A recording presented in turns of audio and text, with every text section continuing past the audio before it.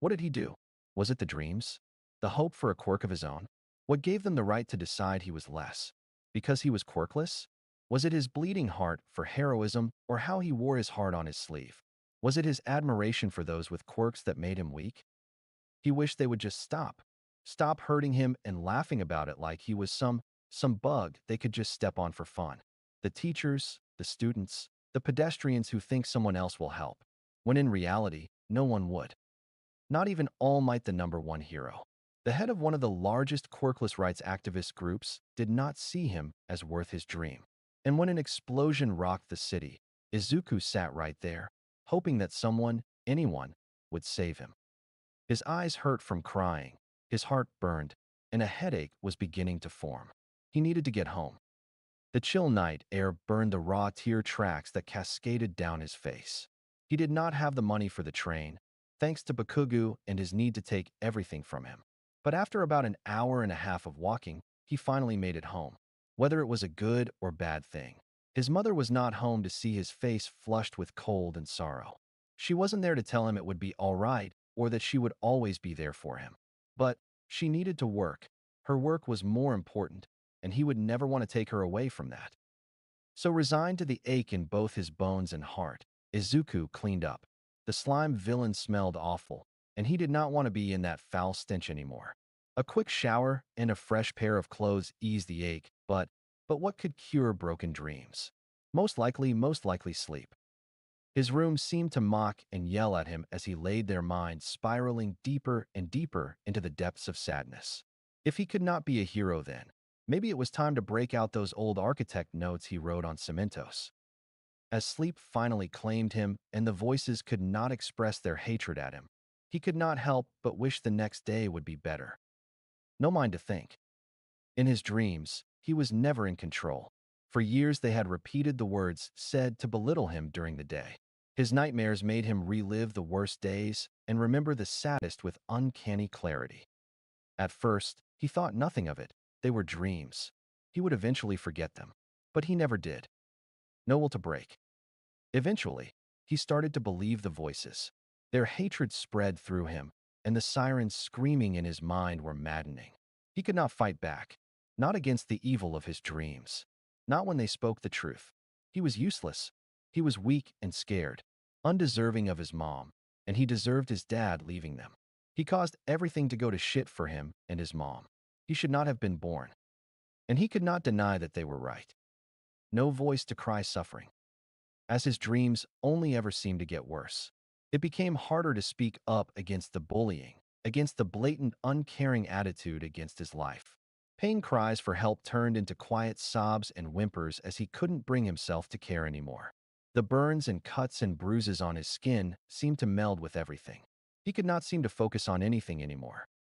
He was in a topless pit.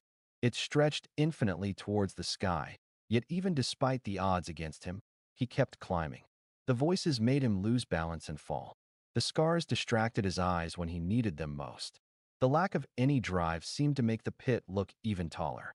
But there was always a light at the top, so he kept trying.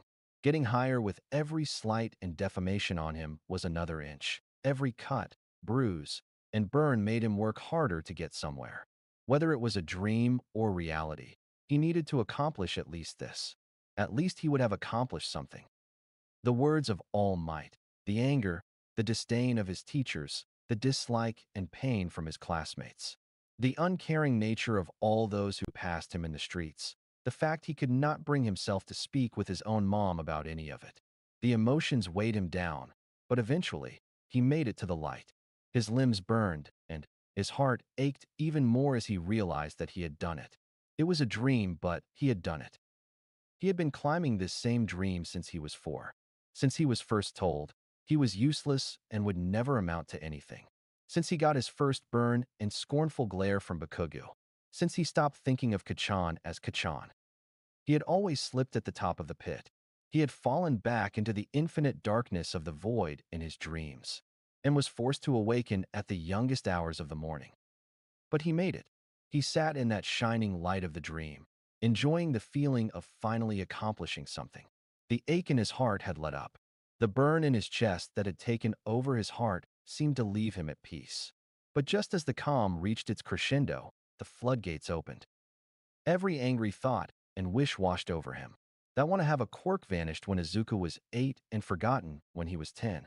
His want to have someone to be friends with whole the world hated him. The first burned to the last. Every hate-filled insult. Every look that told him how sorry they were to him for being quirkless. The one friend managed to gain leaving him when they found out he was quirkless. The word sorry being the only word said by his mom to his pain. All Might deciding to let up his hero persona only to hurt him. And then the dream ended. The hate, the joy, the want, the pain, all vanished at once. And then he was alone, the walls lined with one hero. The voice of that one hero mocking his dream. The void that had consumed him when he was 4. The burning hatred in him. His want to prove this son of a bitch wrong took hold. He would not just be a hero, would not prove them wrong and stop. He would become the number one hero. He would take the spot All Might holds and usurp it for himself. He was still in a cold sweat from the rush of emotion from his dream. It was a common occurrence at this point, but he felt just a bit grosser than usual, so he took a shower. At first, nothing caught his eye. His scarred skin littered with freckles and painful reminders. But for some reason, some of the freckles looked darker. Like when someone puts black paint on their skin, only no matter how hard Izuku scrubbed at the splotches, they never lightened up. It started to frighten Izuku when he noticed some of them had grown in size since he started his shower. Not by much, but worry was taking hold as he continued to shower. The panic only grew as hidden in his curls were 2 nubs that had never been there before. Rushing out and drying off, he put on some clothing. His mind raced with questions. What the heck is happening? Did some quirk do this? If so, why? And many others like that. He should tell his mom, but what if she did not believe him? He knew she would, but he could not help but think the worst. He had to figure it out on his own. If not for his safety, then for his mom's. A couple of hours passed with him researching dreams and even some less than ligament quirk theories.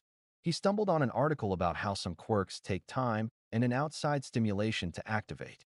Some of the more common were emotionally reliant on their first activation. The stronger the power could be, the more positive and negative experiences the dormant quirk person needs to have. The longer the quirk was kept inert, the more it mutated. Say the power was telekinesis, but then it was latent and changed into a mass gravity manipulation quirk. The most prolonged documented quirk activation took a kid till they were 8. He was 14. The 80-year-old's quirk was a fire quirk that allowed them to both telekinetically control flames and produce heat nearing Endeavor's level. As time passed, Izuku boxed up and sold most of his All Might merchandise for money. He would need some training to get into UA, so he put some aside for that, even with a quirk that could potentially do anything he needed to train. But the money was also used to buy a thick beanie to cover the growing horns on his head and some extra long-sleeve clothes and gloves to hide the fact his left hand was now black. He was hoping the mutations to his body would slow down. But as time passed, his skin grew darker.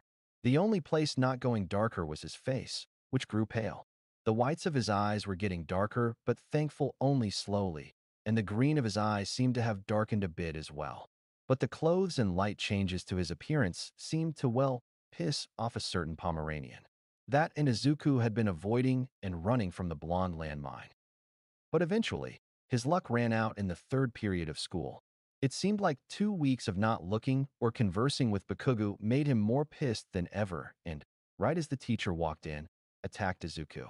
The explosion was large for Bakugo and it shredded and burned the cloth on his right arm, but instead of pain, he felt rejuvenated. The heat did not affect him one bit, and checking over his arm showed that the black skin was not even burned. The black skin that everyone could see. Fear shot through Izuku as he bolted out the door, only just grabbing his backpack. He could hear the confused and angry shouts of his classmates, but he could not care. He was sprinting home. The trains were getting more full recently, and he could not sit in it with his quirk showing. Hell, he could hardly sit in them anyway. He had made it home in record time, not even out of breath from a long-distance run, and the usual ache of running was absent. Hurriedly opening the front door to the apartment, he was faced with a sight he really did not want to see, or have him be seen by. His mom was home, and someone grabbed his beanie. Great. Calling my quirk odd is an understatement. dormant for 15 years and giving my body near complete physical immunity, as well as immunity to heat and most dangers, is not something that normally happens. Sure, the hero captain celebrity has a form of immunity, but he can still be hurt if he is not careful. As far as I can tell, the only weak point I have is my face, and that is still incredibly durable, i.e. falling down a flight of stairs. It is odd. Ever since my quirk awoke 2 months ago, the dreams have stopped for the most part.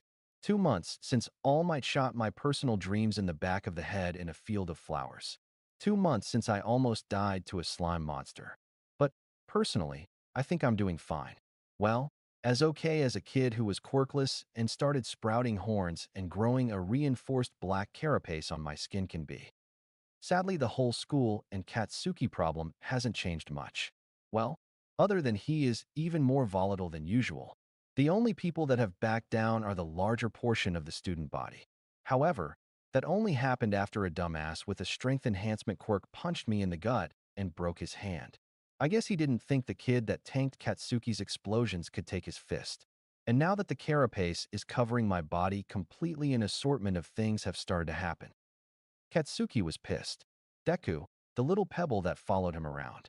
The quirkless runt, the weakling and punching bag he had used for years, had a quirk. It was impressive too, able to take an explosion and not even have a burn. That in of itself pissed him off. But what made Katsuki seethe with hatred was that the fucker tried to hide it all.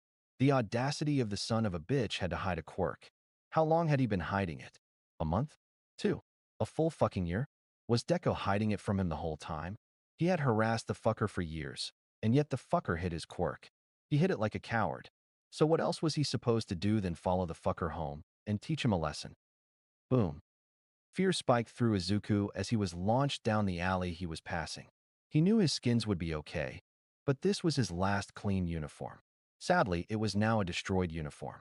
He had skidded almost 20 feet from where he had landed, shredding and ripping any piece that was not already smoldering. When he finally slowed down from the explosion, he was surrounded by the muck of the alley. The dumpsters were piled high, and there were puddles of substances here and there. The explosion didn't surprise Izuku. 2 months of good behavior from Bakugo was surprising in its own right. No, what surprised Izuku was the rage that flittered out of his heart. With each beat, the heat in him grew more and more. Sitting up almost hurt, not because he was flung down an alley, not because it was Bakugo, but because he would need to show his mother his now destroyed clothes. She did not need this, and by God has he grown tired of it. Is that all you got, Deku? Bakugo yelled at him with a sneer. The cold from the alley grew further as he stood up straight and stared down Bakugo. It reminded him of when he was 5 and used his body to protect a kid who was an average late bloomer from Bakugo. Only this time, it was different. That kid this time was behind Bakugo, much like all those he tried to help. And this time, he had a quirk. The moment Izuku stepped forward, Bakugo launched off the pavement with a defining bang. Where he once stood, the ground was cracked and scorched, and the air was filled with thick dust, only for his punch to miss Izuku. Izuku, however, did not feel like getting hit and decided to return the favor. A swift punch, and Bakugo was thrown into the wall of the alley. A sickening snap and an audible drip of a liquid alerted all those around that something did not go well. As the smoke faded from the alley, the onlookers were paralyzed in fear.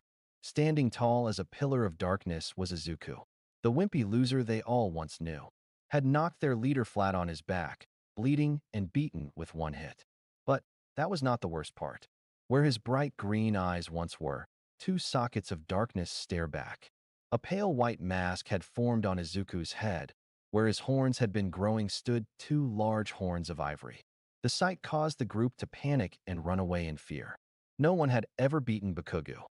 Inside the mask, Izuku was astonished. He had meant to hit Bakugo but not send him flying. But it wasn't just his new strength that astonished him.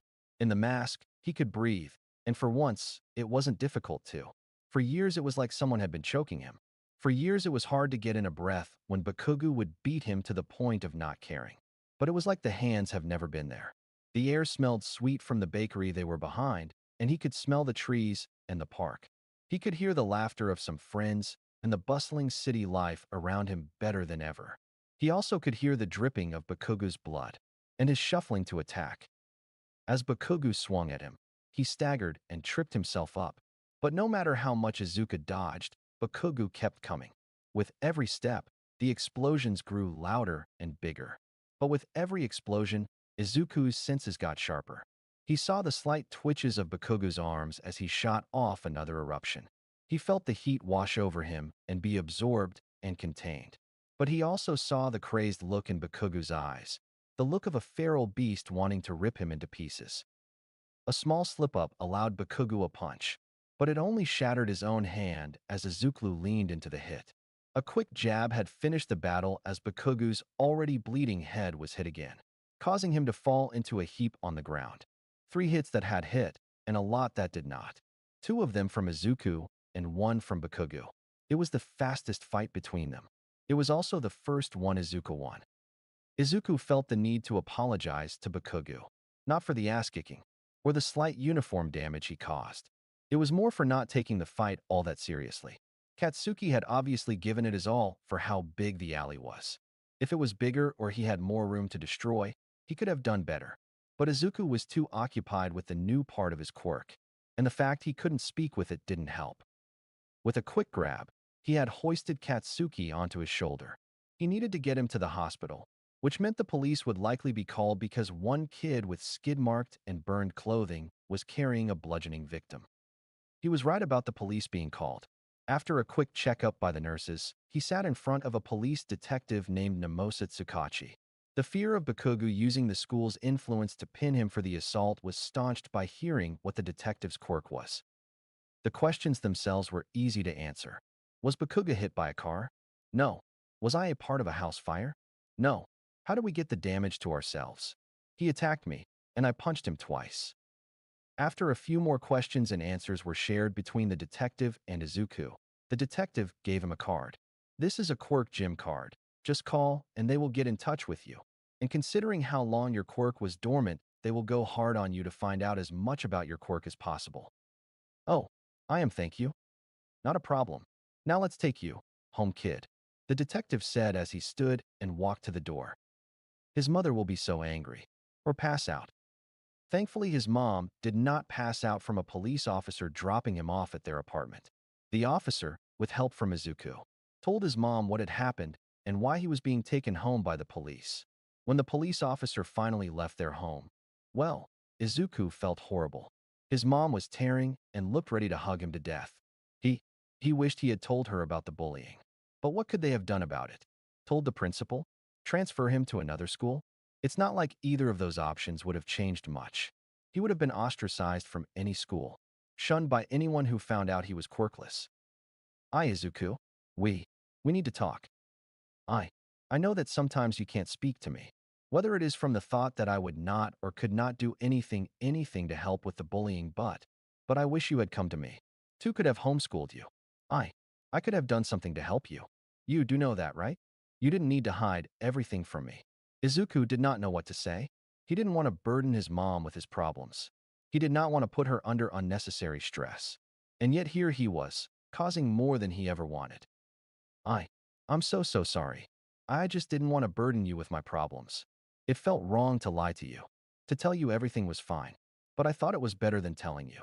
Once the words started coming out, they didn't stop. The pain from years of social, emotional, and physical abuse from his schoolmates, from his teachers. Like a dam bursting from pressure, pain-filled sobs filled the once silent apartment. The pain of nearly a decade of constant pain and hate fell from Izuku's lips. Once the conversation ended, Izuku was emotionally exhausted. In the last few years, he had kept everything bottled up, stowed away, so he never had to see it. But now that he had released most of it, he kind of just felt hollow. The pain in his chest had been his anchor to the world around him. Where he once felt a bubble of happiness, felt empty. His mom had made katsudon, but even the joy from his favorite food felt mute in comparison to how his memories portrayed joy. After the filling meal and highly emotional experience, it was time to sleep. It's not like Izuku had anything better to do. His dream of the night was odd. It was like he was suspended in darkness. The only light shone from a small sampling of a tree. Well, the tree itself was not glowing. Instead, it held glowing orbs in its branches. A few had gone out, shattered, and their shards were thrown around the darkness, now only emitting an ember of light. On one of his hands, he had a pin. It seemed to be a part of his hand in a way. It was an incredible shade of black, and its eyes were much like his mask's, except white. It was a dream, so Izuku wagered that touching the glowing spheres really couldn't hurt anything. However, the moment his hand made contact with the glowing orb, it shattered. Shards of the glass-like substance shot through his hand. The pain was overwhelming. However, it was not done a second after the first broke, two more followed suit to explode. The shards from the orbs carved deep into Izuku's skin. It burned worse than any burn Bakugo had ever given him. It was worse than any cut or bruise Izuku had ever experienced. He wanted to cry out, plead for the pain to stop. And suddenly, Izuku woke up. His hand burned as he got up slowly. The dream must have caused him to fall off his bed. He could guess this, mostly because he was on the floor. Checking his hand, the pin from the dream was still there. Whether it was a manifestation of his quirk or some ruse Bakugo was putting him through, Izuku couldn't tell. Quickly grabbing the charm with his other hand, he felt the charm pulse with energy. And suddenly, he was back in the void from his dream. Only this time where sampling with 3 unbroken spheres stood, now a much taller small tree stood. In its budding branches, tins of the spheres floated. Some were wrapped tightly by the tree, and others almost floated freely. The tree itself wasn't the only part of the dream that had changed. The empty void where the tree once floated a dark soil now held the tree in place. As Izuku was admiring the changes, it became apparent that the wounds from before had not disappeared in the dream. The shards were still embedded in his skin, but now they were much smaller, seeming to melt into him as the minutes passed. What had caused this tree's appearance? Was it my quirk? Has my quirk evolved slightly as time has passed? Children, when they first get their quirk, sometimes have 3 or 4 mutations to their quirk genes as time passes. But they were usually small, so how the hell does a tree make any sense for my quirk? And then suddenly he was back in his room, seated on the floor, woundless and treeless. The day had gone slow after the odd dream. No matter what he did, the pin seemed to reappear on him. The charm seemed to appear almost 30 seconds after it had left his person, whether it appeared on his clothes or in his hair. It took 3 hours after he woke up to call the number the detective had given him. The person on the phone sounded tired, but after hearing the specifics of his quirk, the man had told Izuku to head to a building near the shopping district, which meant people. At least he was going to a quirk gym. The building itself was oldish. It was worn but more by age than neglect. After Izuku quickly knocked on the door, it was suddenly flung open. In front of him was a homeless ninja. He looked exhausted, almost like the man on the phone sounded like. On this man's neck was a scarf, thick white cloth that contrasted with his all-black clothing. It kind of reminded him of the weapon Izuku had seen a hero use once. The moment the door had opened completely, the man waved for Izuku to come into the building. The interior was completely bare, and there were cracks in the concrete floor. All the walls looked as if people had been flung through them, and it made Izuku uneasy. "You are Izuku Midoriya, right? I have a couple packets for you to look through," the man said, exhaustion clear in his voice as he grabbed a couple packets from the only table in the room. "After you look through these, we will conduct some tests to determine the extenses your quirk has on your physicality." A quick look at the papers, he saw a lot of exercises and meal plans, as well as a 3-month membership to a gym. The gym membership allows its patrons to use their quirks using the equipment, which was a plus. "The first test we will conduct is an all-around test. Prepare yourself," the man stated as he pulled on his cloth. Before Izuku could react, the scarf was flying at him. It trapped his limbs before he could do anything. Then he was suddenly flung into and through the only non-destroyed wall in the building. "Is that all you got, kid? I am missing sleep to help figure out your special quirk, and you let that happen to you?" The boredom lacing the man's voice made Izuku mad. It reminded him of how teachers never listened to him, considered him more of an annoyance than a student. "You just going to lay there or?" The man did not have time to finish his speech as Izuku rushed at him. Izuku was not versed in hand-to-hand, but he had been a punching bag for years, so he could at least copy what he had seen. The ninja hobo, on the other hand, dodged every hit Izuku had thrown as the battle had continued around every room in the building. sometimes even hitting Izuku through a wall a couple of times. At points in the fight, the man's hair raised, and everything got warm for Izuku, like his quirk stopped or something. Eventually, the first floor of the room looked like a wrecking ball had blown through. What was left of the walls and the small amount of furniture had been crushed, and the floor had Izuku-sized craters cracked into them. The man after the test had given Izuku a card. The card would make any accidental activation of his quirk in a public space passable by law. However, if it was ever to be used on purpose, the card would be revoked. The hobo had also given him a small packet on ways to figure out more on his quirk. And then he left. They had just destroyed an entire first floor. And this guy just left. That fucking ninja hobo just left him alone in a destroyed building. 3 months since the villain and the duo of Dushabaguri. Drip, drip, drip. With every drip, the black-colored pool under Izuku grew wider. His face, forced into a silent scream of agony as he cracked the mask guarding his face more and more, until finally, it gave way. The snapping of the bone that protected his face broke the silence of the night, the shards falling to the ground, mirrored by more of his dark blood and tears.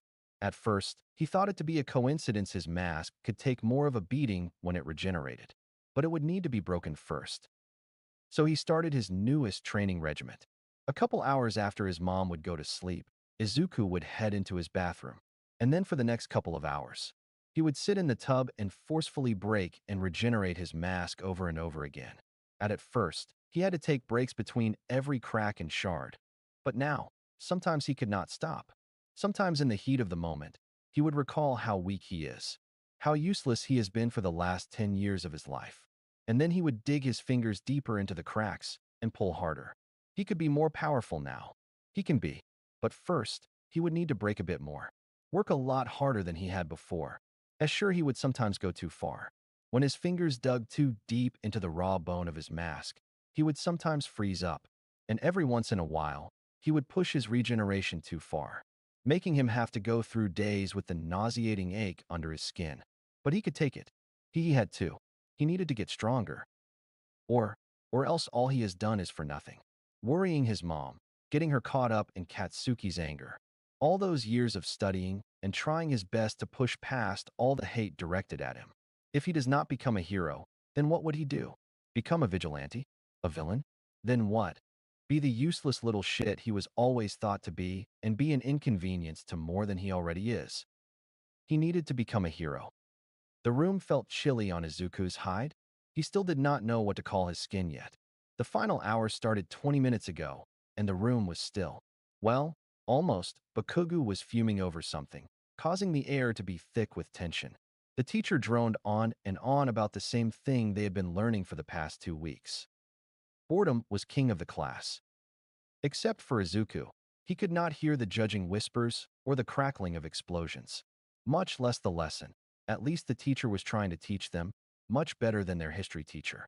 The music from his headphones easily made school bearable for the last couple of weeks.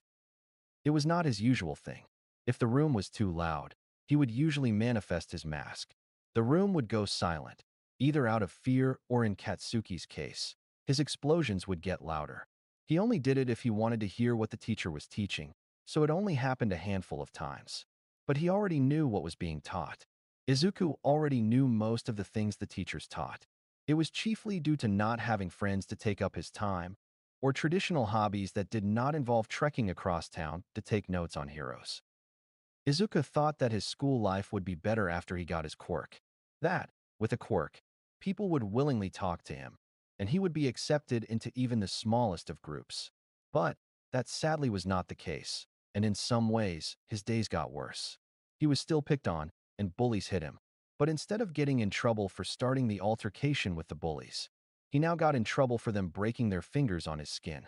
Or, in one case, breaking a chair that had been used to hit him in the head. In his walks to the dojo, he knew he was getting followed by Bakugu and his cronies. He knew they were trying to dig up some dirt on him, to frame him for something. But they could not follow him across rooftops without using their quirks. Izuku would know. The heroes that patrolled rooftops were sticklers for quirk usage laws. If he was eating out with his mom, he got dirty looks for what he could only guess was his eyes or horns. The horns were not all that odd. Perhaps it was just his eyes. The black scara was a bit of a newer mutation, and personally, he liked it. The worst thing about how things have changed since Izuku's quirk appeared, however, was the heat absorption. He could not stay warm at night without a mountain of blankets. And if there was too much heat, it caused him to overheat. It felt like a panic attack. And when he was surrounded by a crowd and overheating, sometimes it was both. He could not count the number of times he had broken down in the comfort of his bed because of how mentally exhausted he was after going shopping. But it was not all bad. Izuku had a quirk now. Izuku was part of a really friendly dojo and had people who wanted to be his friend there. It was not like he did not want to be their friend. It is just, the last friend, he had left more scars on him than any villain ever could. What if they turned out to be the same? Would it be his fault for getting too close? Would it be his fault for letting down his guard for even a moment and getting hurt? Would the Nail Masters do anything about the bullying if it started? Would they watch and laugh like the teachers that liked to watch him be hurt? There was a chance that they were good people, and he did not need to worry. There was a chance that he could have friends, but it was slim. Izuku did not know what he would do if these people turned out to be like the people at his school. There was also another good thing that came from his quirk, and maybe because they could not hurt him as bad as they once could. His bully problem basically vanished. Other than Bakugu, Izuku was left alone by the majority of the school. Well, other than them making fun of him still. And in comparison to how things used to be, where his notebooks were taken and burned and his clothes torn, it was a massive upgrade. Midnight was not a time Izuku would usually be up, especially on a school night. But the cool breeze of the night air on top of the apartment complex was soothing. So here he was, watching the slow nightlife around his apartment, with half a sandwich and one of his thick blankets around his shoulders. Thankfully, it was a Friday. Well, now it was a Friday. The school day was in 6 hours, so staying up would not make his life as bad as if he stayed up on Monday. It's just, Izuku had a quirk now. After nearly 15 years of being quirkless, and it only just hit him how surreal it was for him to have a quirk. Perhaps it was because he had not had time to think because of all the tests and extra training. But what he was living the dream of all quirkless people. And his dream, well, a variant of it. He used to want to be a hero like All Might. He used to look at Katsuki as the pinnacle of winning and victory, following both of them as his idols. But that landed him with quirk-amplified depression and a fear of crowds. Was it their fault he could not help but see every person in a crowd as a threat? No, but Katsuki definitely started that fear. Izuku was 8 when they started crowding him. It began as an intimidation technique because how else would we figure out what scares villains if we can't test it? And who better to test it on than a Deku? Sure, it was not bad at first. It was kind of like a giant group hug. But the amount of heat and the constant pressure on all sides spiked his anxiety. But it was not all bad. Izuku could focus on the sky. But then they started pinching and hitting him, all around him, every person fighting to hit and hurt him. By the time Izuku was freed from the group of bullies, he had countless scrapes and bruises. He could not help the fat tears that made their way down his cheeks as the rest of the other children went back inside to finish the school day. He was allowed to go home under the guise that he fell into a thorny bush. Not long after that, Izuku went shopping with his mama to get some groceries. The train ride was nice. It was open, and he had room to move his little feet and stare wide-eyed at the passing building. But when they exited the contained environment, when they stepped into the large crowd, and Izuku's hand slipped from his mama's, he froze. He was surrounded, but it was not by the kids at school. He knew that, but what if? What if these people found out he was quirkless? Would they hit him too? In his frozen state, he was pushed by someone farther into the moving crowd. Izuku's tiny frame was lost in the sea of what-ifs and fear. It turned out that one of his school bullies had distracted his mom, while another pushed Izuku deeper into the crowd, pinching him as they went. And what was he going to do? The other kid's skin turned into crystals, and he was a full head taller than Izuku. When his mom realized that she had lost Izuku, most likely thinking he was still around her as she gave directions to one of her son's friends, well, she freaked out, searching for nearly half an hour for her baby. But probably the worst part of how she found him was how he was just curled up on the ground, crying in fear. Why hadn't a single person yelled out, "Try to get the child to safety from the colliding feet of the crowds"? That was the day Izuku had to have a cast for his leg and right hand. It was also the day that he was diagnosed with agoraphobia. Hospitals. Inko had been in them her entire life. Her stepmom never could find babysitters when Inko was younger, meaning whenever she was called into a hospital, Inko followed. But this was probably the first time Inko had ever been stressed out in one. Okay, the second time. The first time was Izuku's Quirk doctor appointment. This time they were there to get Izuku checked out for both his quirk and his emotions. Disconnect since he got his quirk. It was likely Q80 or quirk amplified depression. She had seen it in many patients with limited physical drawbacks with their quirks. It was like depression, obviously, but it just hit harder. It was like depression kicked to anywhere from 11 to 50. It was harder to keep in a manageable state. Some cases of Q80 even simply got rid of a person's emotional range. And medicines that were used to kick depressive symptoms hardly ever worked. And in some cases, amplified it. Only in recent years have even slight advancements in Q80 medicine happened. Okay, so we have run the blood tests and have your son in with the psychologists. But the moment your son entered the room, the Shell's hair turned black. You do not need me to tell you what that means. Do you, Chief Resident Midoriya? You've worked with Shell before. She did not. The psychologist Shell's quirk was emotional hair. It was an empath quirk that told her the emotions of whoever she was focusing on. The overall spectrum did not matter at the moment. Depression was gray, but black was Q80. Inko texted everyone who owed her favors. The list was quite extensive: pharmaceutical scientists, heads of the Medical Board of Japan, leading Q80 researchers. Everyone. She needed to know the best Q80 medicine on the market, and she needed to make sure it worked.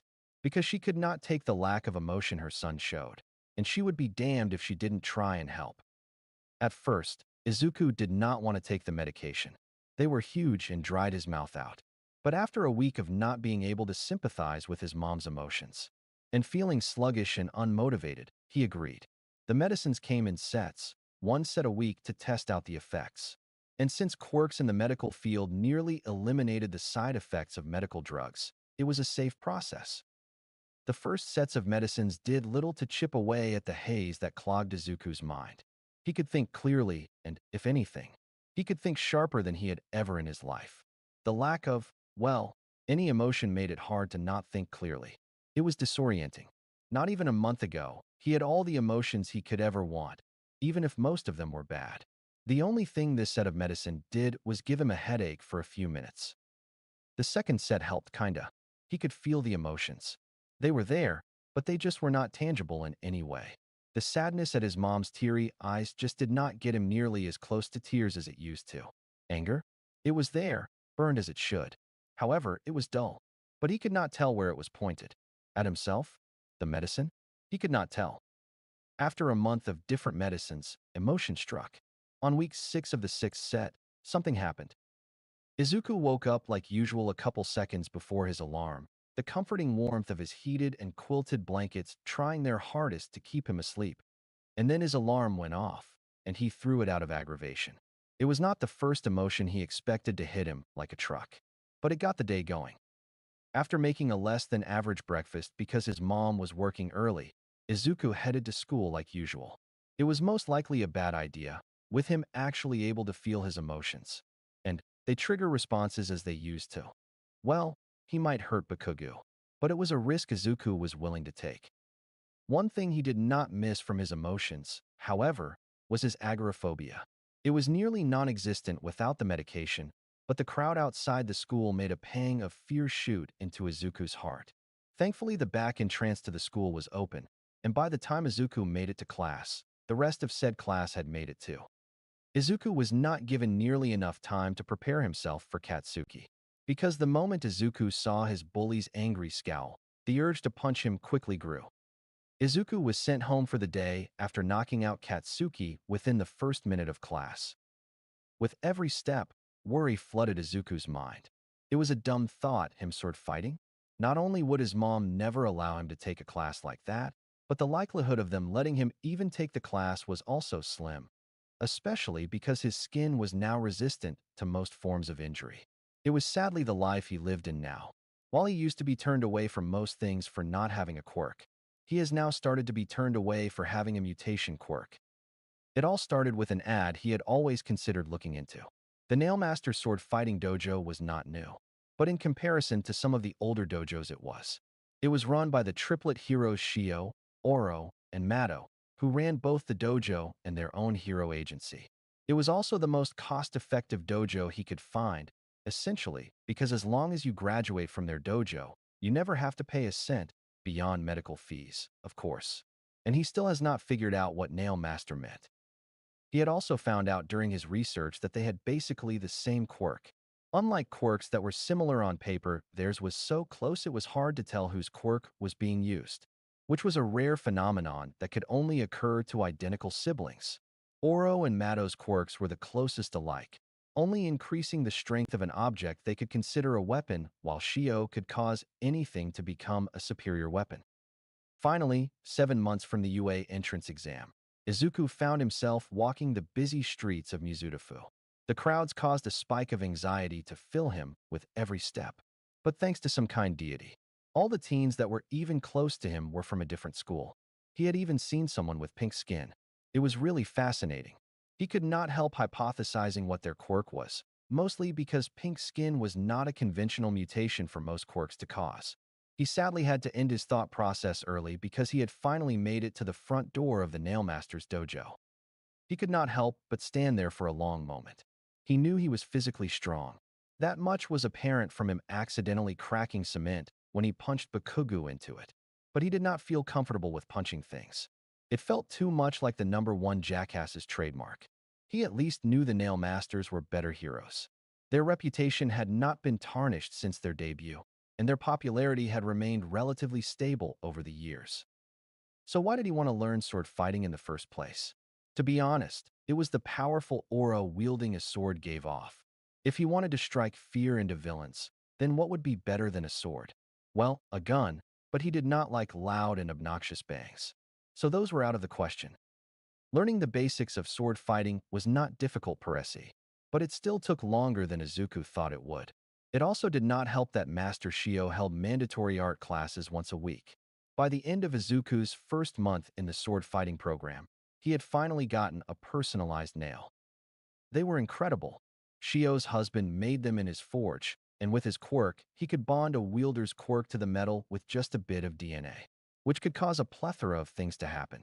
For the nail master themselves, it caused their nails to retain the energy their quirks put into them, which let them do longer and cooler combos with their nail arts. He had even seen this one guy who had a porcupine quirk that caused his nail to be able to sprout quills. However, so far, he had only been able to make his nail go black, which was not all that bad, especially if he was fighting in a dark room. At least he could draw an okay circle now. And well, he had gotten a slightly stronger mask after he had fallen into the corner of the weapon rack. As time went forward, he could not help that he was falling behind his goal. He needed to beat Bakugu. He needed to prove All Might and his teachers and all his classmates wrong. It was probably becoming an obsession as he continued to practice late into the night. But as long as he could keep near heat, he could go all night. He needed to beat the best, which meant he needed to climb the dojo's ladder. He needs to overcome all nail masters, even though they would likely be holding back. He needed to get into UA, he needed to finish first in the sports festival, and he needed to shove all his hard work into all those who doubted him in their faces. But it would not be worth just beating them. He needed to obliterate them. If he wanted them honestly, regret the years of ostracization, years of physical and mental abuse, years of the worst people he had ever had the misfortune of meeting being horrible to him, and all those who did not deserve it. Then he would need to be faster and more powerful than all of them. He would need to be better than all of them. Even if that meant he would have to start shooting explosions out of his hands to secure Bakugu's regret of it all. After starting his training in swordsmanship, he began his newest training, free running or parkour. Either way, he had recently beaten Mado in a fight. It was rigid because Mado did not even try, but that is unimportant.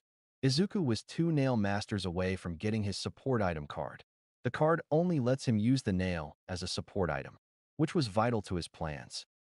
But back to parkour, it first started as a way to get a bit more agile. He was covering his need to increase his strength by learning sword fighting and going to the gym. But he was not doing much, but just running around town, which definitely helped his endurance, but he still tripped over his own feet occasionally. So he decided to learn parkour, which was really just falling in style without getting hurt for the most part at the moment. But he was getting better at climbing things. Izuku could now scale most fences without needing to stop, and he was getting better at running while jumping across obstacles. So far, these skills have only been good for watching hero fights from rooftops and his newfound flexibility. And he had also fallen off of a couple of buildings. But thankfully that only taught him that his quirk was great at saving him from death. When he had slipped off a building for the first time, these climbing axe-looking bones came out of his hands.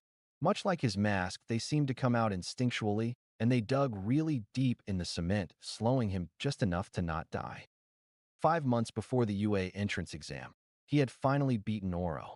It was a lot harder than Mado, but it was also a lot alike.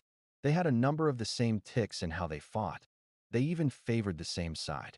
It was also probably the most fun Izuku had had in months. The rush of adrenaline and blood in his veins, the danger of a sword swiping at him. It caused Izuku to find another new thing about his quirk. As he got home from the dojo, he immediately went to test to see if he could do it again. It took a lot of concentration, but he could phase through people. It kind of felt like when he had to dash 50 meters at school, or when he needed to run away from Bakugu after school. The dash would help immensely when it came to fights. The ability to just negate damage by going through it was an incredible ability to have. The only problem was the fact that Izuku did not know if he could beat Shio before the next 5 months were up. He had been training harder than ever. He had discovered new things about his quirk he could not even imagine doing. And yet, it started to feel like it would all be taken away. It took nearly all of his younger years to become friends with Katsuki, and that was taken away in an afternoon. He spent months on his notebooks, and 12 had been burnt. He has spent nearly 10 years keeping the bullying a secret from his mom. 10 years telling himself he was fine, and it was all for nothing. What if the months of hard work were for nothing? What if he lost all of it all because it was a dream? What if he stopped? Would it just be better if he stopped trying? If anything had ever withstood the test of time, it was people telling him to give up. But so had his resolve to not. He had fought through years of torment and abuse, years of unconstructive criticism, and if he gave up, then he would lose that too. The soft pitter-pattering of cold rain blanketed the city. Most hurried to their homes, to their places of warmth and serenity. But Izuku had other plans. He had long since given up on heading to sleep early and started his regular rounds of endurance training. His quirk kept the burn of his legs and eyes to a minimum as he rounded the bend to his favorite convenience store. He could not figure out why he was crying. Perhaps it was the rain. It used to make it hard to smile long before the abuse started, or maybe it was the worry. He had been practicing for the festival for months, but he still felt behind, like his feet were encased in stone. But it was not all that bad. Izuku no longer bothered because of his notebooks. He was given the same respect by his teachers, kinda. He had a quirk now, so why did he feel sad? Was it the lack of friends? He had not had friends in years, yet he always had Bakugu. For better or for worse, he had the nail masters now, which was a massive increase in socialization. So why was he sad? Who in the hell would have thought that a paintbrush would hurt more than a sword? Because as it turns out, Shio could cause more damage with paint than anyone with a standard weapon ever could. Every time Izuku had challenged Shio, he had lost. He had been painted red and green, blue and yellow. The paint could pierce his tough skin, so far one of the only things that could do so. It was always intimidating when he had to fight Shio. The man was nearly 7 feet tall and built like a brick house. And Izuku had just barely managed 4'9", genetics suck. But while he had been regularly stagnant when it came to fighting Shio, Izuku had gotten better in other aspects of his training. The endurance runs he went on had gotten longer over the past 7 months since he started doing them regularly.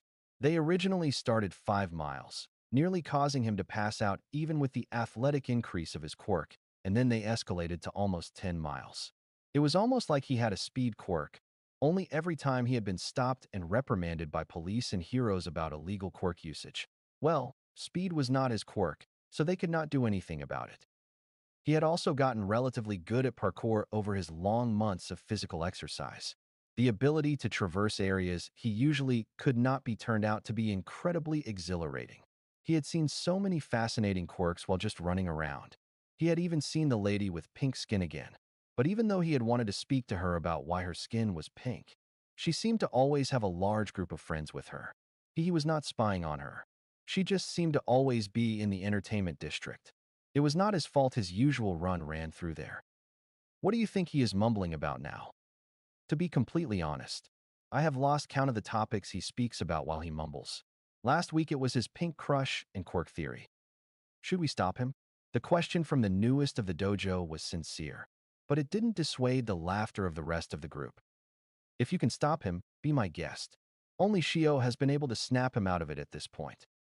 The sudden sounds of water running in the art room caught the small group of friends' attention.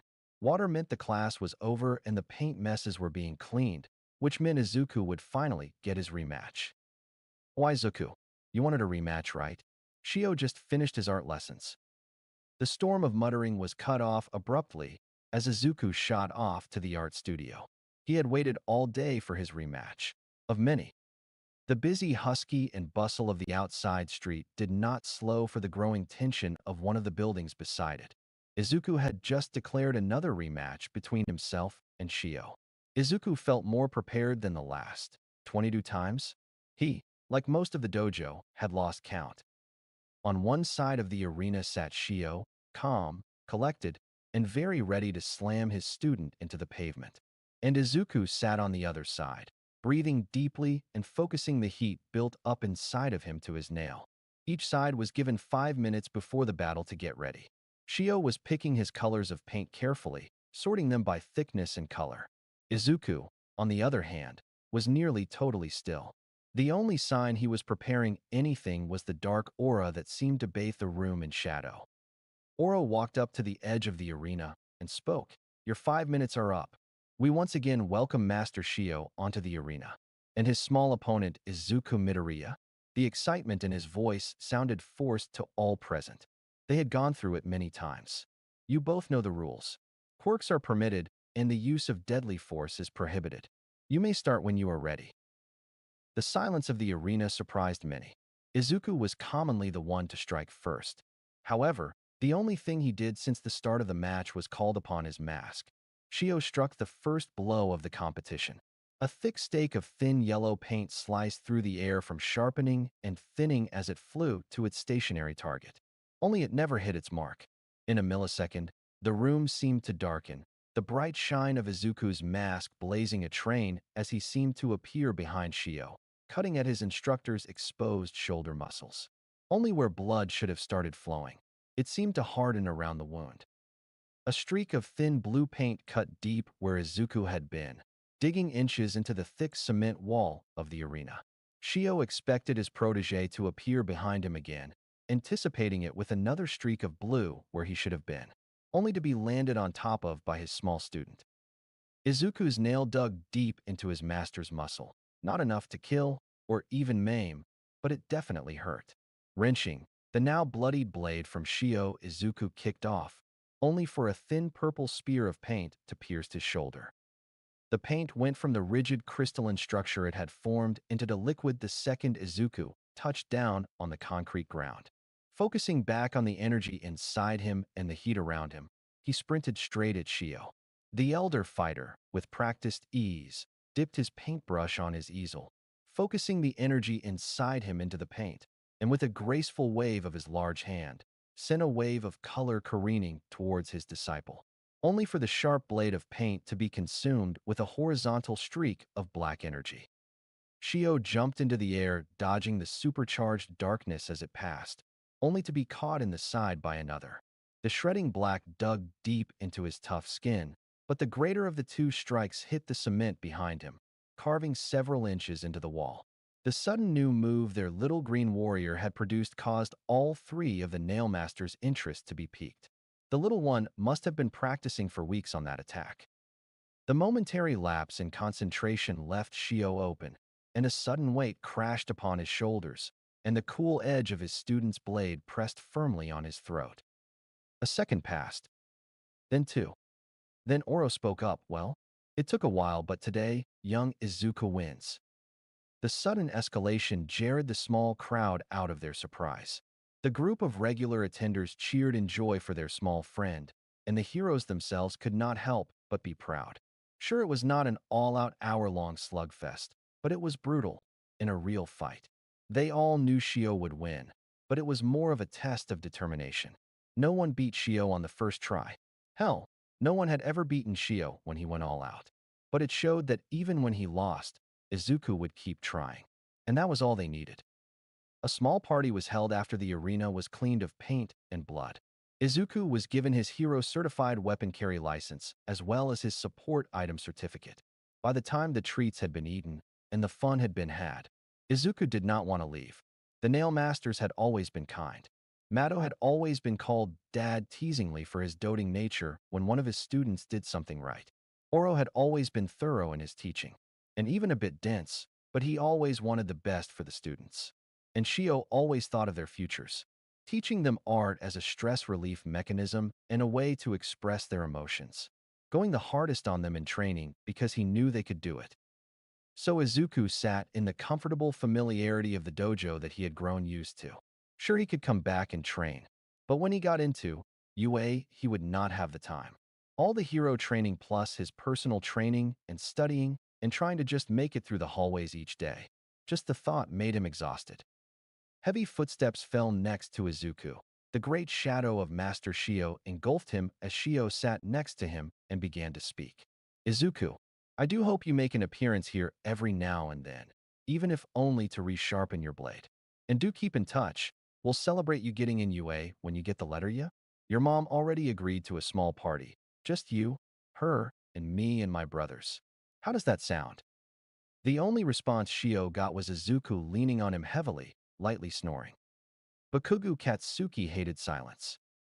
Ever since his parents' clothing line started booming in both sales and requests, they were never home, always busy, always too far away to pay attention to him. And when they did, it was only on Christmas and his birthday. So he started acting out childish? Yes, he knew that. But he couldn't help himself at this point. He wanted them to be mad, to yell, and stay at home with him. But the school never reported him for bullying the damn Deku. They never, in the 10 years since he started tearing into the fucker, tried to stop him. He knew it was not fair to Deku. They used to be friends. Until the fucker broke his promise, until his parents left him alone. Katsuki remembered when Deku followed him. He remembered when the fucker used to look up to him. But he had his mom. And now he had a quirk that made him a powerhouse from the start. It took Katsuki 3 years to stop making small fireworks with his quirk, and even then, the explosions were not strong enough to burn anything but the fucker's skin. But when the police called his parents, when the policeman put bullying on his record, when the police said that the punishment would be handed out by his parents, he expected more than the disappointing silence they gave him. He was expecting his mom's anger. He was expecting his father's judgment. But he got neither of those. He got the silence. He got quiet disapproval. The reactions he had been expecting never came.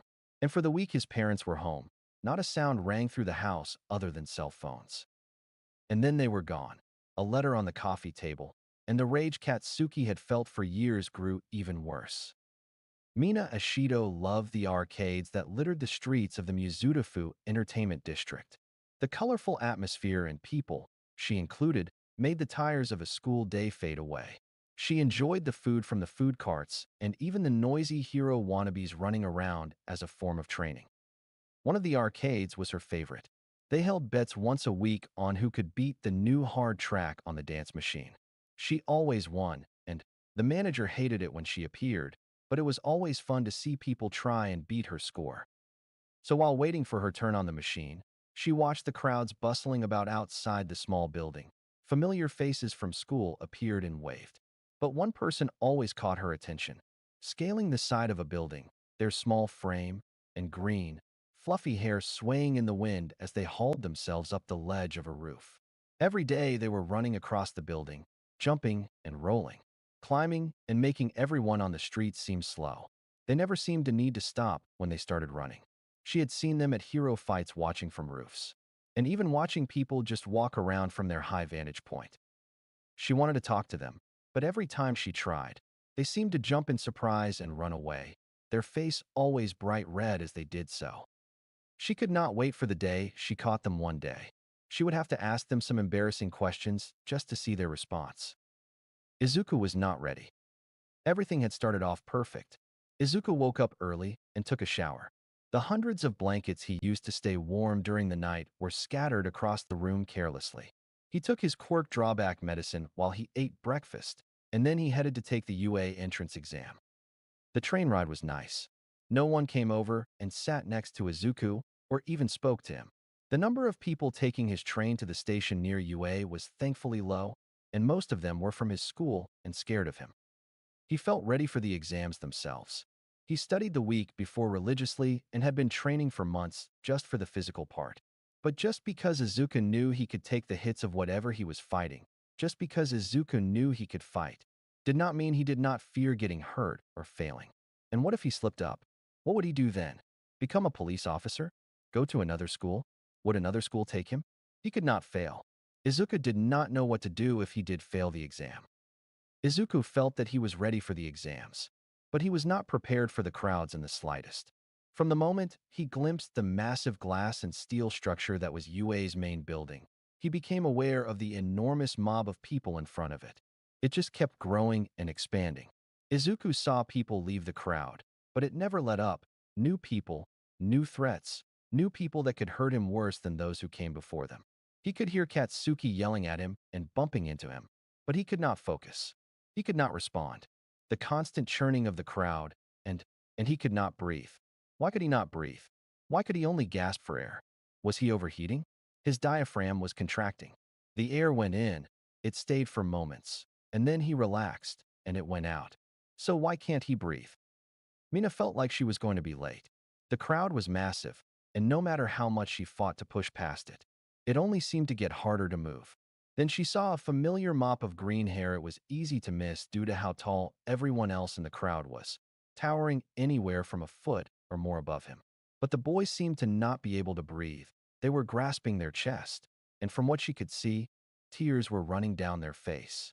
The boy appeared to be trying to push through the crowd, but the masses in front of him were fighting back, forcing him farther from UA. Why was no one helping him? He was freaking out. Did he have a phobia of crowds? Is that why he stayed on the top of buildings? With a newfound determination, Mina pushed past the massive group, nearly knocking over a surprisingly small kid with balls for hair, and grabbed the green-haired boy's hand. Initially, he glanced at her in fear, his eyes wide and glassy with tears. But once she started pulling him to UA, he gripped her hand tight. After she nearly bulldozed through the crowd pulling him along the whole time, did she glance at his face for the second time.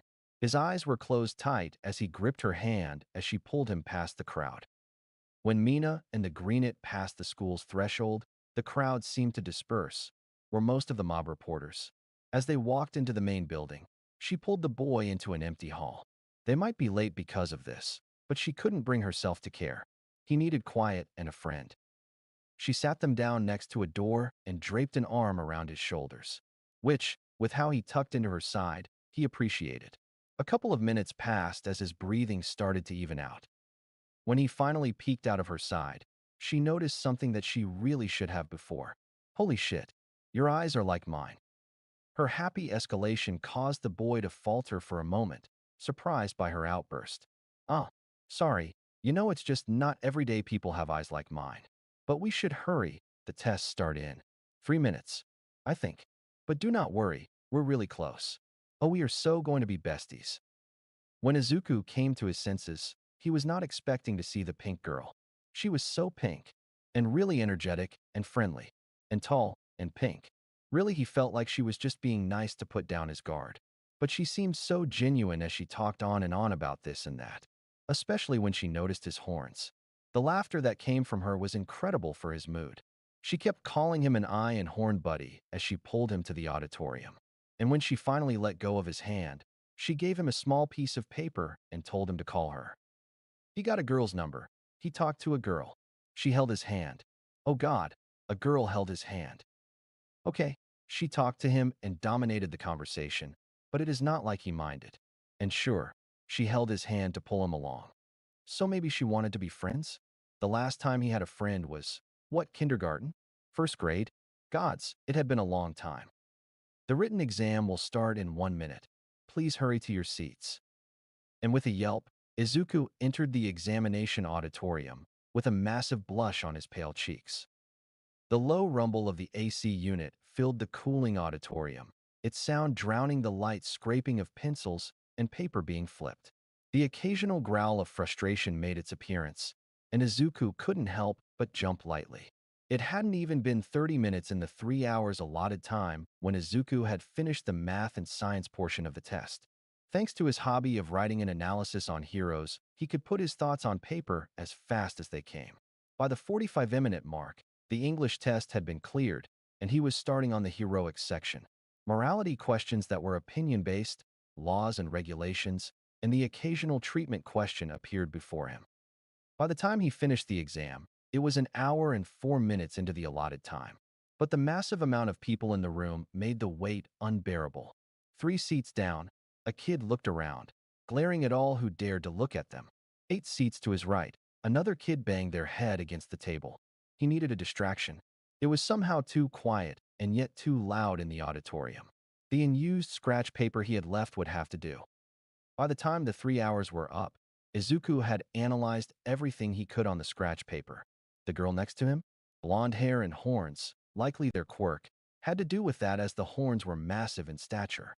The horns most likely played a part in their quirk. The pink girl? Ashido Mina, if what her friendly ramblings that he remembered were correct. Pink skin and hair, as well as a dark scara around her golden eyes. Pink hair was not all that rare. It was usually a mutation caused by an ancestor's quirk. If his research was correct, it would be kind of like how his green was a mutation of a plant hair quirk from his great-grandfather. The color itself is likely a dominant trait of the hair in the family's quirk gene for both of their cases. The black scare, and now that one is a bit harder. Mutation quirks could cause a whole host of changes. An extra joint or body part like a tail could be caused by an entire muscular and skeletal mutation quirk. Mutations were the hardest to figure out the depth of changes some could cause. Eyes, however, were a bit rarer to get the offshoot mutations. Izuku's was due to the chemical imbalance his quirk caused, which sounded like nonsense on paper, but the research told him it was true. For Miyashido, he could not tell. It could be anything from a pigment mutation like her skin could be, or, like his, a quirk drawback problem. Her skin was either pink as a defensive mechanism from her quirk's backlash, a pigment mutation, or hell, magic for all he could figure out. His skin was black because of the why was his skin black? And you, what do you think you are doing mumbling and writing during the presentation? No matter if we already have the information, you should be paying attention. What are you even doing here? If you are here to distract us, then leave and let the people wanting to be heroes continue. This is an insult to all up-and-coming UA students. Who are you? Who is this? And why are they so mad? I am Ilda Tenya, and I am tired of you not taking this seriously. Hayu examinee number 7111. Please let the kid be. I was getting to the 4th robot, so hold your horses. Now, the 4th BOT, don't fight it. It's a waste of time and energy and worth 0 points. Now onto the practical. Head to the buses out the exit to go to your testing grounds. As the bus drove to the faux city, the anxiety came to Izuku full force. He was on the same bus as the blue-haired mean guy, and he really did not want to deal with him.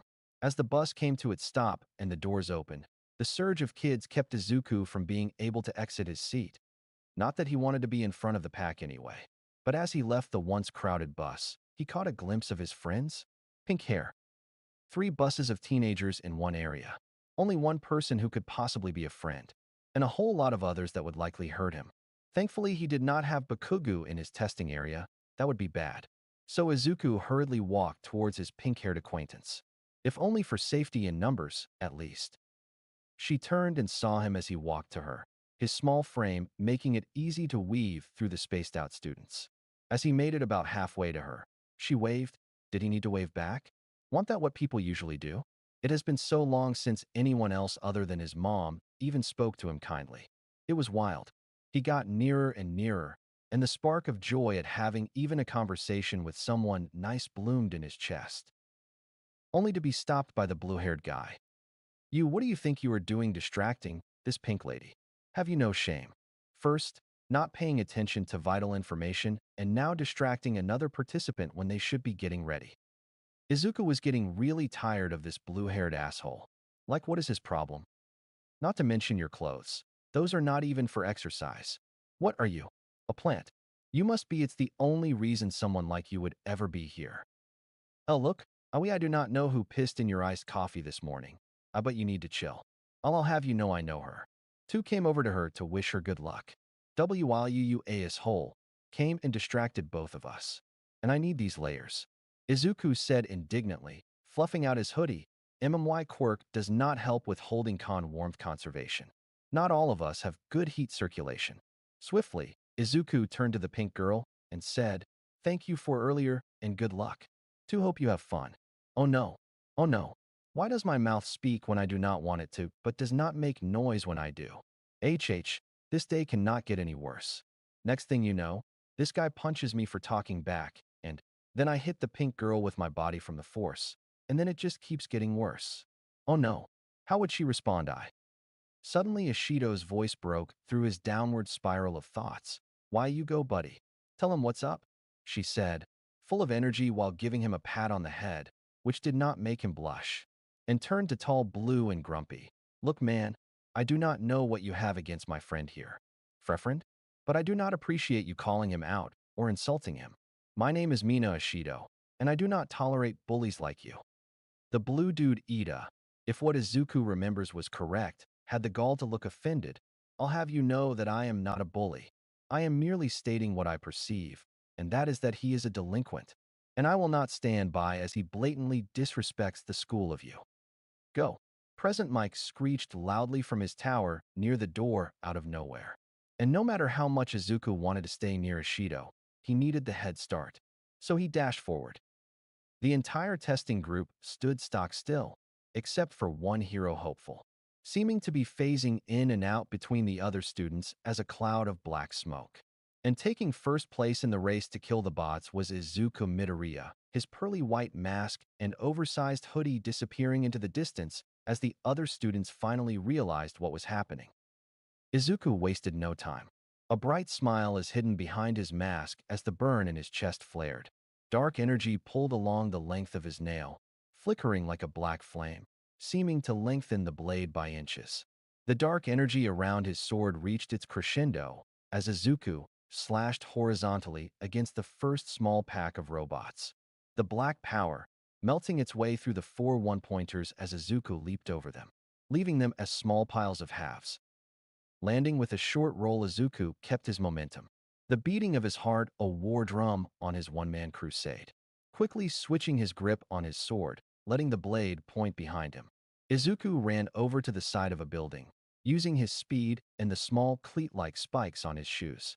Izuku jumped his foot, finding purchase on the concrete as his Quirk's bone-like shoe spikes into the wall, and then he pushed off towards a group of three-pointers. He landed on top of one, using his reversed grip to stab into the robotic monstrosity as he slid down its back. The moment his feet hit the road, the other three-pointers attacked. Izuku's mind went into autopilot as he dodged the surplus of attacks, not paying attention to the sparkly laser that burned through one of his opponents. Swiftly cutting through the offending limbs of the robots, Izuku quickly finished off the two that were left. Before Izuku could leave, he saw a robot had pinned down another contestant. He wasn't Katsuki, so Izuku ran over to the downed participant, easily prying the massive hulking machine off the other. Before the other contestant could speak, Izuku was sprinting again. Talking was a waste of time in the heat of battle, and his mask was up, so he couldn't if he wanted. The song of battle inside Izuku played aloud as he ran into the brunt of the robot's forces. His heart was beating fast, and his brain was working overtime as the pool of heat in his chest grew. A flick of his hand and his sword was gripped regularly, the fiery feeling of his slash pooling double time in response to the horde of mechanical beasts. He kept it pooling into the blade as he hacked through a large number of robots, jumping on top of them, aiming for what he could guess was their heads, making his way to the middle of the group. Once he had managed to fight his way deep enough into the horde, Izuku let the heat in his blade go, spinning around, letting the attack out in a circle around him, slicing through his foes with pitch-black energy. A wave of cold shot through Izuku as he caught his breath, standing in the middle of a robot graveyard. Not a thought of doubt entered his mind as he carried on. His worries were forgotten at the gate as he pushed himself and his quirk further. He didn't count his points. He only left a path that spoke for him. Izuku had just cut down another small clutch of robots as he saw another participant get pinned under another contestant's kill, and then the contestant left the other person under the robot. With a breath of dissatisfaction, Izuku headed over and pulled the other participant free. He had done it more than 4 times since the start of the trial. Everyone seemed to forget heroes helped others first. Izuku got a small thanks from the other test taker as he headed back into the fray. He couldn't tell how long he had been at it. The rhythm of battle and the tempo of his heart kept him too occupied to care. No matter how deep into the city he got, the robots seemed to keep coming from all sides. Izuku kept an eye on the other fighters near him as he cleaved into the crowd of robots. He couldn't let them get hurt while he was near. A grunt of pain alerted him to his right as a new fighter joined the fray. Their skin seemed to be a rock to a point. Their bright red hair made them easy to keep an eye on, but they were being swarmed fast by three-pointers. Not wanting to watch a possible classmate get hurt, Izuku charged the horde. Once again, he jumped on top of the closest robot. Izuku jammed his sword into where he could only guess a large number of wires laid, while punching another in its lenses. Pulling his blade from the downed bot, Izuku used his arm, which was stuck in the other robot, as leverage to jam his sword into the ground. The blade pierced the concrete, then using the new anchor, Izuku pulled his arm from the robot, freeing him. A quick glance showed that Izuku's arm was covered in small white lines that burned lightly, most likely from where sharp metal dug in. The 2 down three-pointers were quickly replaced by 2 more as the other contestant behind him finished off another. With a hidden grin, Izuku struck. The fire, while running low, provided enough to paint his sword in dark blacks. Jumping forward at the first three-pointer, Izuku cut into it using the weight of the robot. Izuku kicked off it, leaving his blade hilt deep. An explosion of dark energy erupted onto the 2 three-pointers next to the first. His disconnection from physically the blade caused its built-up energy to be released. Landing hard next to his partner in the fight, Izuku slammed his fist into the leg of one of the bots, messing with its center of gravity, leaving it open. Izuku rushed to his blade and pulled it from its temporary hilt and looked at the redhead. There were 2 left, the one with the broken leg and the one red was fighting. So Izuku carried on. 4 minutes remaining. Present Mike screamed from his perch. The other teachers, however, were sitting in the darkened viewing room, watching the hundreds of screens that lined the walls. Most of the teachers were excitedly picking out the students that impressed them the most. Some eyes were firmly glued from time to time to the student with assault on their record. That one was constantly blowing robots to bits and yelling at other participants, while different eyes were set on the only student with a sword and never spoke a word. The 2 students had entirely different approaches to the test, but both worked well. One chose to simply bulldoze through the enemy, going for both big and small amounts, blasting robots into bits even at the expense of their fellow test takers, while the other went after the most abundant groups, while leaving smaller groups to the others, and even going out of their way to wound bots for those who were having trouble, and pull others from harm. They were also the 2 tops of the leaderboards, and both had the attention of a very smart white rat. 4 minutes remaining. Present Mike screamed from his perch. It sent a surge of panic through all the testing grounds and echoed through the heads of those who feared they still hadn't made the cut. Izuku, however, hardly heard the yell. He had climbed to the top of a building to search for people to help, as he seemed to be the only one doing that. Since he helped the redhead, he had pulled another 3 students out of the way of danger and becoming floor-paced, and even had to take a sparkly laser to the back to stop it from hitting another. But if he was being honest, Izuku had never had more fun than the test. He had never been able to let everything out. The training arena in the dojo was too small to parkour around, and he couldn't fight in the city without it being illegal. His smile hadn't disappeared since he started. And then the ground began to tremble. A massive plume of smoke billowed from a point in front of him. Then, suddenly a gigantic hand gripped the tallest building in the faux city and snapped it in half. The smile on Izuku's face vanished as he watched the giant robot crush buildings under its massive treads and swatted others with its great arms. Izuku took a step back, then 2. But he couldn't seem to go further as he fell to his butt, looking up at the beast dumbly. And then he heard it. Help! His head shot to look at who was caught near the great beast, and Izuku's heart stopped. He only saw a flash of pink as he got to his feet and sprinted forward. The pink had been nearly crushed by a large amount of rubble. Only one person in their entire area had any pink on them, much less were pink. Izuku's mind worked a mile a minute as his feet pounded the pavement, bounding feet and cracking the cement under him, tearing his shoes as he went. The heat in his chest flared brightly within him, the pseudo-cuts on his arm mending with every step. The robot continued its path, closer to the only person in years to be nice to him. He would be damned if they got hurt any worse. He wished he actually said anything during their conversations. Izuku wished he had met a kind person like her before the test.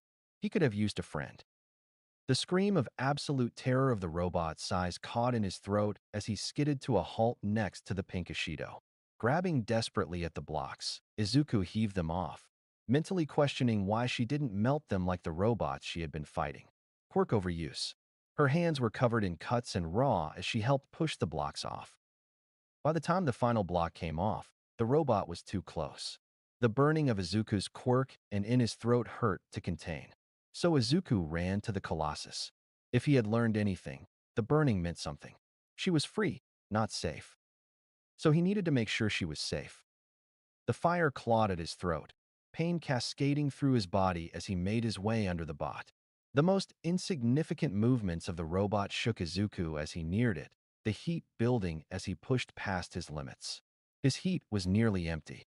His exhaustion was peaking, and he had only hope in the heat in his throat. Suddenly, he came to a halt under the monster of metal and wire. Blood pooled in his mouth from biting his tongue, and he screamed. The pain of releasing 1,000 angry demons from his throat couldn't describe the agony he was in. He felt his vocal cords strain to nearly snapping as he howled in rage at the robot. Every ounce of energy he had poured out into the attack. For every moment, he felt hatred at Katsuki. Every tear and bruise and cut. For every moment, he absolutely hated his teachers and classmates. Every time, Izuku thought about giving up and moving to a different dream. All Might. The shockwave of sound shattered glass and caved a pit into the concrete around him. The howl carried to all the testing zones, drawing the attention of everyone to the spectacle above Izuku. Ethereal shapes formed of dark energy slammed into the zero-pointer. The reinforced steel of its waist tore like paper as it was assaulted by wraiths of agony. Just as the apparitions finished their assault and faded, a second set seemed to form out of nowhere, eviscerating the chest of the zero-pointer. And in an instant, a third wave eclipsed the entirety of the zero-pointer, leaving only the massive tread stationary as any reminder it was even there. The sheer lack of heat within the vicinity of Izuku caused frost to build on the massive treads. Taking a deep breath, Izuku stood. The pressure of the attack had knocked him to his knees in the initial moments. His body was fighting for him to fall unconscious. But he had a friend to get to the medical team. Walking and stumbling with nearly every step, Izuku came to a shocked Ishido. With pain blasting through his form, Izuku leaned down, and with effort, picked up the taller of the two and walked them to the entrance gate. Stumbling with every step as Ishido seemed to realize what had happened, right before collapsing in front of Recovery Girl, unconsciously tuning to take the brunt of the fall. An echoing crash reverberates through the viewing room, soon followed by a small laugh that soon dissolves into mad cackling as Nedzu pulls out his backup teacup. Even though the cup was useless as the tea that he poured missed said cup entirely. Nedzu wasn't laughing at the fact his new student collapsed and promptly latched onto the person they were saving, even though that was hilarious. No, the best part of the performance as a whole?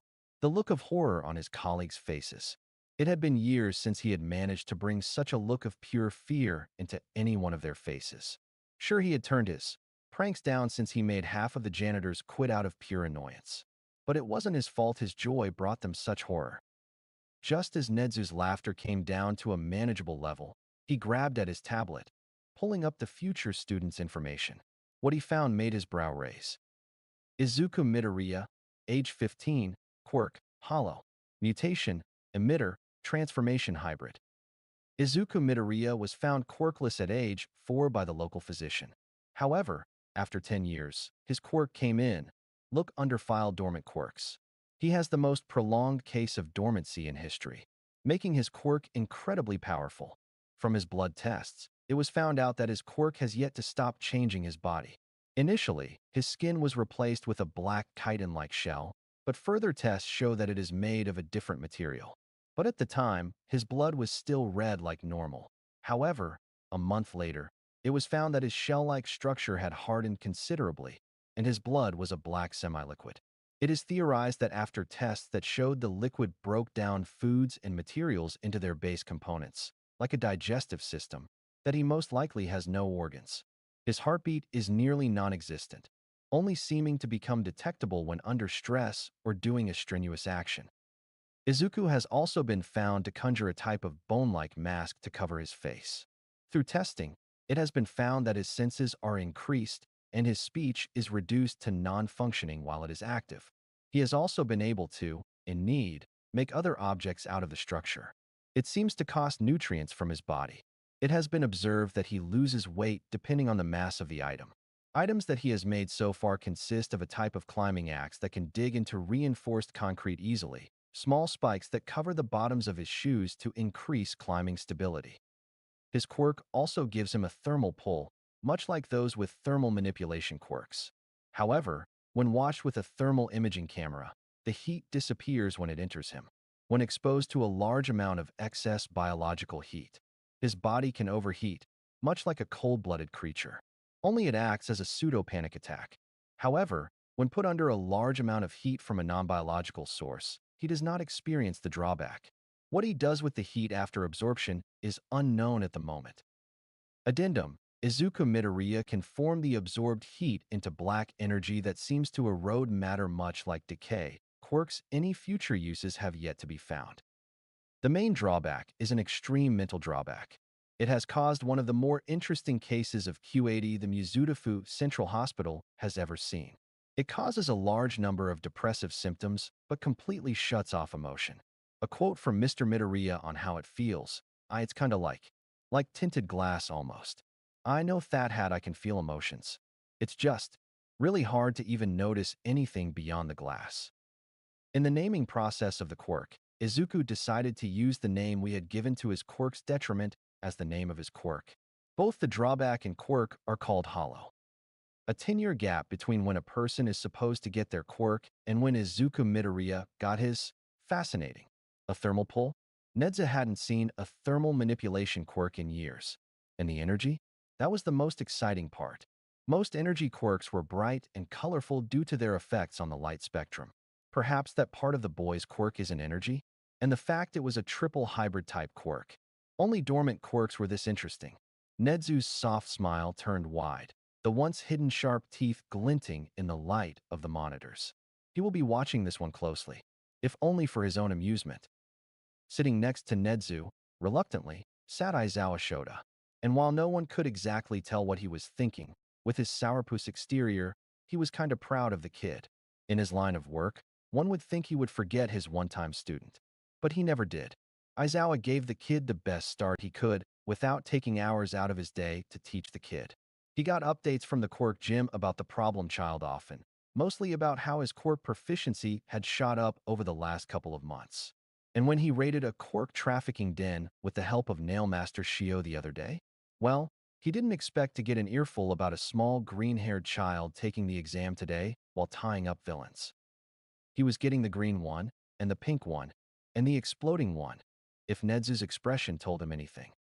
Letting out a sigh, Shota stood, grabbing the scheming rat of a principal by the scruff of his neck as he walked out the viewing room. It was about time to ask for that raise. A couple chairs over power loader stared at the screen in absolute horror. It took months to make a single zero-pointer from even slightly damaged parts.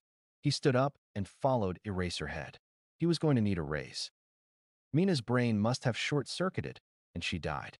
It was the only explanation for how she woke up on a stretcher being cuddled by the small green bean she saw evaporate the giant robot to save her. The same scared and shy green bean that she rescued from a crowd, risked his life and protected her when her skin hurt from her quirk and she couldn't move. Mina's day had started great. She woke up a while before her alarm, her mind busy with thoughts about the exam, and laid stretched out on her bed until her mom called her for breakfast. And after rushing to get prepared for the exam, Mina headed to UA, where she helped a small green bean from a crowd and made them into a new friend. A very small, cute, and easily flustered friend that was a lot like her. Mina had always been a sort of outcast. Colorful skin was par for the course in today's society, but something that always seemed to cause problems was her eyes. To a kid who could only imagine a monster with black eyes that glowed in the dark, Mina was considered the incarnation of a nightmare from her 4th birthday. She went from one of the most influential kids on the playground, leading the crusades against boredom and helping the shyest from bullies, to being the one who needed to be saved, the one that was excluded. It was a common truth throughout her life that kids were assholes. One day you have a best friend, one you can tell your darkest secrets, and then the next day, they throw you away. Nearly 8 schools it took for other kids to get over themselves and look past her eyes. But by that time, Mina had a hard time looking in the mirror, a hard time getting past that it was her that caused kids to scream in fear or run. So she acted friendly and foolish, and stupidly brave to make even some friends. But that act even seemed to cause more hate to come her way from those who really hated her. From the bratty stuck-up girls making fun of her skin and her looks in the changing rooms, to just making her life harder and harder with their pranks, to the jocks that only flirted with her to make fun of her behind her back and telling her to her face that no one could like the black-eyed demon. There even were a handful of teachers that told her to use makeup to cover up her condition. But now, there was someone who understood. Someone that most likely got the same insults, and they could be there for each other. Mina saw a lot of how she used to feel in the eyes of the small, shy boy with branching white horns and bright green eyes, eyes with black like hers. One word makes his cheeks flare in a rosy red blush, and his eyes actually seemed to sparkle when she called him her friend. He was socially awkward and easily tongue-tied. That much she got from their first encounter after she saved him. But he was brave when he needed to be. He talked back to the tallest guy in their entire exam group, declaring he needed the oversized hoodie with a pout on his face, and rushed the giant robot to save her. But throughout the exam, she saw him jump to save people, to protect those who were having trouble and wounded bots for those who were having trouble taking down robots themselves. It made Mina push herself harder. She took out more robots than she ever thought she could. Mina wanted to be as brave as him, so she tried to be a hero like he was during the latter half of the exam. She corroded paths for those stuck in collapsed buildings near the zero-pointer, and pushed another girl out of the way of the rubble that caught her in the end. So here Mina Ashido was, being carried off by medical robots on a stretcher, being cuddled by her savior. Hopefully, her new friend wouldn't mind Mina putting her contact info into his phone, and she could use a picture of them cuddling as her contact photo. After Mina was patched up by Recovery Girl, who took photos of Izuku cuddling up to her while mumbling about sending them to Inko, and told her that her little savior's name was Izuku. Mina was given directions to Izuku's apartment after agreeing to carry him home. Did he know Recovery Girl? But after getting her little friend situated in her arms, Mina headed to the Midoriya apartment. On her way to the train, Mina saw people giving her questioning looks, and an angry look from a guy with very sharp-looking blonde hair, who seemed to be heading to the same train, and once inside kept glaring heavily in her direction. The train ride was relatively short relative to her own, but thankfully it was on the path to her own station. She made sure to stand up gently to not wake Izuku as she walked out of the stopped train, followed by the angry guy shortly after. And after checking her phone's map way too many times, Mina arrived with her sleeping savior, tired but thankful that the longest part of the journey was over. After knocking a couple times, the door opened, revealing the Nailmaster heroes. First, Recovery Girl took photos of her and Izuku while doting on him like a grandmother, and now 3 of the tallest heroes on record crowded his front door. Sure, why not?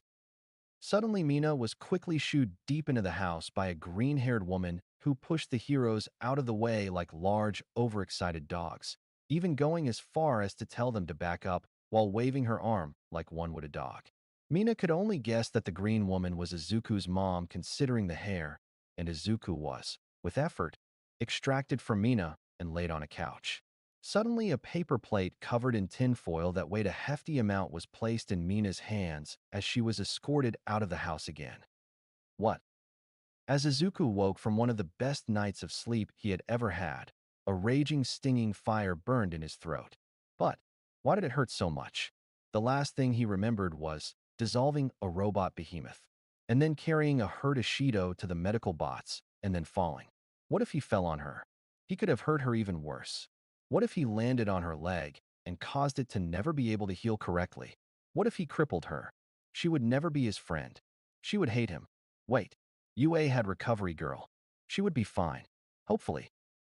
He destroyed the zero-pointer. Izuku's memories of the event itself were fuzzy, if not a little, blotched with pain. The initial scream was of fear and pain, fear of failing to save the first friend he had had in years, of not being strong enough to do more. And the pain was from the fire that blossomed inside of him at the moment he had felt empty of the heat he had been running on to heal his cuts and fuel his sword's black energy. But in those last moments, it felt like every ounce of heat he ever had was used. At that moment, as the wraiths erupted from Izuku, the heat of the entire foe city dropped rapidly, and Izuku himself was not spared from the temperatures. He had felt cold, nearly falling over from exhaustion, and cold as the empty air above him mocked the existence of the zero-pointer. The ground around Izuku was cracked and frosted, like a night of freezing temperatures had occurred in mere moments, and the metal of the zero-pointer that was left had an icy haze. The sudden buzz of a phone startled him. Moving from under his mountain of blankets, Izuku checked his phone. It was a text. From Mina? Did he already text her? Why were there hearts next to her name? What happened while he was out? 3 Mina 3. So, I know it is weird, but I put my number on your phone. You should really invest in a password, or the face, or even fingerprint scanner lock. But it has been nearly 24 hours since I got you to your house, and I am really worried. Izu, I am fine. I think.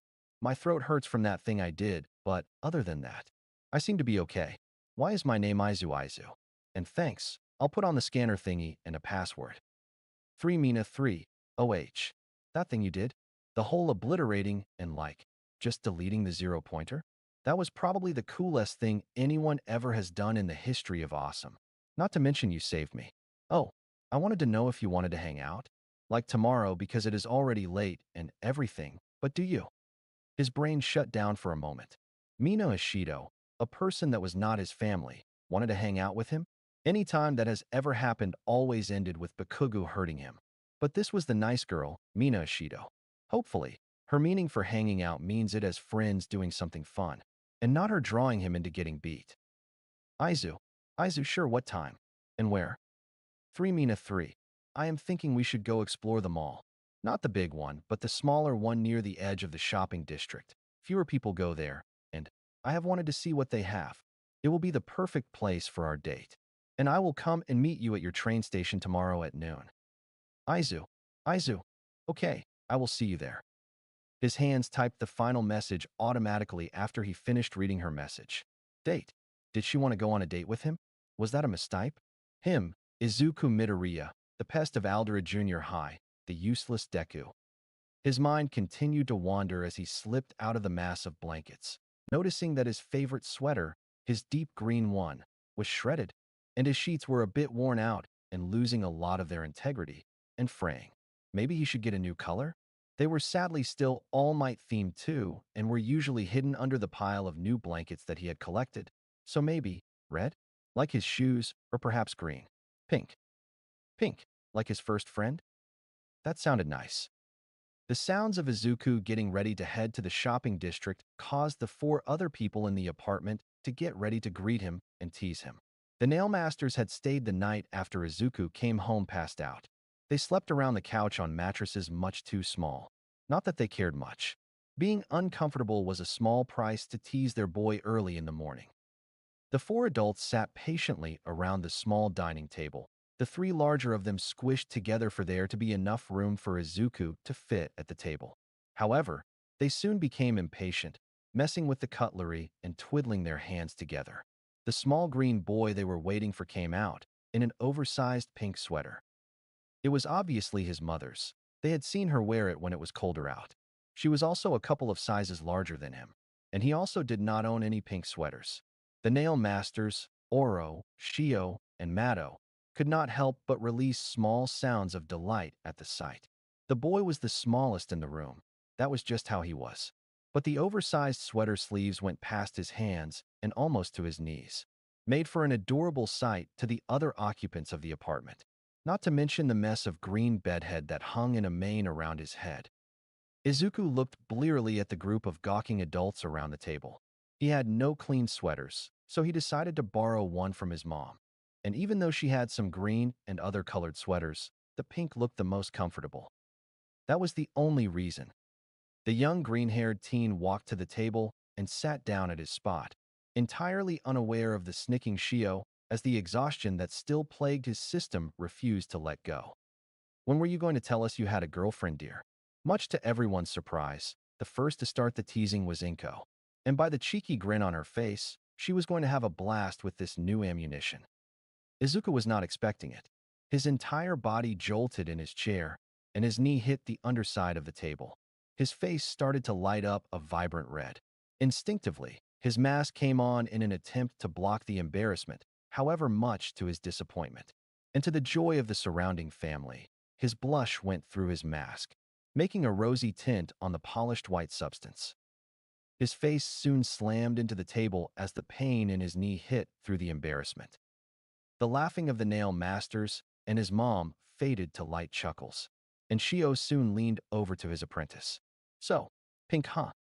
The little knight sat through the copious teasing and fought off pinching fingers that went to his cheeks as he finished off the breakfast his mom made with a renewed zeal. In between bites, he explained the events of the entrance exam, from him getting stuck in the crowd and Ishido helping him get to the building in time, to him obliterating the zero-pointer, much to the entertainment of the nail masters. And after cleaning his plate in the sink, he headed out, promising to be safe, not realizing that the three brothers were hot on his tail, to protect him, of course. And even they missed the hooded figure of Bakugo chasing after Izuku in secret as well. To talk, maybe. The little knight ignorantly jogged to the subway, boarding it and looking up cool hero fights he missed recently. While it had been put on the back burner, he still loved analyzing heroes. And due to the vantage points, he was given due to his parkour training. He had been getting better at seeing how to deal with enemies from all kinds of angles. The ride from the station to the shopping district was around half an hour, and the whole time Izuku sketched out the figure of a new hero on the scene, the mercenary hero, Clip, standing nearly 7 feet tall. The new hero was built like All Might and carried an arsenal of weapons on them, with their quirk, storage. While a not very showy quirk, it allowed him to hold nearly anything in a pocket dimension, and the only limit seems to be weight. He can only carry as much weight in the pocket dimension as he can carry on his person, and due to his physique and his released training program, it is theorized he can easily hold around 600 pounds in the dimension. It is also theorized that his quirk also gives mild strength enhancement. As the train pulled into the station, Izuku slipped his notebook back into him and put his phone in his pocket. It was inspiring to see a hero with a more powerful version of one of the mild bonuses of his quirk do so well at both fighting and rescue. So far, Izuku could easily store around 53 pounds of things into his quirk, and this allowed him to carry around a medical kit, his sword, a few knives, and some snacks, as well as his wallet without the chance of it getting stolen. He would definitely need to figure out how to train that part to store more. Caught in his musings, Izuku was surprised to have a hooded Bakugo grab his arm and pull him out of the subway before he could get trampled. He was thankful, but also an unsettling feeling in his gut would not go away. The last time they interacted was when Izuku had beaten Bakugo up. Sure, it was an accident, and Bakugo had started it, but that does not change what Izuku had done. So here he was, being dragged by Bakugo to, actually, this was the store Izuku had to go to anyway. The grip was pretty tight. At first, it was hardly noticeable, probably because of his strengthened skin, but the fact Izuku was unable to even pull his arm free told him that it would be a struggle to get out of the grip. They were heading to the place with the soft sheets. After mulling it over for a few moments, Izuku picked up his pace, walking in line with his once abuser and now rival? No, an associate he despises sounded more accurate to their current standing. The crowd around the two teens parted like a hot knife through butter. Perhaps it was because Bakugu looked so done with everything. Or perhaps it was the aura of sheer anger he radiated, but it was nice to not be trampled by people not paying attention. The hand gripped tighter on Izuku's forearm as the glass door opened to the relatively small shop. The smell of honey and citrus that he had come to know the shop for tingled his nose as he unintentionally forgot about the other boy. His eyes darted to the bedding section, and in seconds spotted a warm salmon pink comforter and sheets, with a very soft-looking fluffy blanket on sale next to it. Suddenly, a heavily calloused hand gripped the green-haired boy's face and forced him to look at Bakugu, who looked even more ticked off than usual. "Pay a fucking attention when I am speaking to you, Deku." It came out as a forceful whisper rather than the yell Izuku anticipated. "I'm only gonna say this once, alright? Stay out of my way. I'm gonna be the next number one, got it? And if I gotta destroy you in the process, then I will." Izuku stared at the flaming red eyes of his tormentor, yet could not bring himself to fear him. "I am good luck. I will not make it easy on you. TCH. That was not the response Izuku was expecting. Bakugu's eyes hardened, and his grip released as he pulled his hand away from the shorter boy before he stormed out of the store. Quickly shaking off the shock of how non-violent that interaction was, Izuku looked back to the bedding section. He was going to buy a heated blanket too. Perhaps they had one that was weighted? Outside the store, Bakugu was sprinting away from three angry helicopter dads. Izuku was having the time of his life. Other than the constant fear that the people around him would sooner or later trample him into dust, his visit to the store had gone splendidly. He had his new bedding, some new hoodies and sweaters, and he found a small box of chocolates that he could give to Mina when they met up for their date. How does someone dress for a date? Izuku's feet almost tripped over themselves, and his entire world did a 180. Mina was lying on her bed. The vibrant pinks and other neon colors of her room violently leered at her for procrastinating. But who could blame her? She was just so excited about going out with the small broccoli boy.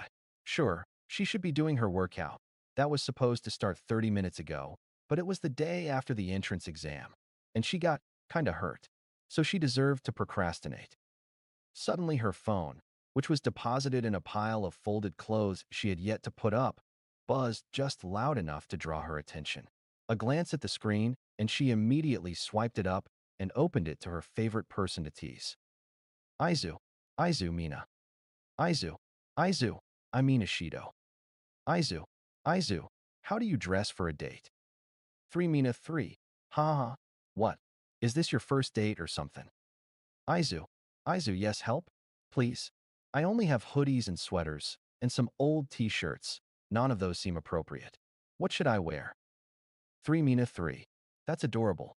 I say just wear a sweater or something. I do not care really. As long as you are comfy. Izu, thank you. Mina could not help the smile from forming on her lips. She had no idea what possessed her to say date in the earlier text. He was cute, overly so to a point she thought he was going to be a creep. Only so far, he had yet to be. Not to mention how alike they were. From the black scara to the horns to the weird skin, it was almost funny to her. After years of wanting a friend like her, a friend that might understand the distrust people put in those with odd mutations, one fell into her lap.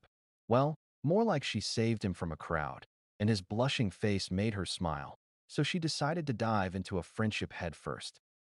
Mina curled into a ball on her bed, a goofy smile growing. It was her first date, too. Tomorrow was going to be a good day. Izuku Midoriya, age 15, Quirk, Hollow, Mutation, Emitter, Transformation Hybrid. Izuku Midoriya was found quirkless at age 4 by the local physician. However, after 10 years, his quirk came in. Look under File Dormant Quirks. He has the most prolonged case of dormancy in history, making his quirk to be incredibly powerful. From his blood tests, the results showed that his quirk has yet to stop changing his body. Initially, it was believed that his skin was replaced with a black chitin-like shell. But further tests show that it is made of a different material. At the time of the original blood test, his blood was still red like normal. However, a month later, It was found that his shell-like structure had hardened considerably, and his blood was a black semi-liquid. It is theorized that after tests that showed the liquid broke down foods and materials into their base components, like a digestive system, he most likely has no organs. His heartbeat is nearly non-existent, only seeming to become detectable when under stress or doing a strenuous action. Basics continued. Drawbacks. Drawback: primary, hollow, mental. Expand.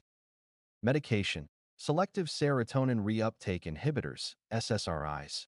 LVL-12, Quirk grown category. Named anti-emotion reactivator.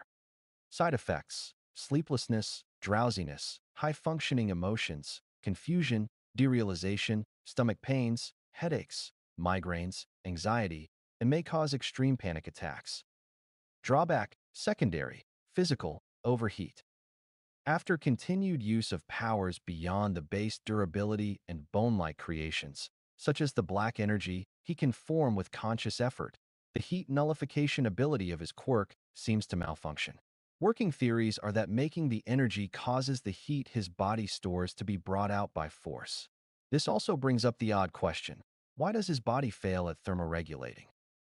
The original theory was that the lack of any base circulatory system was the cause. However, Izuku's body seemed to be able to limitlessly absorb temperatures of up to 300 degrees Fahrenheit without effort, and heats of up to 530 with some trouble. This leaves his chitin-like skin extremely hot to the touch if he cannot absorb all the heat. This, however, also makes the chitin brittle. The fact he can absorb so much, however, is the cause of a theory that heat may be the primary energy source of his body, or at least his quirk's other functions. Heavy use of the abilities that use the heat likely drains him on a 7:1 scale. Working numbers for now. Let's say, for instance, he uses a thin burst of energy, and it has a heat of 200 degrees Fahrenheit. Then the theoretical heat his body would need to use is 1,400 degrees of thermal energy that his body had stored up. And add on his body's use of the heat for basic things like digestion. The chances of him draining whatever stores he has is likely. So when he uses a large amount of energy in moments, not only does it seem to reduce his body's capabilities, but it is also bad for his health, as the fact that when he does drain the pool of energy, it seems that his quirk tries to devour what it can to replenish itself. Thankfully, he has yet to cause this outside of a quirk testing facility. This information, however, does not explain his complaints of hot flashes when he has a panic attack. That can be attributed to the medication for his mental drawback. His body temperature does not rise. However, his mind believes it is. Thus, the feeling of overheating. However, more in-depth study should be done before this can be taken as fact. Addendum. Mrs. Midoriya has requested extensive research into more effective antidepressants and mental quirk drawback medicine. Sudden knocking on her door woke Mina up with a start. She had not been able to sleep well. Her mind had been racing all night and gave her no time to sleep. She had been going over what she and the little green bean could do during their date, constantly making up plans and disposing of others that did not seem right. Going to karaoke? That would put the ball of anxiety Izuku was into an instant panic attack. The movies after the shopping trip would likely work, but any new films would have a chance at being packed, and she did not know what he would even want to watch. What was his taste in movies? Did he like horror? They could watch Alien. And if he got scared, she could do some romance. A second set of knocking and a doorknob clicking signaled the door being opened, which came to reveal the silhouette of her brother, his gangly form and tall, thin horns making it easy to figure out it was not her dad. Hey, weirdo, she definitely did not need to hear her brother's voice at this time of day. Me and the parents are going out for the day. Do not destroy the house, capiche? Mina's dignified response was to throw a stuffed xenomorph at him. Her aim went true and hit him square in the face. But he was quick on the retaliation and spiked the stuffed animal into her bed, into her. And he finally started to close the door, with a parting, "Don't touch my stuff," as the door clicked shut. And the darkness of the room took residence, leaving the fluorescent stars that dotted the ceiling to greet her. Then it hit her like a brick. Her family was going to be out all day. Izuku would likely not want to stay in public for too long, anxiety and all that. Where better to watch a movie than where she knew all the best movies were. A sudden thump alerted the Ishido household that the resident ball of energy was up. However, 10 in the morning on a Saturday, the world might have been ending. Not once in the last couple of years were they able to get Mina up on a Saturday before 12, and that's on a good day. But watching the regularly sleeping girl rush around the house, her brush tangled in her hair, in her pajamas and sockless, was definitely one of the funniest mornings they have had in a while. As the parents and oldest sibling walked out the door, Tokido Ishido, the mother of the family, decided to speak up about the whole lack of socks. "Hon, please put some socks on, the floor is cold. And if you get a cold, we won't be able to watch a movie tomorrow like we planned." And then she shut the door. As for Mina, she was cleaning up basically the whole house. The house's fabrics and furniture were acid-resistant, and the wood floors were coated in an acid-resistant coat. So cleaning the floors of the thin layer of dust was a quick job. The next thing she needed to do: clothes. She had completely forgotten to get an outfit ready the day before. Scampering up the stairs of the house and back into her room, with a cup of coffee in hand, the pink girl slipped into her closet and threw nearly half its contents onto her bed. What followed was nearly an hour of throwing on different outfits and finding that no, none of them did not have a midriff, which would definitely make the boy who was as skittish as a rabbit shut down. But what could she do? Okay, so maybe she did have clothes that did not have a midriff, but those weren't cute. She had eventually decided on a black top that said acidic, with a chibi xenomorph sleeping under it, a pair of black jean shorts, and a pair of long socks. And yes, she did look good. Her skin gave the outfit enough color as it was. Neons were just not necessary. Mina checked her phone and grabbed a small backpack covered in pins and random colored ornaments. It was 11:10, giving her time to get to the mall station and even be a bit early. Izuku was used to all-nighters. That much he knew. However, the reason he couldn't sleep that night was not of the usual. Usually, he was watching hero videos, writing analyses, and brainstorming how he, with his new quirk, could beat them. This night, however, it felt like he was going to throw up. His stomach was aching as he laid under the pile of blankets. The soft, new pink sheets were fluffy, meant for winter and the conservation of heat. But he still felt chilly. What if she was in cahoots with Bakugu? Was earlier this morning, when Bakugu told him to stay out of his way, a warning? Mina seemed nice. Yes, too nice. She had calmed him from a panic attack, stood up for him, and even took him home while he was passed out. But what did he do to deserve any of that? She saved him from being taken by the crowd of people in front of UA. Izuku slipped out of his bed silently with a practiced ease. From nights of sleeplessness and depression, he had learned the floorboards and their notes, and how to not play them. The soft click of the door as he snuck out of his room was the only tell. Suddenly, Izuku found himself on the roof of his and his mom's house, paid for by her lofty position in the medical field, and stared at the rising sun, its form peeking just slightly over the horizon. He had cried up there before, caring for his small garden of plants out of sight of the neighbors who worried about how much time he spent on that roof when he was home, and out of the view of his neighborhood bullies. But at that moment, he was using the bucket he kept up there to throw his guts out into. The stress of what was going to come that day was almost too much. It left his stomach in knots. Somehow, even if she was really a good person, he would find a way to mess up the day. His first friend, the first person outside of his family he could say for certain seemed to find interest in him, and he was going to fuck it up. He could only laugh as the small flowers waved in the wind, some of them knocking into his legs. A few hours had passed, and he had to meet Mina at the mall station at noon. Izuku climbed back into the warmth of the apartment, a shiver running up his spine as he realized it was the 27th hour he had been awake without sleep. Izuku got dressed in a black pair of jeans, lined on the inside with soft insulation, a shirt that had the kanji for sweater plastered in black on the front, and then the liberated pink sweater he wore the day before. It was not much, but it was the best he had. Checking his phone, Izuku realized that he had 4 hours before he needed to be at the mall, so doing a stretch, the young greenet ate breakfast with his mom and headed out for a run. Perhaps he could run all the way to the mall?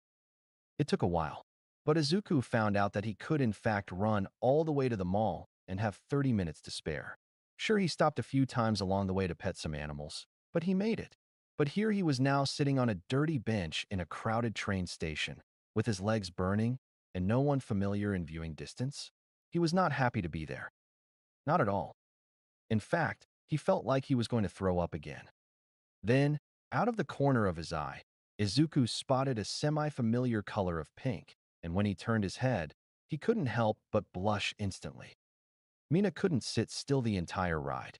She was constantly moving her feet, tapping to the beat of the song her earbuds were playing while scrolling through countless videos and pictures on the internet.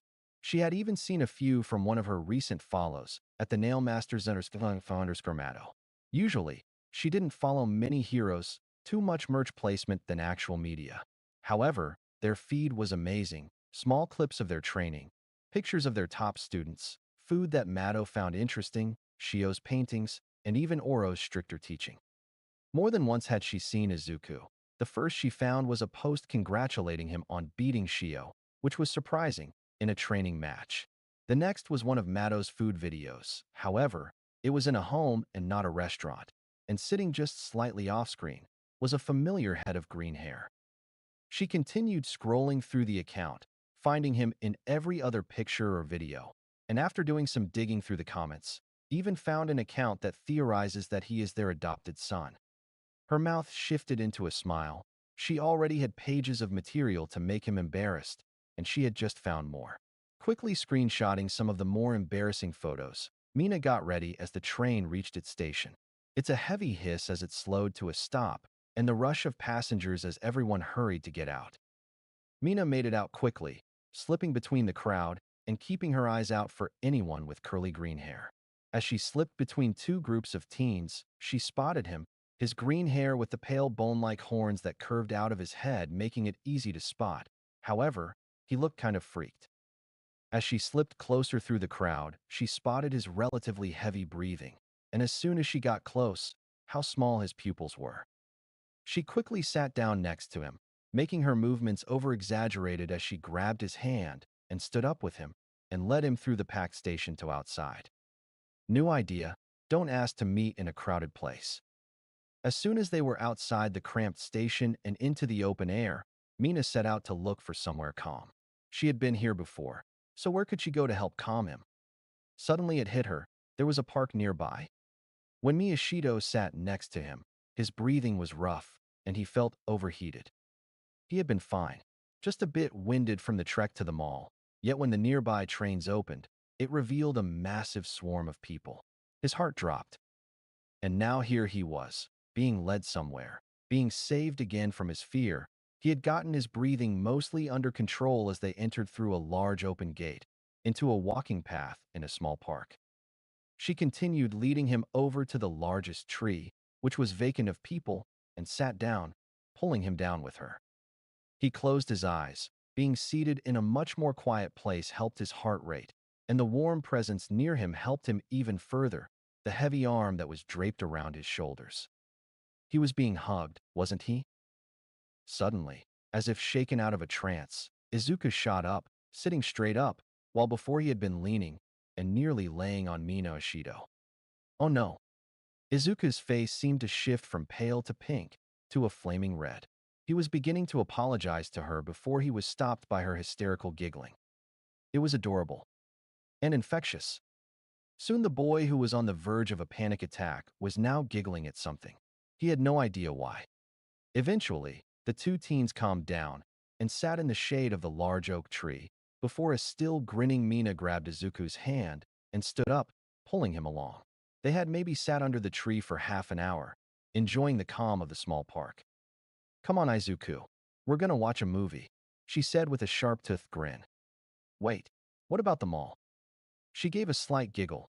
I'm glad you want to try to go, but let's be honest, you'd be too scared to have fun. So instead, we're gonna go watch a movie at my place. She gave his arm a tug, and that was when he realized they were holding hands. Your place. Boarding the train with a pretty girl holding his hand. Two things that made him feel two great emotions. One brought anxiety and one brought embarrassment, and his mind couldn't figure which of the two to focus on. His hand felt warm. Hell, almost all of him felt warm. It might have been the near full-body blush he knew he had. And his mind did want to focus on the group of teens that were whispering about them, or the middle-aged salesman standing 3 feet away, or the fact the train was almost packed. But nothing could get past the constant thought that kept repeating in his head. Her hands are soft. It was like an anthem that only he could hear, much like his fast heartbeat that beat in his ears. But he would be damned if Mina couldn't hear the words going through his head because of the grin she was giving him. She had to know exactly what he was thinking. Izuku hardly even noticed when the train stopped, his brain still fried. But he came to as he was led out of the train station, and after a bit of walking on autopilot, they came to a relatively large home. Standing around 2 stories, the home looked cozy, and unlike the other homes in the area, it was colorful, its main paint being a striking blue. And the garden around the house was filled with a large amount of pink and orange flowers. He was tugged to the door and led inside. The smell of citrus and lavender hit his nose instantly. He quickly took off his shoes and put in the pink slippers Ishido handed him. The entryway was well lit, and from where he stood, so was the rest of the house. The wooden floors had a sheen to them, and the furniture was made out of all kinds of different colors and covered in all kinds of patterns. "SSO, what are WWE watching?" Izuku asked as he turned to the taller of the two, but instantly felt a spike of fear. She looked like she was planning something dastardly. "Oh, you know, we're just gonna watch my favorite movie of all time. I think you will love it. It's got aliens." As she said this, she turned on the TV, where already ready was a movie screen with the word alien in bold. The font was already spooky. Izuku situated himself in the leopard print couch as Ishido got the place ready, bringing down a stack of blankets and bringing out a large bowl of popcorn.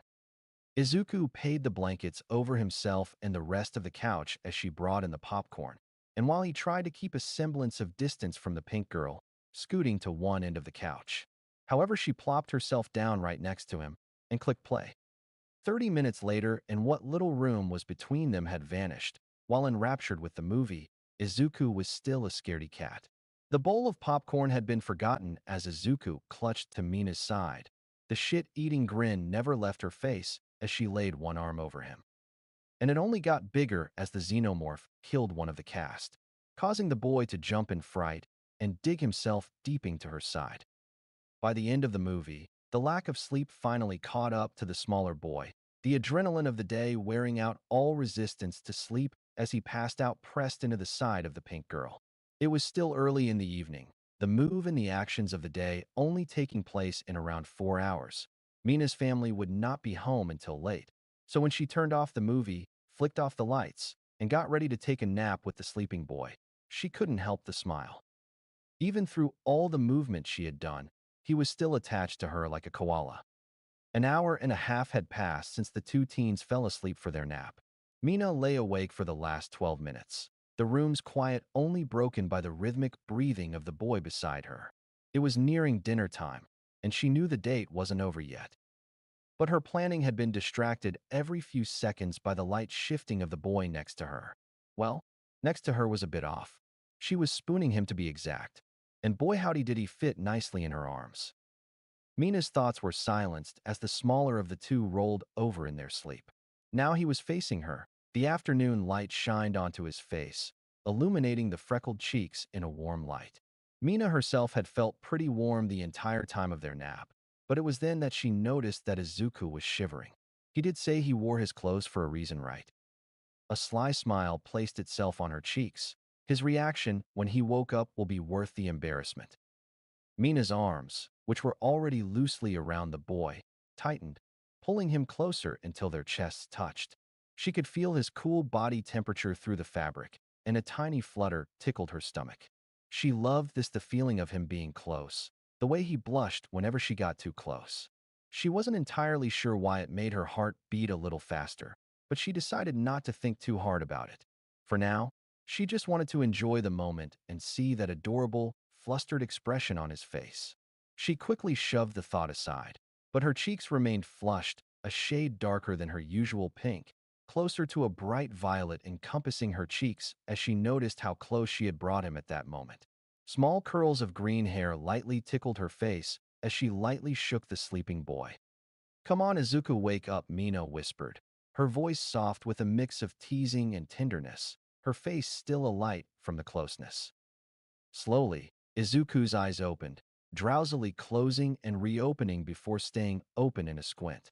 His green eyes looked around for a moment, taking in the world around him before they caught Mina's, who had been staring him dead in his eyes the entire time. His breathing completely stopped for a moment. And then the vibrant red blush began, and in moments he was wiggling, trying to roll away from Mina, who only held on tighter, her own blush stagnant, but the smile on her face growing in intensity. It was time to enact stage 2 of Wake Up the Green Bean. Mina's arms, which were tight around Izuku's waist, left her hands in perfect positions for tickling. And tickle she did.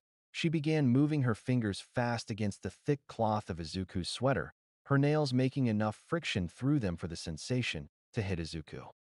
A small giggle began budding through his throat, and Mina began tickling even more ferociously.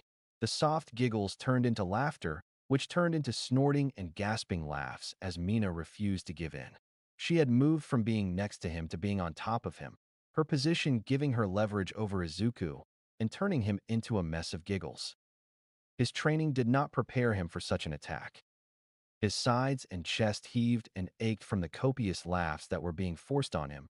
He could feel small pinprick tears on the edges of his eyes, and his cheeks hurt from smiling. You awake now? Or do I gotta keep going, Greenie? A silly grin was plastered on her face as she kept tickling him, her words spoken in a sing-song voice. Piahaha ple please. Stop. Izuku managed to spit out through his laughter. Haha, I don't know. Seems like you're still sleeping. The cheery tone she used abruptly stopped as she was knocked off of the smaller of the two. Now he was on top of her, his face flush and a wide grin plastered on his face. His chest heaved as he caught his breath, his hands keeping hers to the leopard print couch. Mina felt herself freeze as the green-haired boy's smile went from tired to troublemaking, the glint in his eye mischievous. In a quick movement, her arms were pinned by one of his and his other was assaulting her sides. A cacophony of giggles began to dance from Mina's lips, her entire body thrashing under the shorter of the two. Izuku felt his own smile get bigger as her cheeks began to tinge purple.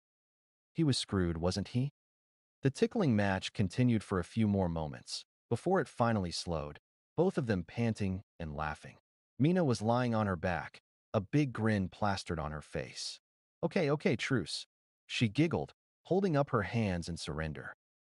Izuku, still breathless and blushing, nodded with a grin.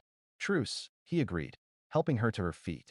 As their laughter faded, the two teens shared a warm smile, the kind that said they weren't quite ready for the day to end just yet. After quickly making sure he had his wallet, phone, earbuds, and, in his inventory as Mina had called it, he made sure he had his nail and a few snacks. All set? Mina asked, already halfway to the door. Izuku nodded, a small smile playing on his lips. Yeah, let's go. He spoke, a small bit more energy in his steps as he followed her from her house to the train station.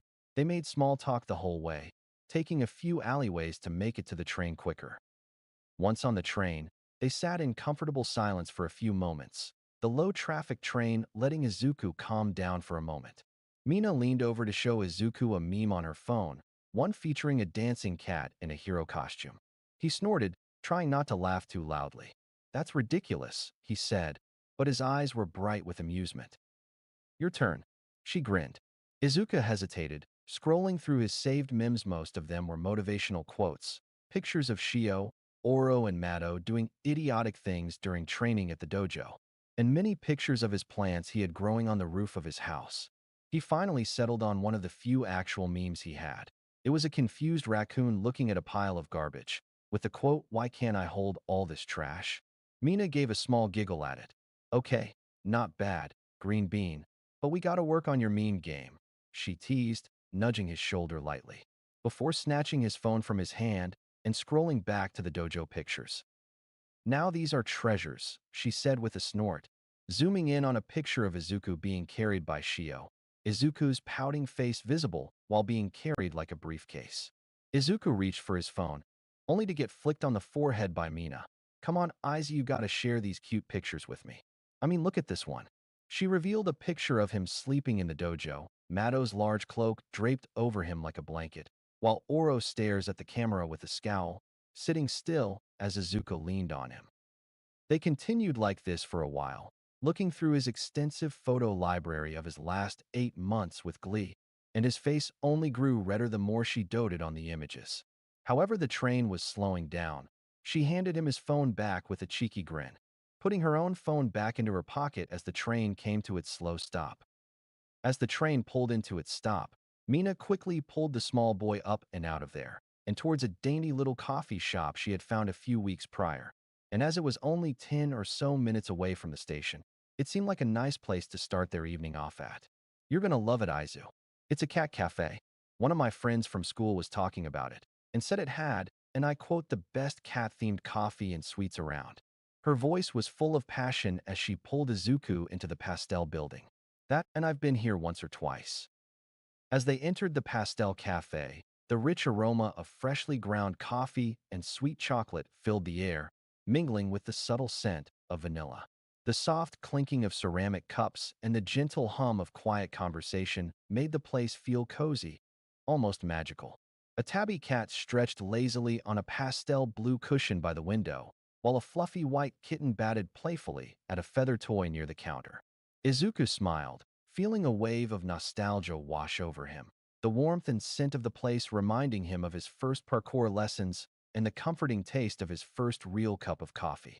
He accidentally fell into this woman's back balcony, where he was given a cup of coffee and some pointers between terrible puns that made him giggle for no reason. Is that the little twerp who fell onto my balcony? Well, I'll be a monkey's uncle, ha. Or would it be a monkey's aunt? With a swift, almost acrobatic leap, a woman vaulted over the counter, her pastel teal hair bouncing with each step. Her orange bandana flared like a pirate flag in a storm, and her grin was as bright as the sun.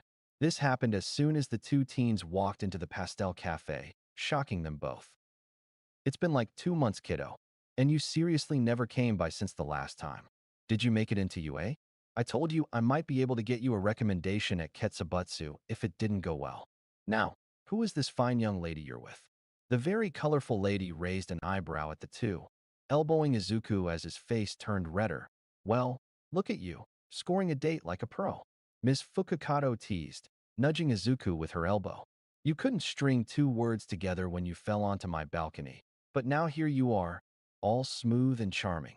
She winked at Mina, who stifled a giggle. I'm so proud, kid, she added with a hearty laugh.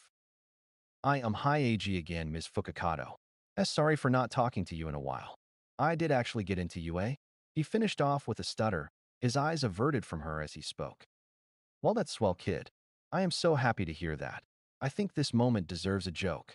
The woman closed her eyes for a moment, thinking deeply, before bringing up a gloved hand. Aha, got it. Why did the hero student bring a ladder to school? Izuku had a few ideas on what to say, but couldn't bring himself to guess wrong. To don't know why? To go to the next level. And it looks like you're climbing it just fine with that lovely date by your side. She exclaimed with a wink, bringing both hands to her mouth to make a goofy smile as she chuckled, clearly amused by her own joke. Mina burst into giggles, and Izuku blushed even deeper, trying to hide a small smile. Ms. Joke was a great hero, even if she was on a small hero leave to get her cat stores up and going. Izuku hoped that he would see her more when the schools did large inter-school tests. Anyway, kids, the smiling hero looked over to Mina. It's nice to meet you. She spoke quickly, putting a cat toy that looked like a fish on the counter. But what can I get you? This is a cafe after all. I think I know what you want. She made a nod at Mina. You've been here a lot recently, but you never know. Could decide to choose something different, like matcha. Maybe the laughter hero looked over at Izuku with a sly grin at that one. Mina chose to ignore the teasing, preferring to not acknowledge the lilac blush on her cheeks at the hero's teasing. At 1 a.m. Mina had to suppress a blush at saying the name of this drink. A meow matcha, please. Ms. Joke kept a shit-eating grin on her face as she turned to Izuku. And you, dear? Can I get a Whisker Wonderland? His voice barely above a whisper as he nervously eyed the colorful menu, his eyes scanning the various prices. A small one, please. Nope. Ms. Fukakato started, grabbing two of the largest sizes she offered. Kids who get into hero school get their drink on the house here. She said with a grin, getting all the ingredients for their drinks out in a few smooth motions. Now go find a seat, kids. I'll bring them to you. Before Izuku could argue, he was dragged to a small corner booth. The only other people in the cafe was a person in a yellow sleeping bag with around 12 cats curled on top of it, and a purple-haired teen passed out at their booth.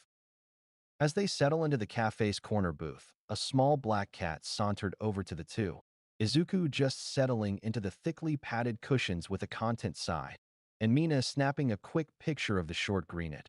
A very loud and angry meow caught their attention. They both looked down at the small kitten, its wide green eyes staring up at Izuku, before it pounced at his sleeve. Its small hook-like claws catching onto the long sleeve began its vicious assault, chewing and biting at the fabric, releasing angry meows as it did. In reality, the small thing barely even affected the sleeve, but the sight was too cute for Izuku, and much less Mina, to try and stop. A few minutes passed of them taking nearly 200 images of the cat between the two of them, and the smell of their respective drinks washed over them. Looking up from the cat, its rage subsided into it, becoming a small void on his lap, its soft snores the only sound coming from it. Izuku's eyes met Ms. Joke's. "Ah, looks like Machi's chosen you. Better watch out. She doesn't let go easily." She spoke with a grin, setting the drinks down. Izuku's was a white chocolate mocha topped with whipped cream and silver sugar sprinkles to mimic a cat's whiskers in the snow. It has a slight minty smell coming from it, which greatly piqued Izuku's interest. She sat down Mina's, which was a matcha green tea latte with a swirl of coconut milk, topped with a matcha powder paw print. "Now you kids enjoy it. I remember getting into my hero school. It was one of the best feelings," she said with a small smile, before walking back to the counter as a new customer came in.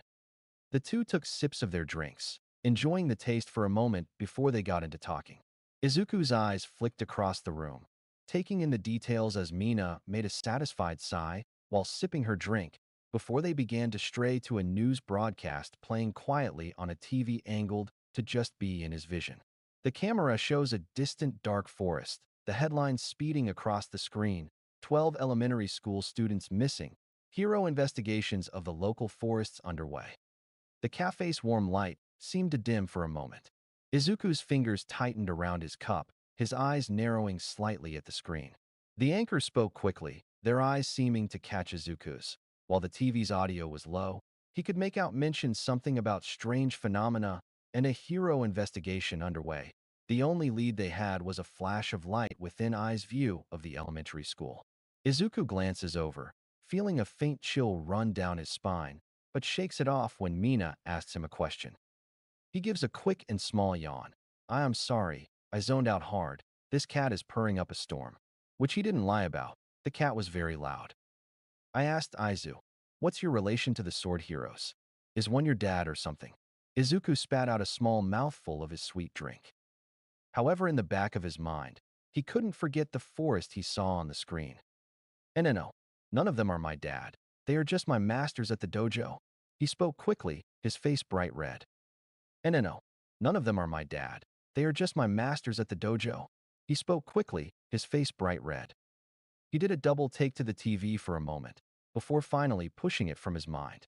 But as he looked over at Mina, her sparkling golden eyes were boring holes into him. "I swear none of them are my dad. If they were, I'd be like, way taller." He mumbled the last part into his drink. Mina leaned back into her booth, still staring at him with those beautiful golden eyes. The cozy hum of the cafe buzzed in the background, and the faint scent of coffee mingled with Izuku's minty drink. He tried to focus on the warmth of his cup instead of Mina's piercing gaze. Izuku must have timed out for a moment, stuck nervously sipping on his drink as she brought a hand to her chin and rubbed it for a moment. "So, is one going to become your stepdad?" Her eyebrows were knit together in a deep contemplative expression, and before he could object to the question, she continued, "Or all three." Izuku sat down his drink, his face burned as he tried to find the right words, his fingers twitching nervously as he sat up in the booth. "No," he sputtered out. His face continued to flush a deeper red, and he felt like his brain was overheating. Waving his hands frantically, almost knocking over his drink as his thoughts tumbled over each other in a panicked mess.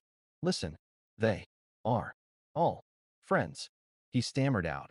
Her teasing question left Izuku flustered, and without a comeback, He reached back to grab his phone and scrolled to nearly the bottom of his phone's pictures. He pulled up the only recent picture of his family together, and he faced his phone towards the pink girl. My dad might not live in Japan right now, but that doesn't mean my mom's looking for a boyfriend. Mina let out a quick giggle and grabbed the phone from his hand. Well, let me get a closer look, Greenie. She took a few moments to look over the picture, nodding her head slowly. Mina zoomed in, her eyes flicking from Izuku's younger self to the adults around him. Ah, look at those chubby cheeks. And that shy little smile adorable. I bet you were like a total mama's boy, huh? She chuckled out with a Cheshire smile as she zoomed in on 10-year-old Izuku's far more round face. So you're a late bloomer? Or were the changes slowly coming in? I haven't met anyone who went past 5 with their quirk still inactive. Her face was alight with curiosity, and a more soft something entered her eyes as she handed the phone back.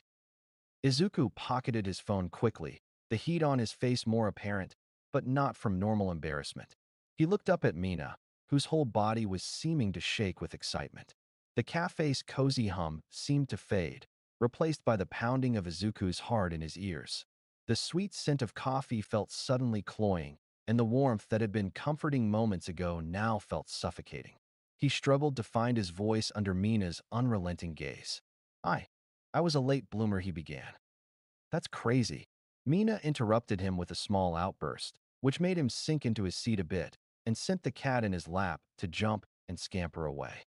Mina's mind raced as she put the pieces together. A late-blooming quirk was almost unheard of, especially at Izuku's age in the picture. Most kids had their quirks by 4 or 5, 6 at the latest. But Izuku? He'd been almost a teenager. I've read about dormant quirks before, but it's different. What triggered it? A shock? A training accident? Or something else? Mina's eyes sparkled as she leaned in closer, her fingers tapping rhythmically on the table in a show of impatience. So, you were just this adorable green puffball waiting for something to happen, huh? But this picture, 5 years ago? That's pretty late for a quirk to show up. Her voice softened as she studied his expression, her playful tone edged with genuine curiosity. She took a sip from her drink, her eyes peering at Izuku over the cup, her eyebrows closed together a bit after a moment as she sat the drink down. Mina's playful demeanor shifted as she leaned forward, her hands clasped tightly on the table. Her usual carefree smile was replaced with a thoughtful frown, and her eyes softened, no longer just teasing but filled with a deeper curiosity. That would make you the latest bloomer in history. How did your quirk manifest? When? What caused it? Izuku's fingers tightened around his cup, and he averted his eyes. He swallowed hard, the minty taste lingering on his tongue suddenly turning bitter. It just happened, that's all, he mumbled, his gaze fixed on the table.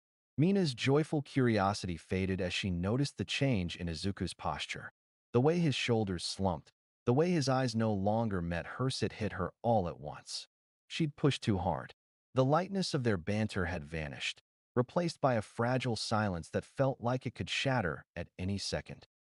Mina didn't miss the way his hands trembled slightly, or how his voice wavered as if there was more he wasn't saying. Mina's heart sank as she watched Izuku shrink before her. The excitement she'd felt moments ago was replaced by a cold dread. She hadn't meant to pry so deeply, hadn't thought her questions would hit such a nerve. Seeing the pain flicker across his face, she felt a pang of guilt twist in her chest. I'm such an idiot, she thought, wishing she could take back every word. Mina's gaze bore into him. He could feel her eyes scanning over his face. Long gone had the blush that almost constantly dusted his cheeks, as it was usurped by an even more ashen and sickly white. Mina's heart sank further as she realized how far her playful teasing had strayed.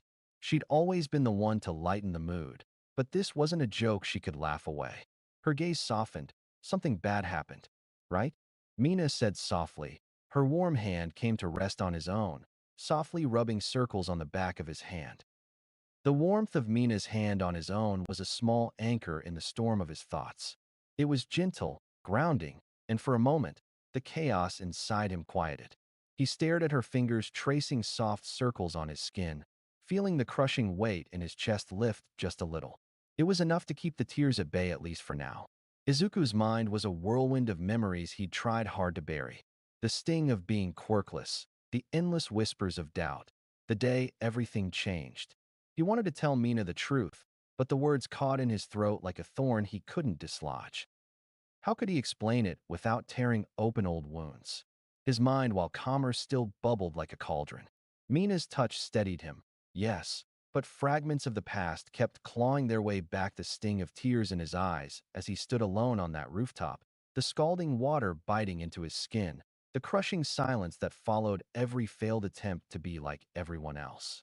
Each memory was a sharp edge. Images flickered in his mind like a broken film reel. The night sky, endless and cold above him. The searing steam that clung to his skin. The sting of every insult that called him worthless. They were ghosts that never left him alone, haunting him even now. It was all a reminder that even if he had a quirk now, he was a Deku. Mina's mind raced as she pieced it together, the quiet tremble in his voice, the way he never spoke of friends his age. She may have only known him a few days, but everyone mentions their friends once, even in passing. "I'm sorry," she finally whispered out to him, her voice full of emotions he hadn't heard from her yet. It caused him to look up. Meeting her gaze, he saw her own eyes glassy. "I shouldn't have asked so many questions. Late bloomers never have easy stories. I shouldn't have tried to force you." Mina felt her own heart break a little as he met her eyes. The vibrant green had all but replaced his pupils, the way his hands twitched for something to do as she looked into his eyes. It was obvious now, his fear of crowds from the entrance exam, and of the start of the day, finally reconnecting to the fact that in all the pictures on his phone, there were no images of him with other people his age. There was something rotten she had just touched without meaning to, and it still clung to the boy in front of her like a curse. Mina squeezed his hand just a little tighter, her thumb tracing soft, reassuring patterns against his skin. She didn't know all of his pain, but she wanted him to feel less alone, even if just for this moment. "You don't have to say anything, Izu," she murmured, her voice steady despite the ache in her chest. "I'm here. That's all." She said what she meant, but she had so much more to say. She knew what it was like to be stared at, whispered a Budo, feel like you didn't quite belong. But Izuku's loneliness was deeper, sharper, and Mina couldn't bear the thought of him carrying it alone. She vowed silently to be his silver lining. Everyone needed one, especially him right now. The soft clinking of cups and distant murmurs filled the cafe, a comforting backdrop that felt miles away from the turmoil inside Izuku's mind. How was he supposed to respond? He was stuck, clinging to the feeling of her soft, warm hand squeezing his, the heat of the cup in his hands. Yet, he could feel himself slipping into that damn pit in his chest, the one that had always been beneath him and pulling him down. An endless pit, the one he had to climb out of in his dreams. But this wasn't a dream. There were no pitfalls in reality, no mazes of thorns and spikes. His mouth tasted of copper and mint, the realization he had bit into his tongue pouring over him. He let out a shaky breath. His eyes looked down at the table once more. However, as Mina's hand pulled away, he looked up. He needed that connection, if only to keep himself from falling. So he reached over and grabbed her hand. Izuku's fingers trembled as he laced them with hers, seeking something solid, something real to hold on to. Her touch was a promise, a lifeline that kept him tethered to the here and now. The tightness in his chest eased, if only slightly, and he let out a breath he hadn't realized he was holding. Mina's hand was warm, her fingers soft, yet strong against his.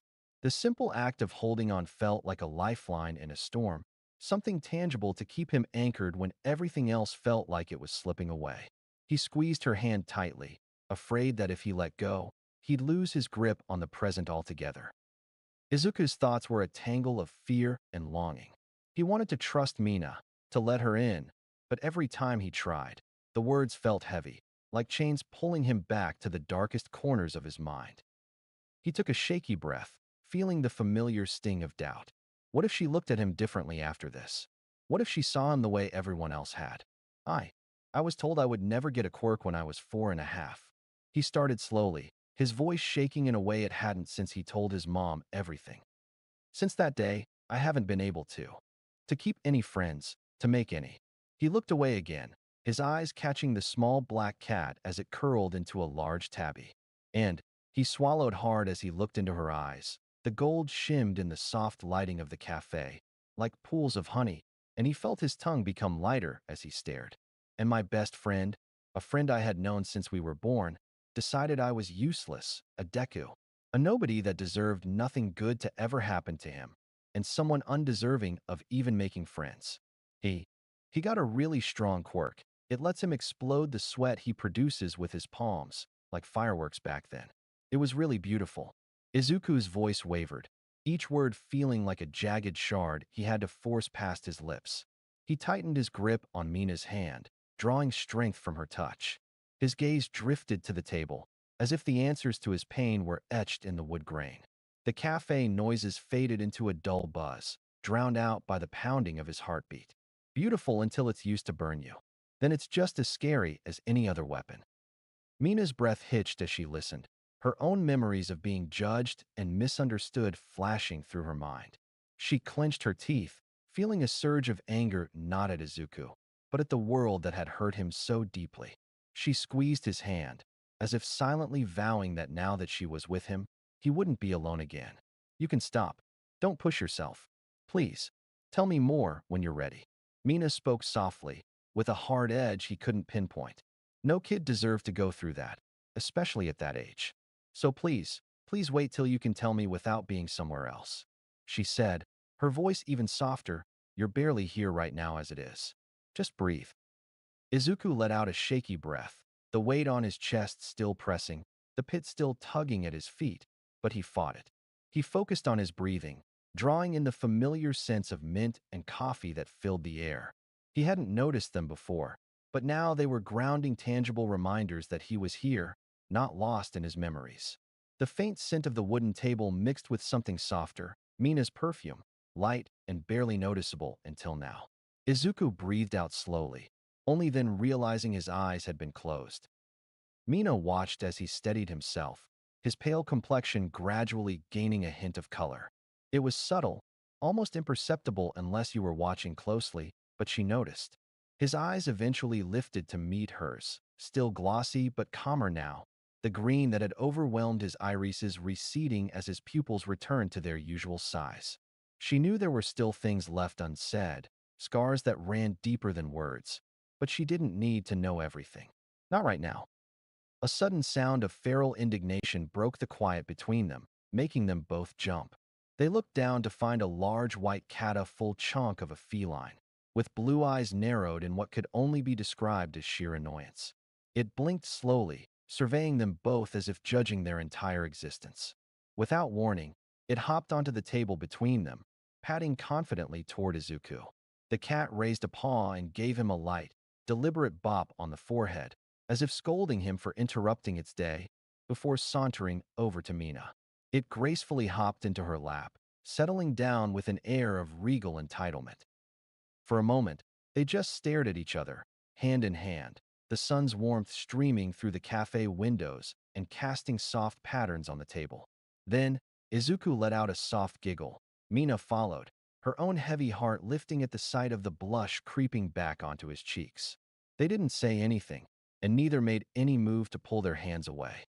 The giggling broke out into full laughter from Mina as she watched the small greenet look down at their hands and blush bright red, the contrast to his hair making him light up the room.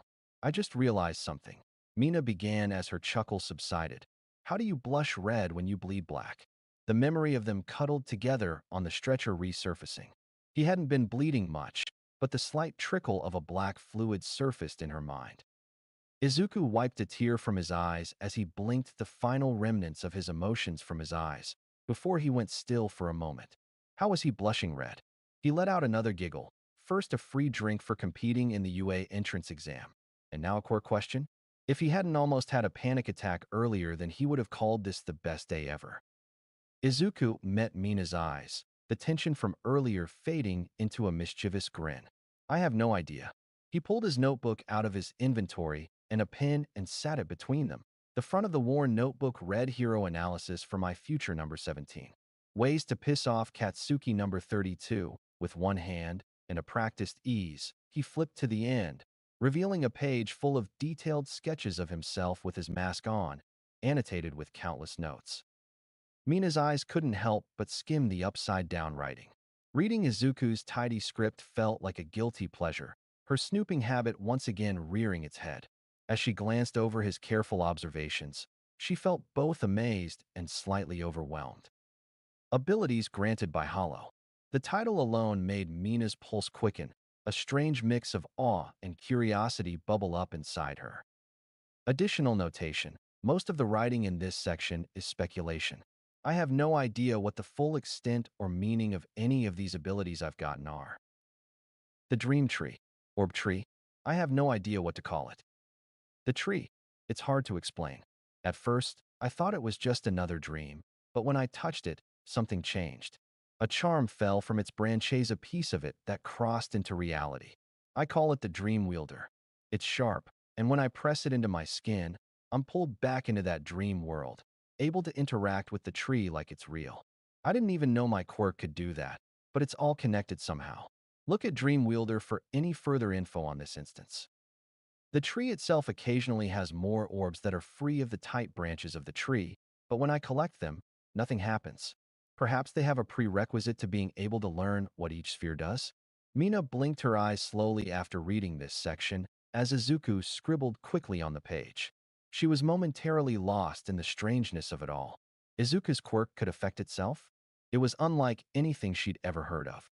She took a sip of her drink, needing the brief distraction, but her eyes never left the page. Dream Wielder, Mina read on, curiosity gripping her.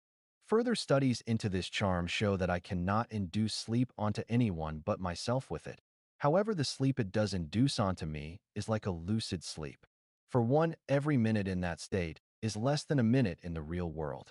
After counting 15 minutes in the dream, I left and found only around a minute had passed. Mina nodded slowly, her mind buzzing with everything she'd just read. Her eyes drifted to the small pin on the collar of Izuku's sweater, simple but unmistakably significant. She'd noticed it earlier but hadn't thought much of it, chalking it up to just another accessory. However, it obviously wasn't. It was an extension of his quirk. She shook her head and kept reading. In my mind, I can visualize a sort of container. It's never full, however, as I collect more warmth, it gains a brighter light inside it. I have a few names for it, but right now I call it the energy gauge. I'll workshop it later. Mina glanced up, noticing how intently Izuku was scribbling more notes along the page's margins. He can't even regulate his own body heat because of his quirk. She realized, her heart tightening. It made sense why he was always so cold. It's clear the gauge is just a mental visual for my quirk's heat absorption ability. It allows me to heal. When I focus on my burning wounds, I can channel the heat into them and watch them mend before my eyes. This works for my mask, which stays cracked for days until I manually either break it or heal it, as it can stay cracked for days at a time. I've also found that when I focus my quirk's energy into my nail, I can coat it in a black energy, which I can release in a similar manner to the nail heroes.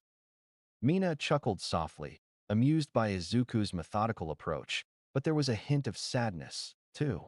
The boy seemed determined to document every facet of himself, as if understanding his quirks was a matter of survival. It probably was, honestly. What would happen if he ran out of heat? Additional info. Baths seem like the easiest way to fill the gauge, the hotter the better. Mina let out a small chuckle as she continued reading. He really did keep detailed notes. The next ability I've been able to ascertain is my phase ability, called Dash. I can make my body intangible for a few moments. Individual parts can stay phased out for longer, but it tires me quickly if overused. In full body phase, I've been able to fit through cracks in doorways, pipes, and other tight spaces. I've tried to manually alter it, but it's hard. Keeping a tangible shape in this mode feels nearly impossible. Mina's brow furrowed as she recalled seeing him vanish into the crowd during the physical exam. Intangible, she whispered, the revelation stunning. There was so much more to Izuku's abilities than she had realized. My absorption. Mina noted the scratch out, now replaced with inventory, and couldn't help but smirk. She had suggested that name earlier today when he pulled his phone out of nowhere like a video game character. The inventory took me by surprise. After nearly losing my spoon during breakfast, I figured out that I can absorb objects into my body, like extra storage. Right now, it's limited. My nail fits, along with a few smaller items, but it's growing. Slowly. I still don't know the limits or what it's taking from me when I use it. Mina smirked at this one further, Before her eyes scanned the final section again, it sounded almost like he feared his quirk. She couldn't help the smile falling a little. My bone-like material, including my shoe spikes, climbing claws and mask are an oddity. It doesn't use any heat from my body to produce these items. However, the doctors have noticed that when summoned I lose body mass. But it's not an equal conversion. The items seem to take more weight to make than what they have. For instance, my climbing claws are 7.2 ounces. It takes 14.4 ounces of my body mass to produce it. Mina reread the lines, her gaze drifting back to Izuku. He wasn't unhealthily thin, but he was small. She now understood the weight behind his slight frame. He was literally using pieces of himself. It honestly worried her as she read that line. Main tool, the nail. After months of training under the nail masters, I got my own personal nail, crafted by Shio's husband, the nailsmith. It took a lock of my hair and a week of waiting for me to get a bound support item. Thanks to Nailsmith's quirk, I am able to use it and channel my quirk into it like it's a part of my body. When I channel energy into it, a black energy takes over it, allowing it to cut through even concrete like butter if I put enough energy into it. Izuku continued to write, filling out a section titled Odd Physiological Abnormalities at the bottom of the page. His grip on the pen was tight, knuckles white as he detailed every abnormality, every fragment of himself. Mina's hand squeezed his, her golden eyes staring at him as he looked up. The pools of liquid honey stared at him before she spoke. Your quirk, she started, voice softening. I couldn't help but read a bit of the sections you didn't cover. It's a lot. She paused, choosing her next words carefully. It sounds like you're scared of it. Izuku's eyes set onto her. Pools of emerald met gold, W. Well, yeah, of course I'm scared of it. His voice, though shaky, carried a new confidence. Quirks are like tools and weapons. If not understood, then they could cause all kinds of problems. If I'm not careful, I could hurt myself and others. That's why I started these books. His smile softened, eyes brightening with a memory that seemed both fond and painful. It was to help my classmates learn their quirks better, to tame them. Unfortunately, his expression darkened. They thought it was more creepy than helpful. A recap of hero analysis for my future number 17. Ways to piss off Katsuki number 32. Abilities granted by Hollow. Additional notation. Most of the writing in this section is speculation. I have no idea what the full extent or meaning of any of these abilities I've gotten are. The Dream Tree, Orb Tree, I have no idea what to call it. The tree, it's hard to explain. At first, I thought it was just another dream, but when I touched it, something changed. A charm fell from its branches, a piece of it that crossed into reality. I call it the Dream Wielder. It's sharp, and when I press it into my skin, I'm pulled back into that dream world, able to interact with the tree like it's real. I didn't even know my quirk could do that, but it's all connected somehow. Look at Dream Wielder for any further info on this instance. The tree itself occasionally has more orbs that are free of the tight branches of the tree, but when I collect them, nothing happens. Perhaps they have a prerequisite to being able to learn what each sphere does? My absorption, the inventory, took me by surprise. After nearly losing my spoon during breakfast, I figured out that I can absorb objects into my body, like extra storage. Right now, it's limited. My nail fits, along with a few smaller items, but it's growing. Slowly. I still don't know the limits or what it's taking from me when I use it. My bone-like material, including my shoe spikes, climbing claws and mask are an oddity. It doesn't use any heat from my body to produce these items. However, the doctors have noticed that when summoned I lose body mass. But it's not an equal conversion. The items seem to take more weight to make than what they have. For instance, my climbing claws are 7.2 ounces. It takes 14.4 ounces of my body mass to produce it.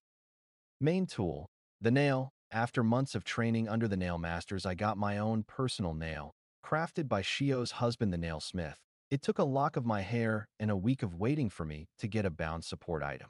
Thanks to Nailsmith's quirk, I am able to use it and channel my quirk into it like it's a part of my body. When I channel energy into it, a black energy takes over it, allowing it to cut through even concrete like butter if I put enough energy into it. Odd physiological abnormalities. And with that, we are a bit farther into the story and continue the date, which will likely be another 23 chapters tbh. They thought it was more creepy than helpful. The words left Izuku's mouth with a bitterness that surprised even him, his voice carrying an edge that hadn't been there before. His already slouched posture seemed to fold inward even more, as if he were trying to make himself smaller, to take up even less space in a world that had rejected him. He gripped his drink tighter, the plastic cup bending slightly in his hand. "This was supposed to help them," he said, his voice cracking slightly but carrying a sharper edge. His hand, still held in hers, softly motioned to the book before him. "I just wanted to be useful," he continued, each word tinged with a frustration that had been brewing for years. "To them kids I looked up to, people I thought could be heroes. They didn't even have to try.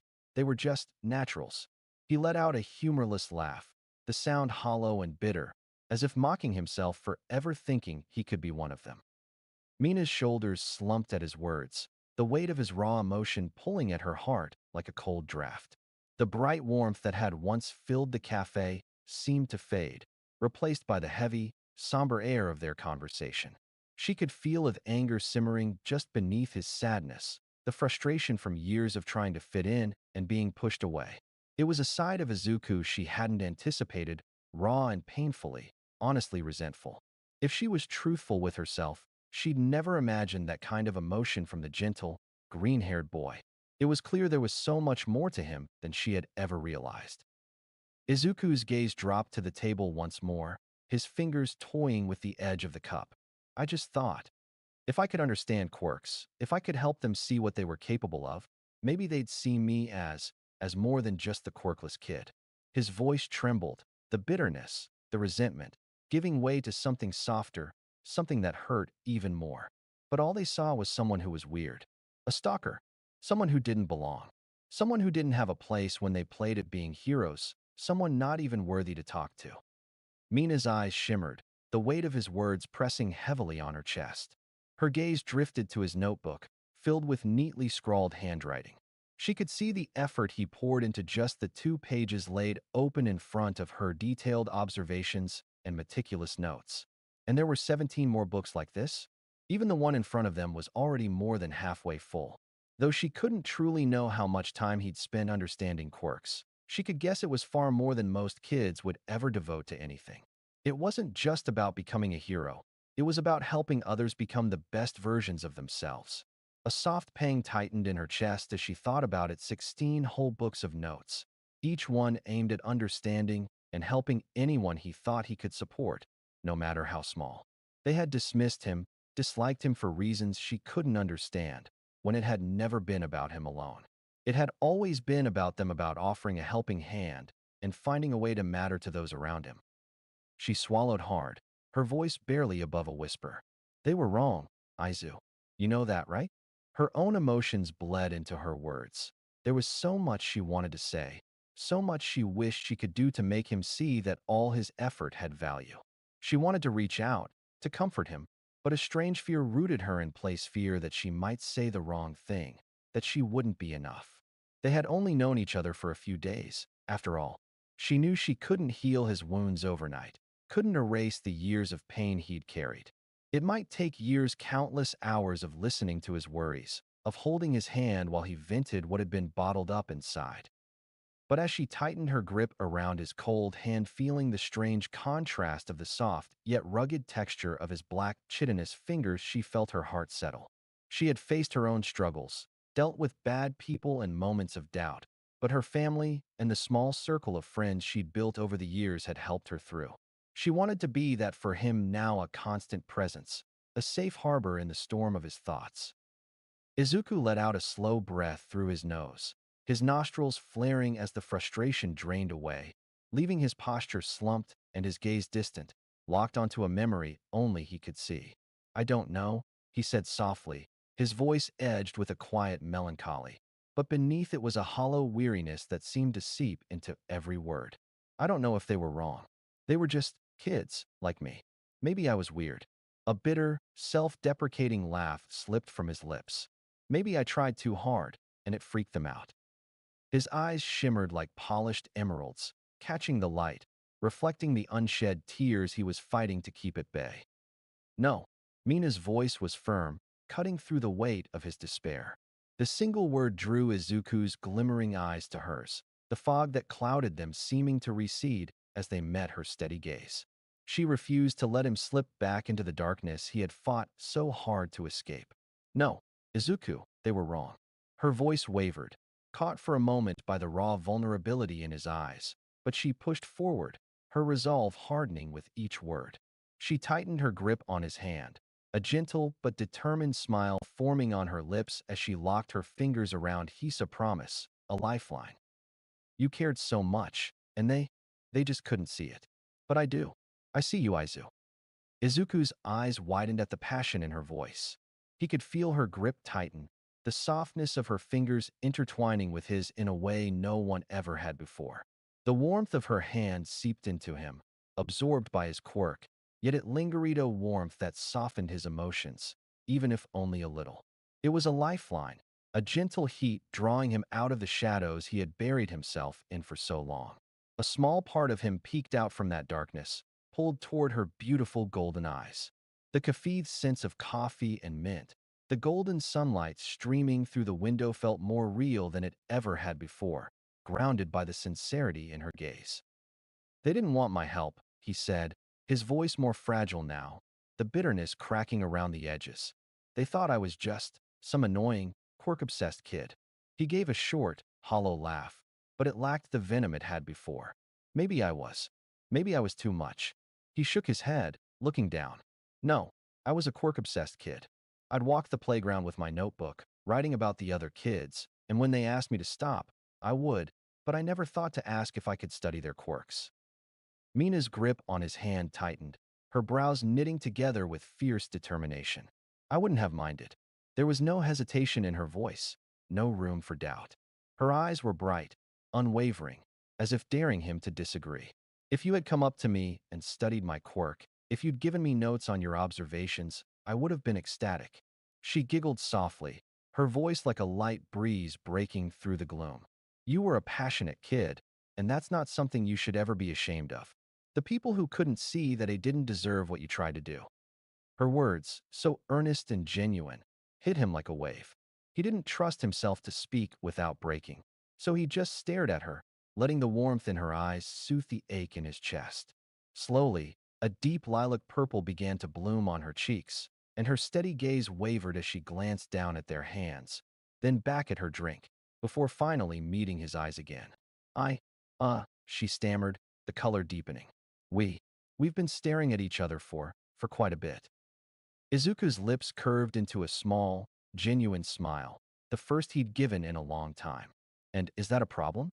His voice came out teasing, which startled them both. Mina burst into laughter, and Izuku found himself laughing along with her, the tension between them dissolving in a wave of giggles.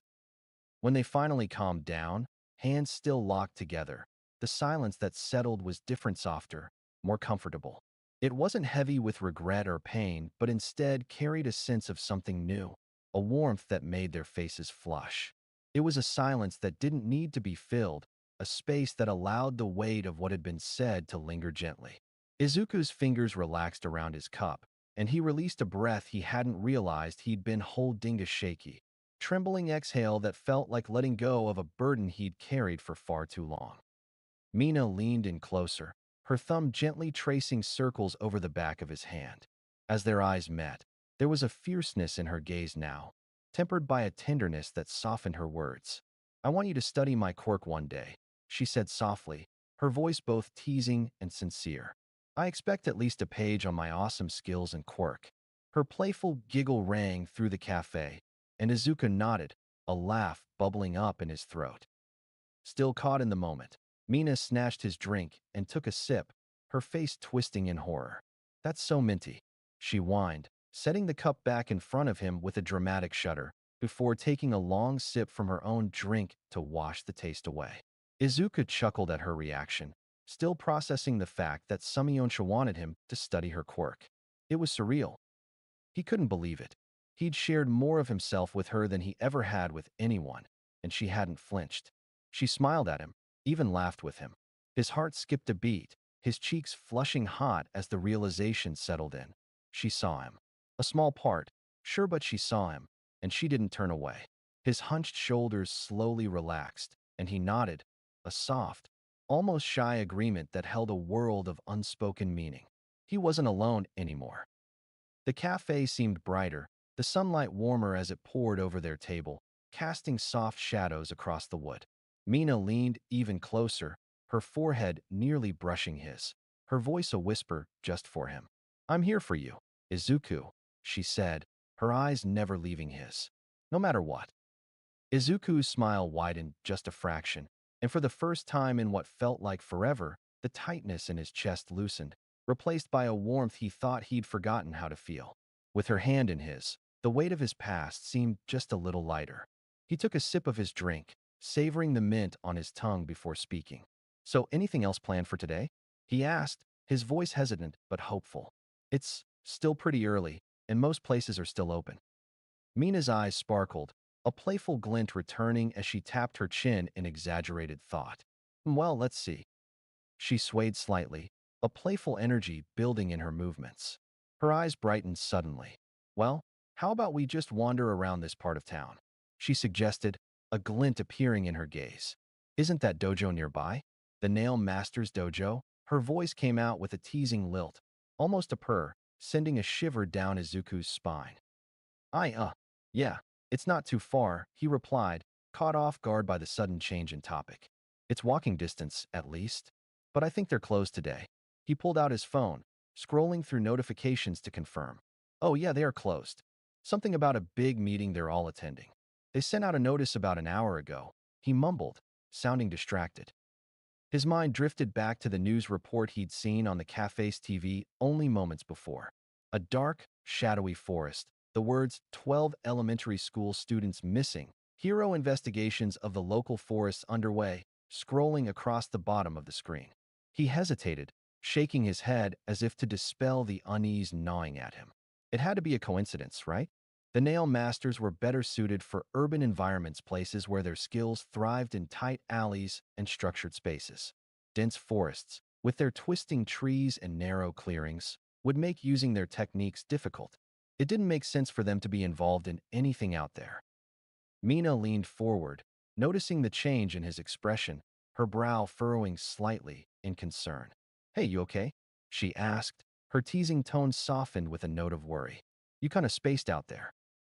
Izuku blinked and gave her a quick smile, trying to push away the uncomfortable feeling that had settled in his chest. Yeah, I'm fine. Just got lost in thought for a second," he said, his voice steady, though the worry still lingered at the edges of his mind. Mina didn't look entirely convinced, but she let it go, squeezing his hand lightly before letting it slip away. "All right then," she said with a soft smile, though her eyes remained searching, clearly not fully buying his quick deflection. "Let's just enjoy the day, okay? It's not every day I get to hang out with a cutie like you." Izuku's smile widened, but his face flushed a deep crimson at her teasing compliment, and he immediately looked anywhere but at her, feeling his cheeks grow even hotter.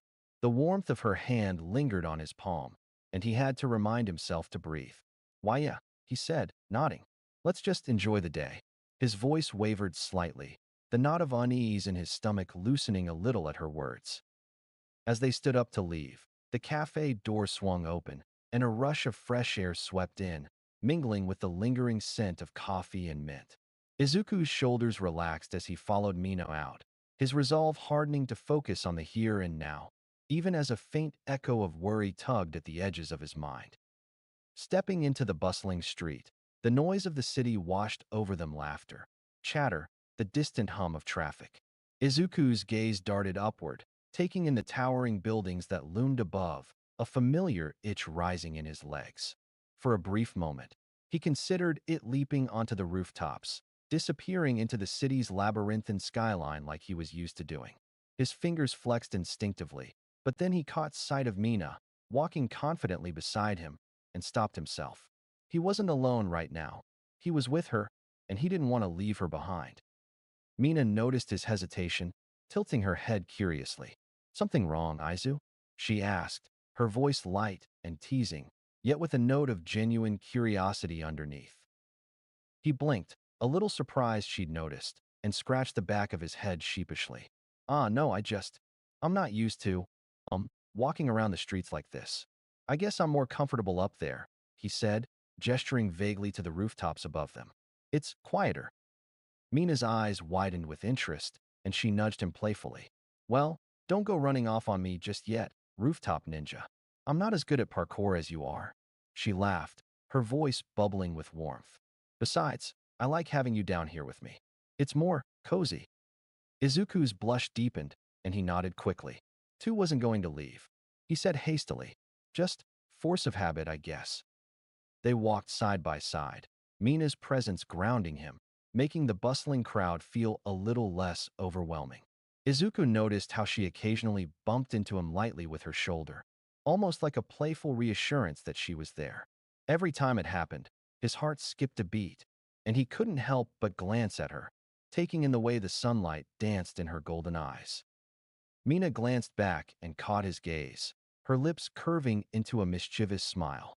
So, where should we go first? She asked, tugging lightly at his sleeve. We've got the whole day ahead of us. There's that cute street market nearby. Or maybe we could check out that bookstore down the block. I hear they have some rare hero books you might like. Izuku's eyes lit up at the mention of hero books, the familiar excitement bubbling up in his chest. Books? He asked, unable to hide his enthusiasm. Yeah, I'd love that. There might be some I haven't read yet. His words trailed off, a boyish excitement replacing the heaviness that had been clinging to him. Then it settled. Mina said cheerfully, her eyes bright with shared excitement. She grabbed his hand again without hesitation, pulling him along down the bustling street. Her energy was infectious, and Izuku found himself laughing despite himself, the earlier tension fading like mist under the sun. They wandered together, chatting about everything and nothing about quirks, about hero gossip, about favorite snacks and weird dreams. It felt light and easy, and for the first time in a long while, Izuku felt like he could just be himself without holding back. When they reached the small street market, stalls brimming with colorful trinkets and fresh food lined the narrow alleyways. The scent of spices, fresh bread, and sweet fruit filled the air. Mina darted from stall to stall, her eyes wide with wonder, and Izuku couldn't help but smile as he followed her lead, finding himself more and more drawn into her contagious excitement. At one point, Mina stopped at a jewelry stand, picking up a simple silver bracelet that caught the sunlight, her fingers turning it over as a curious glint sparked in her eyes. Hey, Izu, she said suddenly, turning to him with a playful smile. If you were to buy a charm for good luck, what would it look like? Izuku blinked, caught off guard by the sudden question. His mind wandered to the strange charm he carried with him, the one that had appeared after he first touched the dream tree. I guess, something simple. Something that feels real, he said softly, his eyes drifting as he recalled its sharp edges and unassuming design. Mina tilted her head, curiosity lighting up her expression, but she didn't push further. Instead, she held up the bracelet to the sunlight, watching it glimmer. Yeah, she said softly. Something real. Izuku felt the knot of anxiety in his chest loosen just a little more. This walking with Mina, wandering the streets, sharing simple moments felt real. It felt solid. For the first time, he allowed himself to believe that maybe this connection, this moment, could be stable. His fingers brushed over the trinkets displayed on the table, moving almost unconsciously until they stopped on a small, sharp-edged pin. As he picked it up, a strange feeling settled in his chest. The pin's silver sheen shimmered in the light, and it twisted between his fingers like it had always been meant to be there. The woman behind the stall noticed his interest and gave him a wide, toothy grin. That one caught your eye? She asked brightly. Izuku startled at her words, the busy noise of the market rushing back in. He realized he'd been so focused on the pin and Mina's presence that everything else had faded away. Around them, the crowd bustled and shifted, brushing past in constant motion.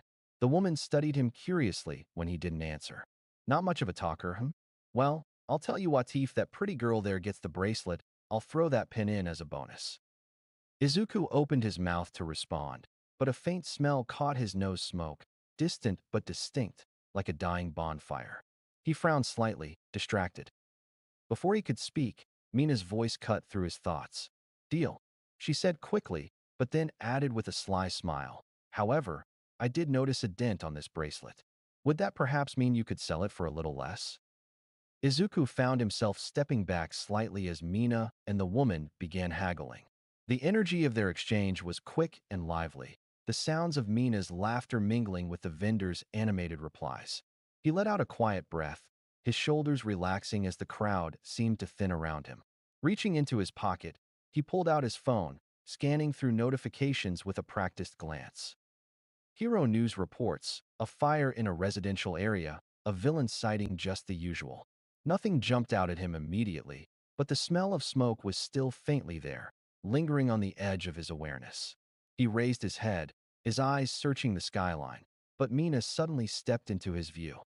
Here you go, Greenie, she said cheerfully, holding out the pin. Her eyes sparkled with satisfaction, clearly proud of her negotiating skills. Izuku blinked at her, his mind still half distracted by the strange smell, but her warm smile and the sight of the pin brought him back. Thanks, he said quietly, taking it from her hand. For a moment, he just stared at it, the edges pressing into his palm as if grounding him.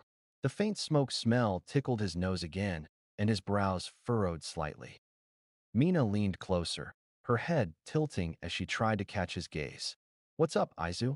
You look like you're a million miles away again. He hesitated, the pin resting heavy in his hand. It's nothing, he said, though his tone lacked conviction. He glanced over his shoulder, the crowded market alive with sound and motion, but nothing obvious stood out. Shaking his head, he slipped the pin into his pocket. Just thinking. Well, Mina said, grabbing his arm and pulling him along with an exaggerated sigh. If you're going to be stuck in your head, at least do it while we check out the next stall. They have takoyaki. Her grin was infectious, and he found himself nodding, letting her lead the way as his thoughts swirled. Even as Mina's laughter and the warmth of her presence filled the moment, the smell of smoke lingered in the back of Izuku's mind. It was closer now, sharper and more urgent. His vision blurred, and a cold wave of dread clawed at his chest. Something was wrong, really wrong. His body reacted before his mind could catch up, instincts screaming as he surged forward. Mina, he shouted, tackling her to the ground just as a cascade of blue flames engulfed the market. The evening sun dimmed, swallowed by the inferno. Waves of searing heat roared past, and Izuku felt the familiar crack of the chitinous armor on his back as it took the brunt of the flames. It burned God. It burned eating into his flesh even as his quirk absorbed the heat. His ears rang with Mina's cry, her voice cutting through the chaos. His mask formed on instinct, snapping into place as if his body knew it would need to endure. As the torrent of fire finally tapered off, Izuku didn't waste a second. He wrapped his arms around Mina and bolted, his legs pounding against the pavement as he carried her away. His lungs burned with each breath, the acrid stench of smoke thick in the air. Turning down an alley, he laid her down gently in the shadowed corner, his hands trembling as he scanned her injuries. Her right hand was red and blistered, her left foot showing signs of a light burn. All across her arms and legs were scattered signs of red. Not devastating, but enough to make his chest tighten. His mask receded in moments. Relief warred with guilt as he murmured, "You're okay. You're okay." He couldn't tell if it was meant to reassure her or himself. Mina groaned softly, her golden eyes fluttering open. "Izu, what?" "Stay here," Izuku said firmly, cutting her off as he rose to his feet. His body moved on autopilot, driven by an instinct he didn't fully understand. He turned back toward the market, his heart hammering in his chest as he sprinted into the chaos. The scene he returned to was a nightmare. The vibrant, bustling market was gone, replaced by charred ruins and choking smoke. The acrid scent of burnt flesh made his stomach churn as his gaze landed on the burned husks of people scattered like discarded dolls. A few survivors stumbled away, screaming, their cries echoing through the twisted remains of stalls. And there, amidst the carnage, stood a man in a trench coat. He moved lazily, as if browsing the remnants of the market with casual indifference, the flicker of blue flames dancing along his fingertips. Izuku's blood ran cold. His fists clenched tightly, the sharp edges of his mask scraping against his skin. Every fiber of his being screamed at him to act. but his feet felt like they were rooted to the ground. His mind caught between fury and horror as the man turned slightly, his cold gaze sweeping across the wreckage and landing directly on Izuku. Blood, if it could even be called that anymore, pounded through Izuku's veins like war drums. The thundering rhythm filled his ears, matching the tremble in his bones. Every heartbeat was a declaration, a reminder. He was still alive, even when faced with something that had scorched men and women to bones around him. With a sharp breath, he flexed his hand. The familiar weight answered his call. His nail slid free from its resting place within him, unfolding like a limb he'd long since grown used to. The metal shimmered darkly in the ghost light of the blue flames, its edge catching the infernal glow. Heat soaked into his skin, eager, greedy, and his body responded in kind, swallowing the pain and transmuting it into something else. A pressure, a tremble, a fire in his chest that didn't consume, only quickened. The man before him didn't speak. He didn't need to. A living patchwork of scorched flesh and apathy, the stranger twitched 2 fingers. That was all. And death answered. A wave of searing blue heat tore down the road, devouring stone, ash, corpses, stalls, and air alike in its path. It howled like a creature with no mouth, radiating enough force to peel skin from bone. Izuku moved. He didn't think, couldn't. Instinct took the reins, dragging him beneath thought and into something deeper. His body unraveled, dissolving into shadow and vapor. The black miasma surged forward, streaking through the flame, and for an instant, he was the dark, part smoke, part wind, part will. He reformed in a blink, not behind the flame, but within its heart, bursting forth just inches from the trenchcoat man. The heat clung to him like a second skin, blistering the flesh of his palm where the nail met flesh. He ignored it. The nail came down in a slash, a breath away from his enemy. And the man's dead, colorless eyes widened just slightly. That was enough. The nail struck. Metal met flesh, then bone with a sickening crunch. The trench coat tore, and blue blood sprayed from the man's shoulder in a brief, burning arc. It hissed as it hit the ground, igniting the cracked cobblestones with a ripple of flame. Izuku didn't stop. Couldn't. If he gave the man even a second of an opening, who knew what would happen? He twisted with the momentum, letting his feet drag sideways as he spun, nail biting across the man's chest with a follow-through slash that carved glowing embers into the air. The sound was wrong, too wet, too soft, like splitting rotted wood. The man grunted, but his eyes didn't flinch. Then he moved before Izuku could comprehend. A knee rocketed into Izuku's gut, and the world lurched. The blow was precise, brutal, fire trailing behind it like an afterimage. Izuku flew backward, his ribs screaming as he hit a collapsed food stall, the wood snapping like kindling. He tasted blood on his tongue, but his mouth was fused shut with his mask that cracked, and shards continued to fall to the street around him. His shoulders shook with a repressed cough, but pushed to his feet, fingers still wrapped tight around the hilt of his nail. Smoke curled around him, and for a moment, he couldn't tell if it was from the fire or himself. Across the ruined street, the man adjusted his collar with one burnt hand. His other arm hung limp, twitching erratically, torn muscle scorched down to the marrow. But he didn't seem to feel it. Interesting, the man said at last. His voice was low and distant, like it had to claw its way up from somewhere deep and broken. You sure you don't just want to lay down and die, kid? Izuku didn't reply. He couldn't. He breathed in deeply and steadied himself. The man smiled thinly. No, you're something else, huh? Another flick of his fingers, and this time, the flames didn't come in a wave. They erupted beneath Izuku. The ground exploded upward in a burst of azure fire, pillars of heat carving the air like spears. Izuku flung himself sideways mid-dodge, form warping into mist once more, barely clearing the blast.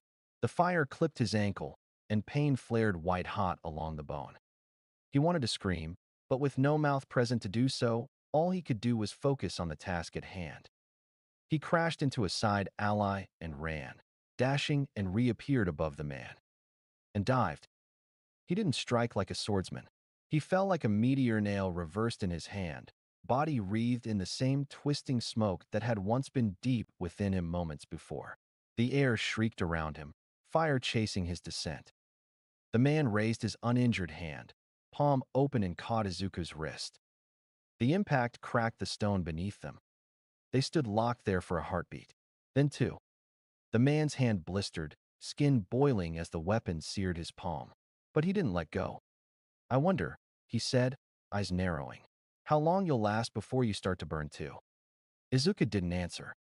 He went to pull his wrist free when the man's charred hand caught his neck and a flash of blue erupted. Pain raw and immediate flashed through Izuku's spine as the blue fire flared point blank against his throat. The world screamed in colorless heat. His vision burst white as his body convulsed, jerking violently as if struck by lightning. Black chitinous skin charred and cracked. The fabric of his clothes, what was left from the surprise attack at least, caught fire in an instant. And for a terrible moment, something inside him recoiled. Something old and cold twisted, trying to shield itself from the flames, but the flames slipped through. Pain took grip of his mind, and he could feel his mask shatter and cascade across the ground before the patchwork man. His knees buckled. The man didn't let him fall. He dragged him forward by the neck, lifting Izuku clean off the ground like he weighed nothing. His face was inches away now, dead eyes half flitted with vague amusement. "Thought you had me," he murmured. His breath smelled of burnt oil and cinders. "You're fast, but you're not used to fighting monsters like me, are you?" Izuku's feet kicked uselessly as his mind returned to functioning. The heat inside was growing too hot. The burning pain had numbed into something else distant, thudding, like his body was trying to unfeel itself to survive. From deep within, past the place where instincts lived, a whisper surfaced. Not words, not thought, just need. A tremor ran through Izuku's limbs. Then the shadows poured out. Black tendrils of black boiled from his back and shoulders, writhing like serpents. They lashed outward with a shriek like bending steel, one slamming into the man's chest with enough force to make the man stumble, eyes widening barely a millimeter. Another struck his arm, breaking his grip on Izuku's throat at last. Izuku dropped like a stone, coughing violently as he rolled to the ground, steam hissing off his skin. The man staggered back a step. Only a step. He glanced down at the charred crater in his chest where the tendril struck and laughed. Low, broken, wheezing. "Now that's more like it." Izuku didn't respond. Couldn't. He crouched low, one hand gripping his knee to stay upright, the other dragging the nail across the ground for balance. More black, void dark material leaked from his backslone now, steady, controlled. It didn't lash. It moved and wrapped around his chest, filling in wounds and leaking cracked chitinous flesh. Izuku lifted his head. His mask had finally been shattered, mostly. Portions still clung to his cheeks and across his mouth. His eyes burned green rimmed with black as energy surged through his extremities, wounds knitted back together as the internal heat bled through him. Inch by inch the mask reformed, covering his eyes wholly before the surface smoothed out. The man tilted his head, and his smirk returned. "Huh." Izuku launched forward again. This time he didn't glide through mist. He tore through space.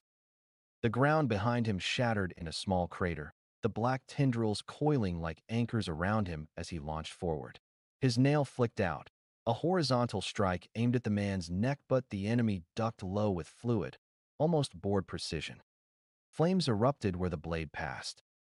Izuku twisted in midair, both hands on the nail, bringing it down like a guillotine. The man nearly dodged it entirely nearly. This time, the metal screamed as it bit into his shoulder, grinding past burned skin and warped muscle. The man's face twitched not in pain, but in irritation. His fingers tightened, catching the edge of the blade even as it sank deeper. Smoke rose between their locked grips. "You're getting annoying," he said, voice flat. Izuku shoved forward, tendrils of black spiking around his waist and arms, forcing the nail downward into another strike at the man. The man shifted his feet and fire bloomed in a ring around Izuku. A wall. A cage.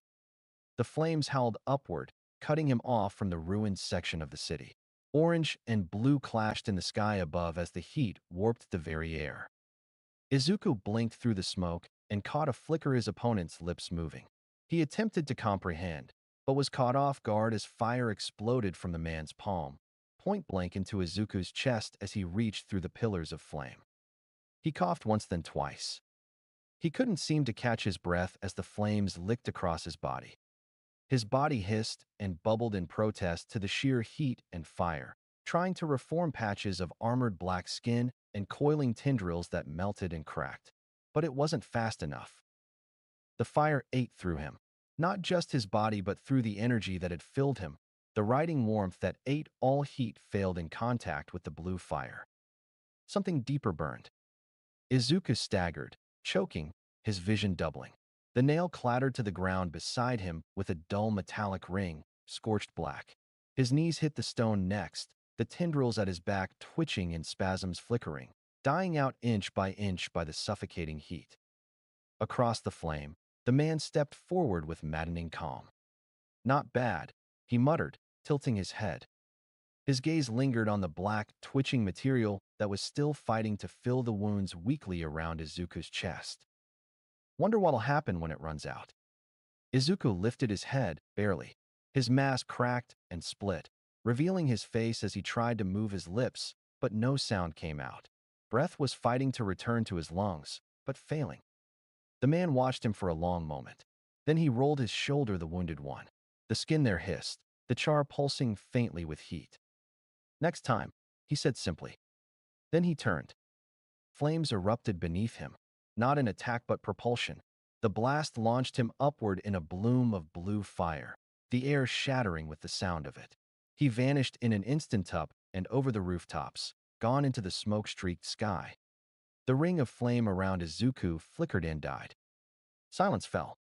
Izuku's body dropped fully to the ground, half-curled, steam rising off his body in ragged bursts. His nail lay inches away, but he didn't move to reach for it. His hand twitched once, then went still. Somewhere behind him, far off, there were the screams. People moving, shadows stumbling through debris. But it all sounded so far away. The energy inside him pulsed once like a heartbeat, then faded. His eyes fluttered shut. Darkness took him. When Izuku woke, it was to agony. Not the sharp kind that screamed from one place. Not as was total. A full-body symphony of pain. A thrumming, vibrating ache that filled every inch of him like someone had turned his nerves into an overclocked speaker. It was like being eaten alive by static. Not fire, not frost, something worse. Buzzing, crawling, endless pinpricks, like ant bites layered over every fiber of his being. Each one multiplied and stacked until his skin didn't know where it started or ended. His eyes stayed shut. They couldn't open. Something thick and cool had been wrapped around his face. A bandage, maybe, or cloth soaked in something medicinal and alien. He couldn't tell. He could barely tell if he was still alive beyond the physical sensations. He tried to move, but his limbs were bound. Not tightly, gently. A cocoon of fabric and straps that made movement impossible, whether to protect him or keep him still. Something cold and wet dabbed against his forehead. He flinched or tried to. The motion barely reached his skull, more imagined than real. Then came the sound. Beep. Beep. Beep. Mocking. Measured. Merciless. A machine near his head pulsing out a slow, steady rhythm, each chirp dragging the seconds out like hours.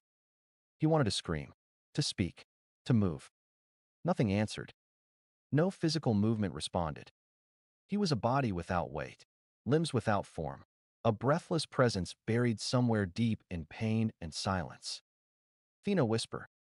Soft, muffled, like someone speaking underwater just beside his ear. He couldn't tell if it was real or imagined, words or just intention. The sound floated by, dragging threads of warmth in its wake. Moments passed before something touched him. A spreading warmth, gentle but heavy, unfurled through his left arm and traveled inward through veins, nerves, marrow. Not fire, not healing, more like a command to rest, a hand beneath sleep itself. Then darkness swallowed him again. He woke again. Everything hurt but less. The sharpness had dulled into a raw throb, like someone had sanded down his nerves with grit and ice. His skin felt tighter, as if stretched over bone that didn't quite fit anymore. The air was colder now, clinical. He could feel sheets beneath his back, but they didn't offer comfort. Only friction. Muffled voices passed overhead. Then something clicked, and pressure bloomed in his arm. Cold chemicals flooded in. He tried to flinch. He couldn't. Then the dark returned. The third time, it was harder to surface. He was sinking even as he woke. Thoughts scattered too fast to catch. His mind was syrup, slow and failing. Somewhere nearby, machinery hummed. A hand brushed his temple warm, then gone. Another injection, this time through his thigh. He didn't feel the prick, just the void blooming behind his eyes. The fourth time, he woke up with a gasp. Not loud, not strong, but real. Light filtered through gauze, and for the first time, he could see. Blurry outlines. A ceiling painted white with grime-streaked vents. Pale gray light washed over everything. The kind that never felt warm no matter how long you lay beneath it. His eyes darted slowly left, then right. Everything was still wrapped in cotton and fog, but it was real. His body didn't scream, it ached. Like stone weathered by time instead of fire. He blinked. A shadow moved across the light. For a moment, Izuku thought it was just a hallucination, another passing blur in the blur that was his brain. But it stayed. Closer now. Familiar. There was movement near his face, deliberate and cautious. He caught the faint scent of antiseptic and old ash, mixed with something softer. Sweat, maybe, or warm skin. Then came the gentlest touch, fingertips brushing his cheek. A shape leaned in above him, and a soft breath whispered past his jaw. Aizu. The voice cracked at the edges, tired, quiet but undeniably real. Mina. He blinked again, struggling to focus. The world shifted as her hand came back into view, her fingers trembling slightly as they hovered over the gauze wrapped around his head. She paused. He could tell she was staring, unsure, maybe afraid to see what was underneath. Then, slowly, she began to unwind the bandage. Each pass loosened the dim fog clinging to his sight, revealing more of the low-lit room around him. Her movements were careful, reverent, almost like unwrapping something sacred. The silence stretched, but neither of them broke it. Strip by strip, the gauze came away. The last layer peeled back with a soft pull, and cold air kissed his skin.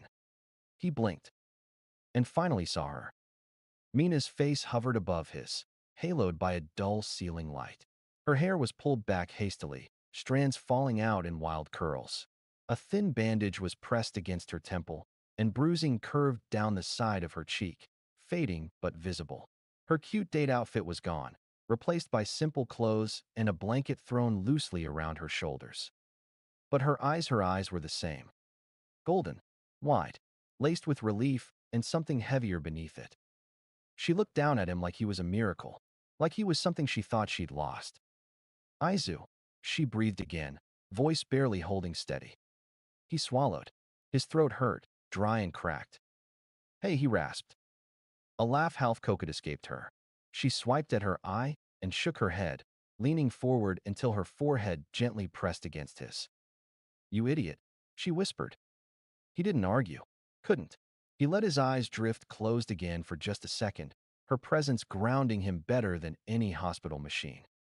When he opened them again, she was still there, watching him with everything she didn't have words for. He could feel her breath. Warm, steady, a rhythm against the storm still raging quietly inside his skin. It washed over the edge of his jaw, down into the hollow of his throat, and dulled the ache crawling across his ribs. Even the agony in his right arm, sharp and constant, was numbed for a moment, reduced to background noise beneath the nearness of her. He didn't remember what happened to it, or what that thing wanted, why he had scorched the market to ash, or why he had smiled like he knew Izuku's name before Izuku had ever spoken it. But none of it mattered now. Not while Mina was so close. Not while her forehead rested against his, her fingers gently brushing his temple, her breath easing the cold that bloomed like frost in his chest. She didn't speak.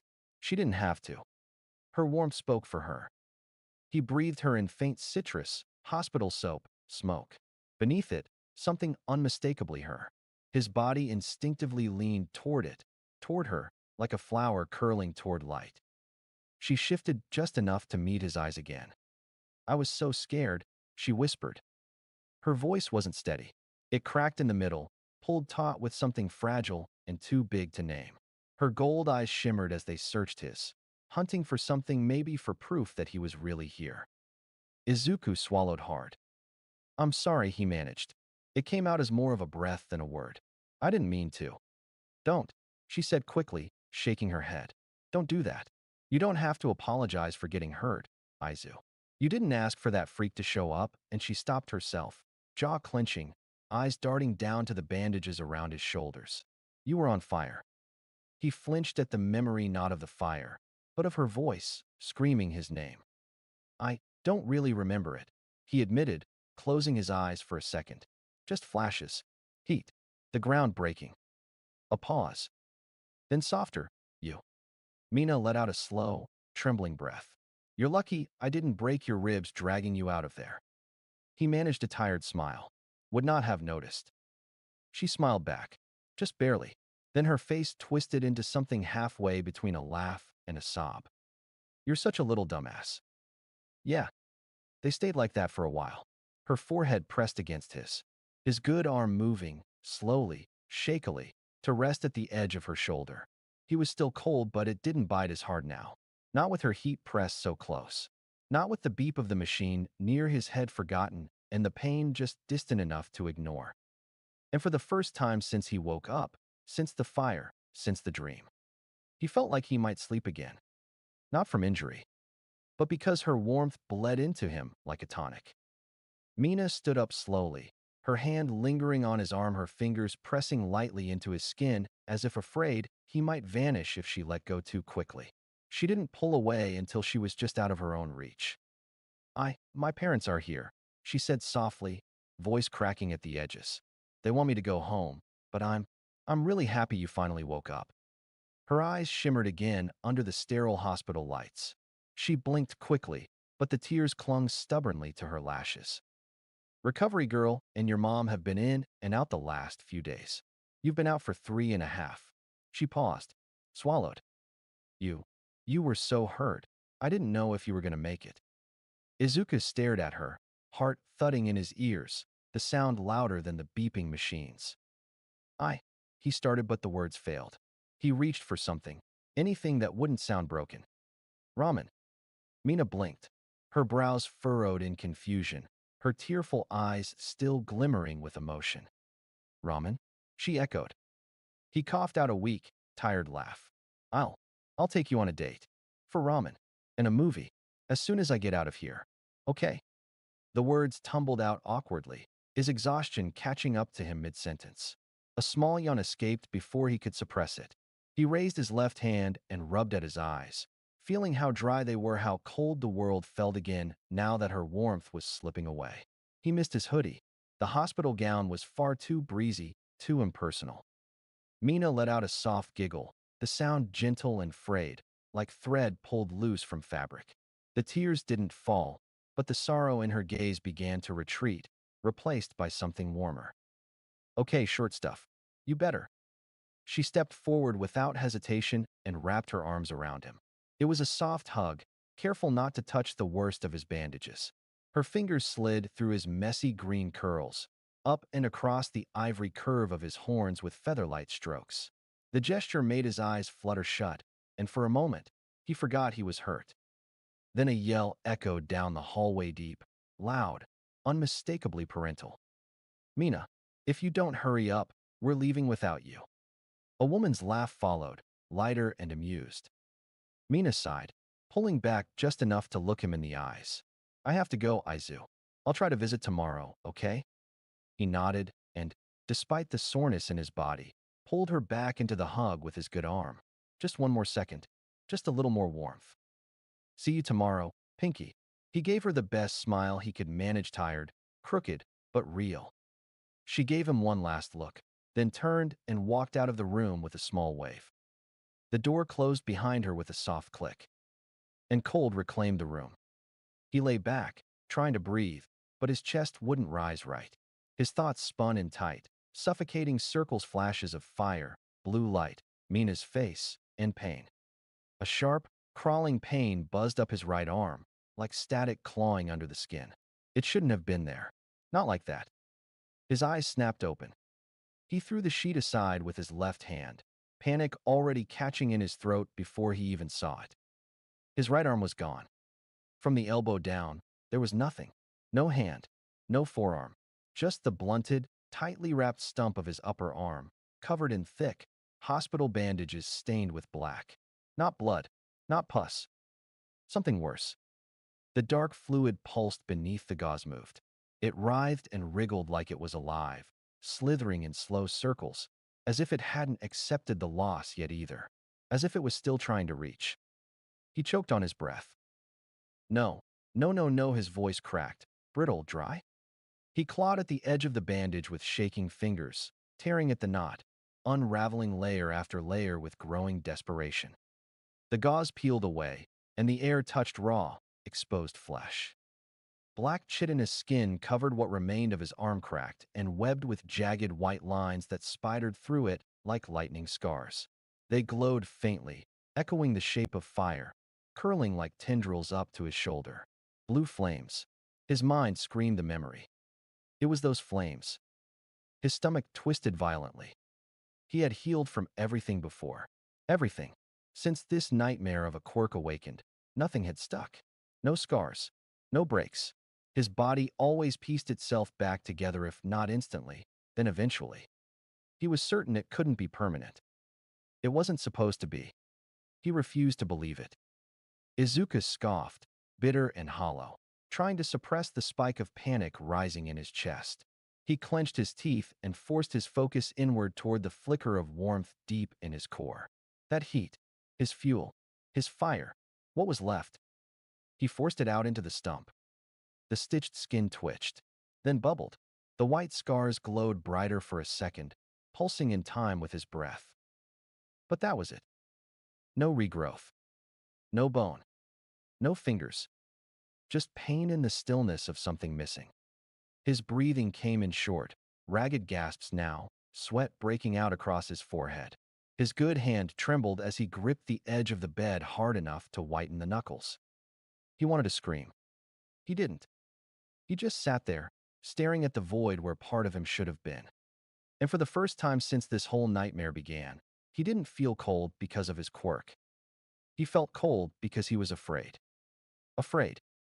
Not just of the pain or the sight of the stump, but of what came next. He didn't know how to make up for it. He'd trained with two hands. Parkour, combat, climbing every motion, every instinct, every style he'd developed relied on symmetry, on balance, on reach. The nail wasn't just a blade, it was a dance partner, and he needed two hands to lead. One to guide, the other to strike. Now, he stared at the place where the rest of his arm should be and felt the future crumbling around it. A knock startled him. Just 3 soft taps, but they shattered the silence in his skull like glass. The panic didn't disappear, it just dulled, fading to a background scream that still clawed at the edges of his mind. He looked up. A nurse stood in the doorway.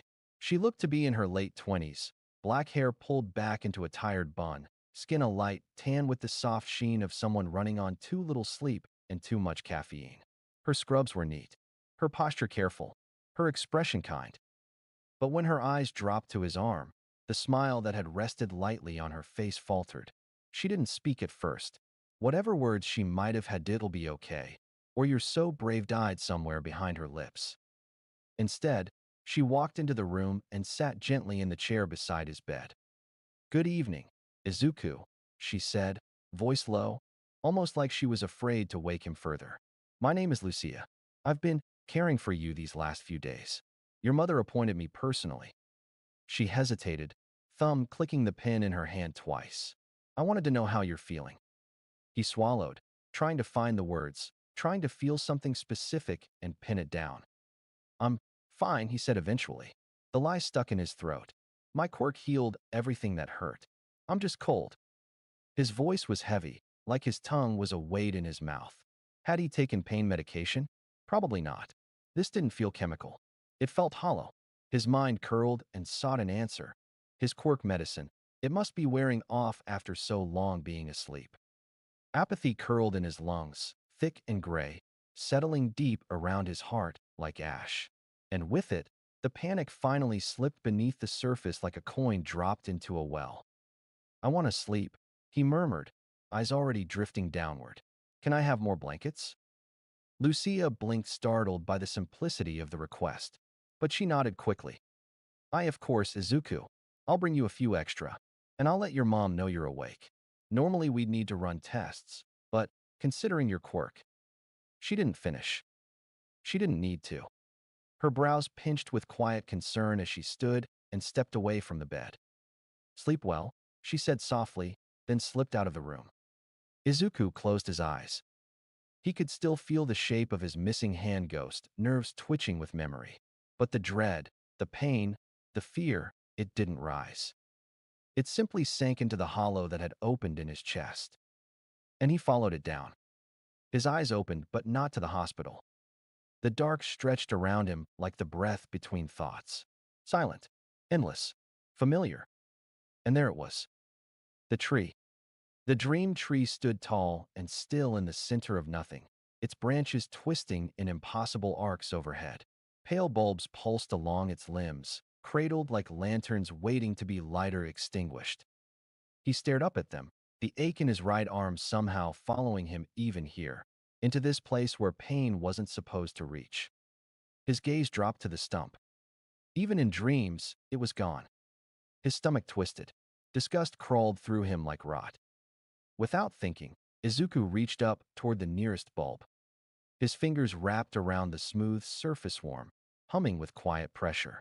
The moment he gripped it, the shell cracked, then shattered, the fragments evaporating in his palm like ash.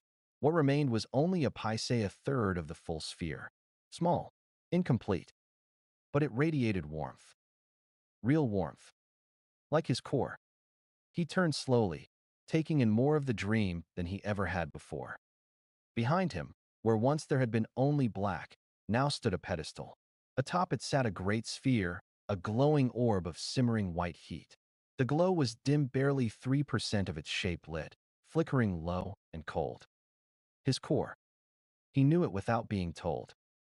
The orb felt just like that heat within him in waking life, quiet, starved, pulling at warmth wherever it could find it. Desperate, slow, alive. Around the pedestal lay chaos. His inventory scattered across the dream space like the aftermath of a dropped bag. Snacks, his notebooks, loose pens, his nail lying flat like a sleeping creature. Everything was arranged in haphazard disorder around the base of the tree. And there, resting against the pedestal, tilted like a broken relic, was his mask. It was cracked, chipped, entire sections missing like teeth knocked loose. But it was still there, still his. Izuku stepped forward. The orb fragment in his hand pulsed gently in time with his heart. When he reached the pedestal, he noticed small alcoves carved into its base just large enough to hold pieces like the one he carried. He pressed the fragment into an empty slot. It clicked into place with a soft chime, like a lock turning after a long time shut. Something inside him stirred. He looked back toward the tree. Another bulb hung low, close enough to reach. Could he take one more? Would it help? He stepped forward. Fina pull. The ground beneath him lurched. The dream trembled. And he was waking. His eyes opened. The hospital ceiling stared back. The cold returned, and the ache in his right arm throbbed again, but it was distant, as if muffled by the memory of warmth. And the pedestal was still there behind his eyes, waiting. But that didn't matter, not now.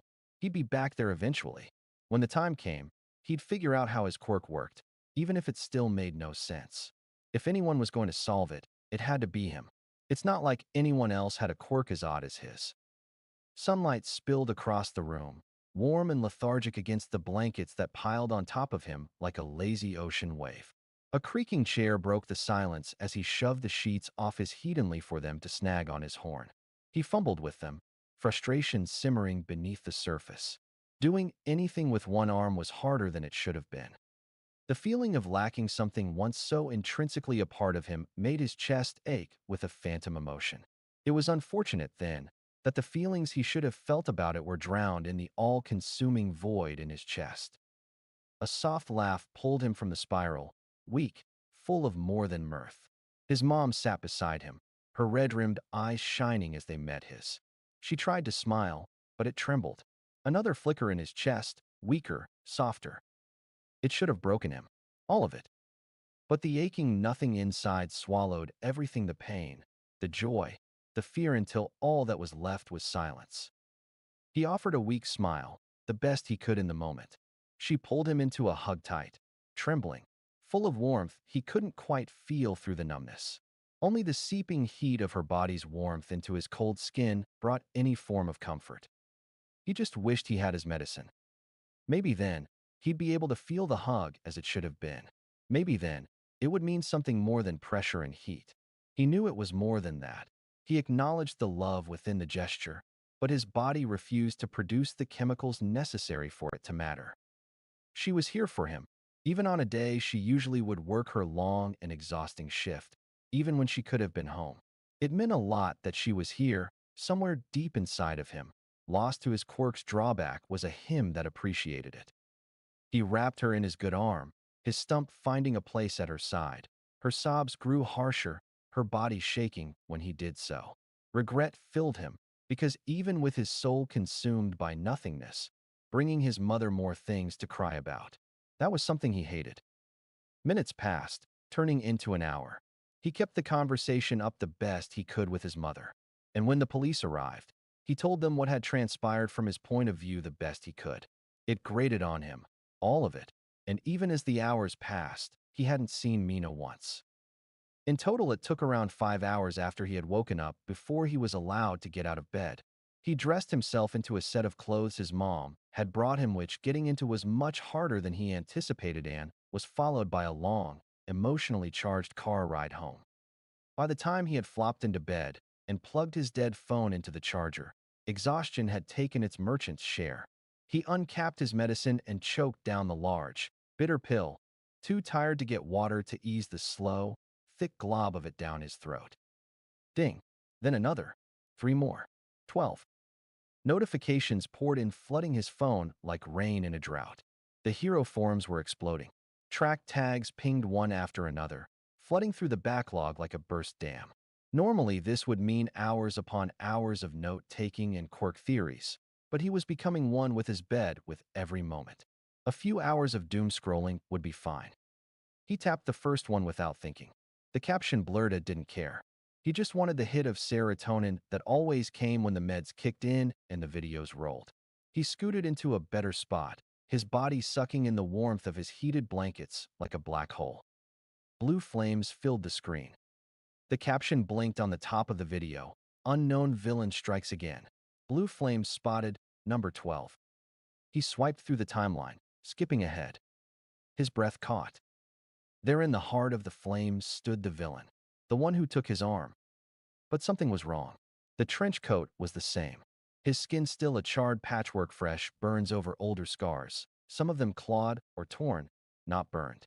His skin peeled and burning embers falling away, only to be replaced by something new.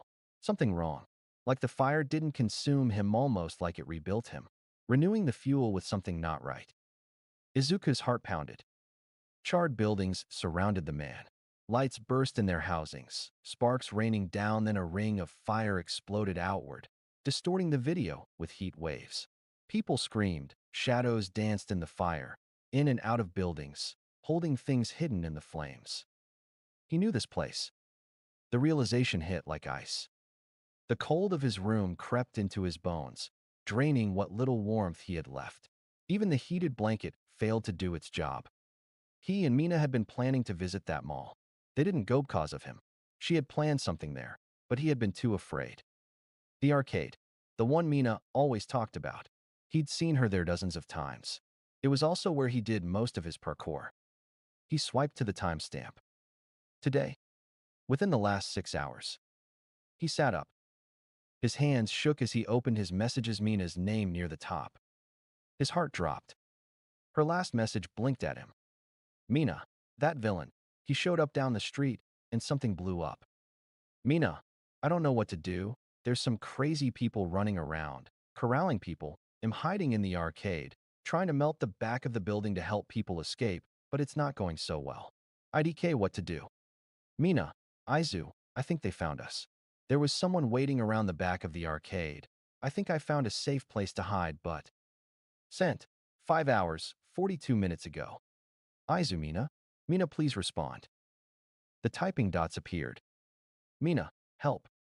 Izuku's whole body trembled as he stared at the message. Fear wrapped around his heart like scaffolding. What could he do? The cold in his chest surged, consuming the fear, dissecting it piece by piece. What could he possibly do with one arm? He wasn't a hero. He barely survived one real fight. A new ping hit his phone. Mina's location, in the middle of a forest. A headline surfaced in his mind like ice water. 12 elementary students missing, hero investigations underway in nearby forests. The nail masters were already searching that area. There were heroes nearby. The cold pulled back. Fear returned, propped up by a single thread of hope. He could report it, leave it to the heroes. But could he really do nothing? Could he leave her there scared, alone without trying? What else could he do but try? The villain had already taken his arm, had more than enough reason to go. He'd still report it. He wasn't stupid. He'd done it dozens of times, could probably fill out the tip form one-handed, half asleep. His body twitched with adrenaline. His legs ached. The stump throbbed. He'd barely escaped with his life. He had only just gotten home. His mother's tears were barely dry. The cold creeped into everything around him. But what kind of person would he be if he left the girl who made his heart stutter behind? Alone, scared. He wouldn't be the person he wanted to become. He wouldn't be worthy of being the hero of any story. He took a deep breath, steeling himself. The medicine was making his emotions spike and spiral. Fear rattled through his core, but he held on. His mind was made up the moment he stood. His heart had been since he first saw the word help. His mind just needed the kick in the ass. He stumbled to the bathroom, dropped to his knees, and shoved 2 fingers down his throat. Black, viscous fluid splashed into the toilet, thick and oily, laced with chunks of undigested meds. It was a waste to be sure, but if he failed, he wouldn't need them anyway. He watched it swirl. He was afraid. How could he not be? He wiped the mess from his hand and staggered to the sink. Rinsed. Spat. Doubt still clawed at him, but the only way through it was to trust his Quirk. Completely. And if he died, at least it wouldn't be with fear in his heart. A low drone filled the air. Izuku pulled the thick fabric tighter around himself, time oozing by like molasses clinging to a cliff's edge. The medicine was making its final rounds through his bloodstream, clashing with his Quirk in spirals of heart-pounding fear. He had reformed his mask, piece by piece, focusing on patching the damage left by the villain. Each fragment that snapped into place released a pressure he hadn't realized was building inside. It felt like a bone being pushed back into place after being ripped out. The thick black hoodie draped over his shoulders, blending with the chitinous black of his skin until he looked like a shadow folded onto the train bench. A part of him wondered how he must look. Like some strange monster, maybe tangled green hair framing a bone-white mask, horns curling overhead, and pitch-dark eyes that stared into nothing. He kept his eyes closed behind the mask, focusing on the heat trapped in the crowded train car. It should have been hot, yet everyone around him shivered, breath fogging the windows against the damp chill that saturated the compartment. The breath of the passengers clouded the air, murmurs threading through the frost like loose thread. This kind of focus had been impossible while medicated. Not when the dose was strong enough to let him feel anything at all. With each breath, he channeled the fire inside him, thin and flickering, but still there. Its heat glowed white, full of potential. He was drained not just from the fight, but from the entrance exam too. He'd never noticed it before, but as he visualized his core pulsing with white heat, his body responded. The stump stopped aching. His mind cleared. And the void that had claimed his heart settled. It wrapped around a single emotion gently, like a caretaker cradling something fragile. Melancholy, fresh and directionless. He exhaled as the brakes engaged. The screech of metal on rail echoed through the car, and the crowd began to stir. Passengers leaned forward, eager to escape the cold, still clinging to their coats and hair. Izuku rose and slipped through the crowd in a shadowy mockery of his body, too deep in his thoughts to notice just how loosely he was letting his quirk spill out in public. He didn't care. A mark on his record was nothing compared to what waited ahead. He felt a mockery of his smile grow on his face. If all he walked away with was a warning or even a crime on his record, he'd call that a win. Izuku checked his phone, pace increasing with each step. Mina's location, 3 miles into the forest. If he left the walking paths, he could shave down the distance more. If he pushed himself to sprint the whole way, he could cut it further. For once, he was glad he'd started running all those months ago. Maybe he'd been preparing for this without knowing it. One goal. A single box to check off. Save Mina. He didn't care about surviving. That was tertiary. Life was important. But not if it meant leaving her behind. He opened the Hero Helper site with a flick of his thumb and hit send. Nailmasters tagged. Matto, Oro, Sheepless, every other hero operating nearby. Sometimes, obsessive hero tracking paid off. He powered down the phone and slipped it into his inventory as his foot stepped past the last stretch of sidewalk city behind him. Forest ahead. The boundary had been breached. He touched his stump and focused. A thin fluid secreted from the end shimmering, organic before hardening into shape. He'd lost the arm, but at least he could make use of what remained. The material twisted and settled, forming a crude mockery of a hand. For warped claws. Functional. Ugly. He'd thought of other shapes on the train. A balled fist. A blade. A spike. But this one gave him leverage. The claws could brace against the pommel of his nail, giving him back some of the control he'd lost. And if something needed cutting, this stuff was strong enough to dig through concrete and steel. A final rush of emotion spiraled out from his chest, coursing through his limbs. Fear of what lay ahead, of what death might feel like, of what might happen to Mina if he failed, of what his mother would do if he never came back. And hate, pure, gnawing hate for the villain who took his arm, who took her, made her scared. And horrifyingly, excitement. His heartbeat thundered in his ears, each beat chasing the last as the emotions tore through him. Fear dissolved first into cold. Hate followed. And all that remained was excitement. A giddy, frantic ember that pulsed in his chest, whispering nonsense until even that faded. All that was left was that bone-chilling cold. It whispered that he was doing good, that this was what he should be doing. Calculated. Efficiency. A deep breath. In the nose. Out the mouth. No sound escaped the mask. It never did. And if he died, he wanted the mask on. He didn't want Mina to hear his final words. Because they'd be embarrassing. Something stupid like, "I love you, Mina." Or worse, "Trying to save you was worth my life." Asterisk. It was all true. Every word. And even knowing how foolish it sounded, he'd still say it. Because he was a love-struck fool. He knew that. Even if it was young love, barely real, barely a fraction of who he was, it was still a part of him he treasured. Who said young love wasn't worth fighting for? Or that you shouldn't give your life for something that made your heart move? He bounced on his toes, loosening his legs with each motion. Blood, viscous and black, circulated through his limbs, cooling the air around him like fog. He was as ready as he could be. His feet hit the grass with a crunch, his red sneakers worn to near shreds. Then he bolted into the forest, one foot in front of the other. His body trained to master the concrete jungle of Mizuta, adapted quickly to the wild. Roots cracked beneath his soles. Branches splintered as he vaulted, twisted, flung himself forward. A tree loomed ahead and he faded, slipping around it like a shadow chased by the sun. Ridges gouged the bark in his wake like claw marks left by something not quite human.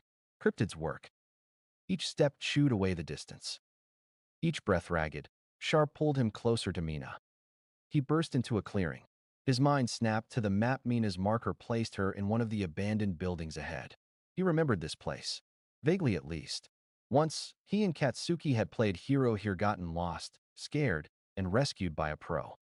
Back then, the danger wasn't real. It was imagined, because back then these buildings held nothing. But now each one was a danger. He drew his nail in a quiet flourish, crouching low. Let his mind wander just for a second as he scanned the clearing. He relaxed his body, letting the white heat leak out in a slow, steady drip. The same motion he used to fade, only now it wrapped him in darkness. The twilight swallowed him whole, like kin finding a part of itself. He slinked between the buildings sold, crumbling things forgotten by time. It was strange how easy it was to abandon buildings. Just like people. His steps made no sound. He slipped past dry grass, over cracked twigs. Voices drifted in the distance, some far, others far too close. It reminded him of old video games he would play, when time felt endless and the world safe. Crying echoed from the largest buildinga warehouse. It was dark on the inside, not even a flicker of light. The smaller structures nearby glowed faintly from within, blue fire bleeding light into the growing dark. Izuku crept toward the old warehouse. People prowled along its perimeter, each dressed like a walking fever dream. Thick coats soaked in sweat. Blue oni masks hiding their faces. Weapons slung over shoulders, all jagged and mismatched. They barked in a language Izuku didn't recognize. Their words echoed through the clearing like gunfire. Did they even realize the heroes nearby could hear them? Or did they just not care? Shio alone could flatten them all in seconds. He was glad he'd sent the anonymous report. They checked that site, even on mission she knew them. They were just those kinds of people. He was happy he had met them. He just hoped they wouldn't find his body in this forest. Izuku slipped through shadows, circling the edges of the building, hunting for a way in. After 2 full circuits, he spotted a jagged break in the siding 2 stories up. It wasn't ideal, but he could do it. He waited, still and patient. The guards paced in lazy turns, trading jokes and mockery between shifts. In between their laughter and mockery of the crying people inside, they would leave a section open, unwatched. As soon as the opening came, he dashed, closing the gap in seconds. He jumped, higher than he ever had before. He reached up, fingers catching a jagged piece of rusted siding. It bit into his skin but couldn't cut through it. He hauled himself upward, stabbing the claws of his false arm into the wall. The metal groaned, not loud, but enough to raise suspicion. It made Izuku's heart skip a beat as he listened anxiously for any sounds of them being alerted. Thankfully, the guards' laughter outside must have drowned out the noise. He slipped through the gap in the siding, landing quietly inside. Sobs and gasps echoed through the structure. He ignored them.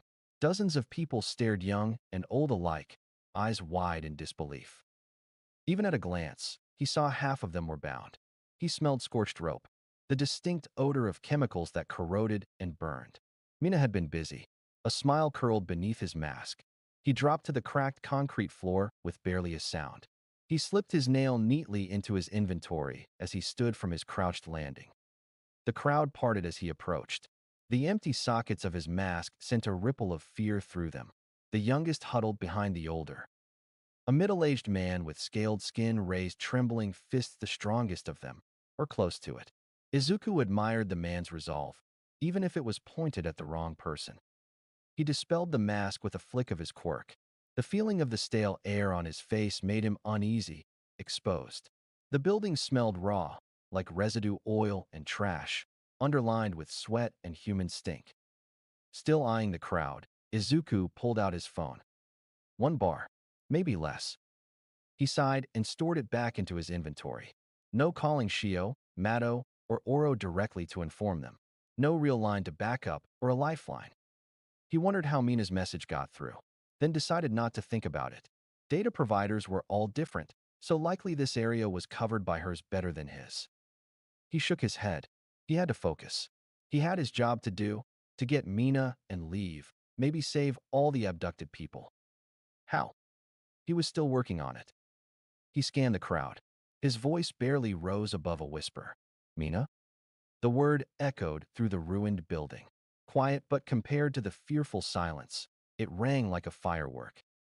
A beat passed, then came the familiar shock of pink hair threading through the crowd. It was matted and dirty, pulled back into a loose bun that barely held it from her face. Her golden eyes found him, scara dark and gleaming in the low spill of light through the broken walls. He couldn't ignore the flutter of a dull emotion in his chest, so insistent to be noticed. Her face was streaked with grime, save for a few clean tracks evidence of recent tears. The clothes she wore were ripped in places, the sleeves of her shirt completely ripped off. Izuku spotted the missing fabric now wrapped around the wounded. He forced a smile, flexing the muscles like he'd practiced relief without substance. It wasn't what she deserved, but it was all he could offer. She almost called out, but instead it slipped out soft. Izuku? Tears welled instantly. The shimmering beauty of her eyes gleamed with emotions too heavy for her to hold alone. She rushed into his arms. He hugged her back. She smelled of sweat, oil, and a faint trace of vanilla. He held her a little tighter, memorizing her scent, then let go. His mind had already made the trade, her safety for his life. He would have made the decision even if he was on his meds. "Let's get you out of here," he murmured. "First we'll free everyone." She nodded, swallowing thickly. Wiping away fresh tears, she stepped beside him. Within minutes, the last rope hit the ground. Acid and nail made quick work of the frayed restraints. Once the last strand hit the ground, Izuku pointed to the back wall. How long to melt through the back wall? The second floor's thinner, maybe half an inch. Down here could be worse. Mina rubbed her hands together nervously, her eyes darting around. "Can we talk about why you're here? Tu didn't think you'd come alone. Your arm." She looked away from the twisted material of his makeshift claw. "Let's talk after we're out, okay?" His smile was soft, reassuring. Hoped. "Start melting. I sent the location to the Nailmaster's theory in the area and should be close. I'll distract the villain and his gang until they get here." He sucked in a breath, his stomach churned. "You just get them and yourself out of here." His words came out soft and quiet, but full of conviction. He ignored the weight building within his chest. "You were just hurt. Yesterday you woke up from nearly dying." Her voice came out harsh, but faded as acid pooled in her palms, its sting tickling his nose. "I'm sure. And when we're out, we'll go on that date." He smiled, confident this time, and gently patted her shoulder. "Trust me." She looked into his eyes, her golden gaze searching, so bright, so close, he had to fight not to get lost in it. He nearly missed it when she spoke again. "If you get hurt, I won't forgive you. And if you die, Izuku." Her voice sharpened, eyes narrowing as he tried to hide behind a shy smile. "I'll try not to. I mean, hey, I survived last time, didn't I?" He stood in a flash, leaned down, and kissed her forehead. It was warm, slick with sweat, but hers. "See you soon, Mina." He didn't give her a chance to answer, was already climbing, already gone, slipping through the broken opening. He didn't look back. He dropped into open air, the twilight chill sharpening into the cold grip of night. His shoes met grass with a crunch. The mask reformed. He drew the nail. When green meets gold, grim is the night. When love must hide. When warmth gives way to fear and pride. Green and gold, like jewel-toned flame, flicker in silence, bearing no name. Eyes blurred with tears not shed. Hearts loud in chests, words unsaid. What truth lies wrapped in trembling breath? When danger whispers love to death.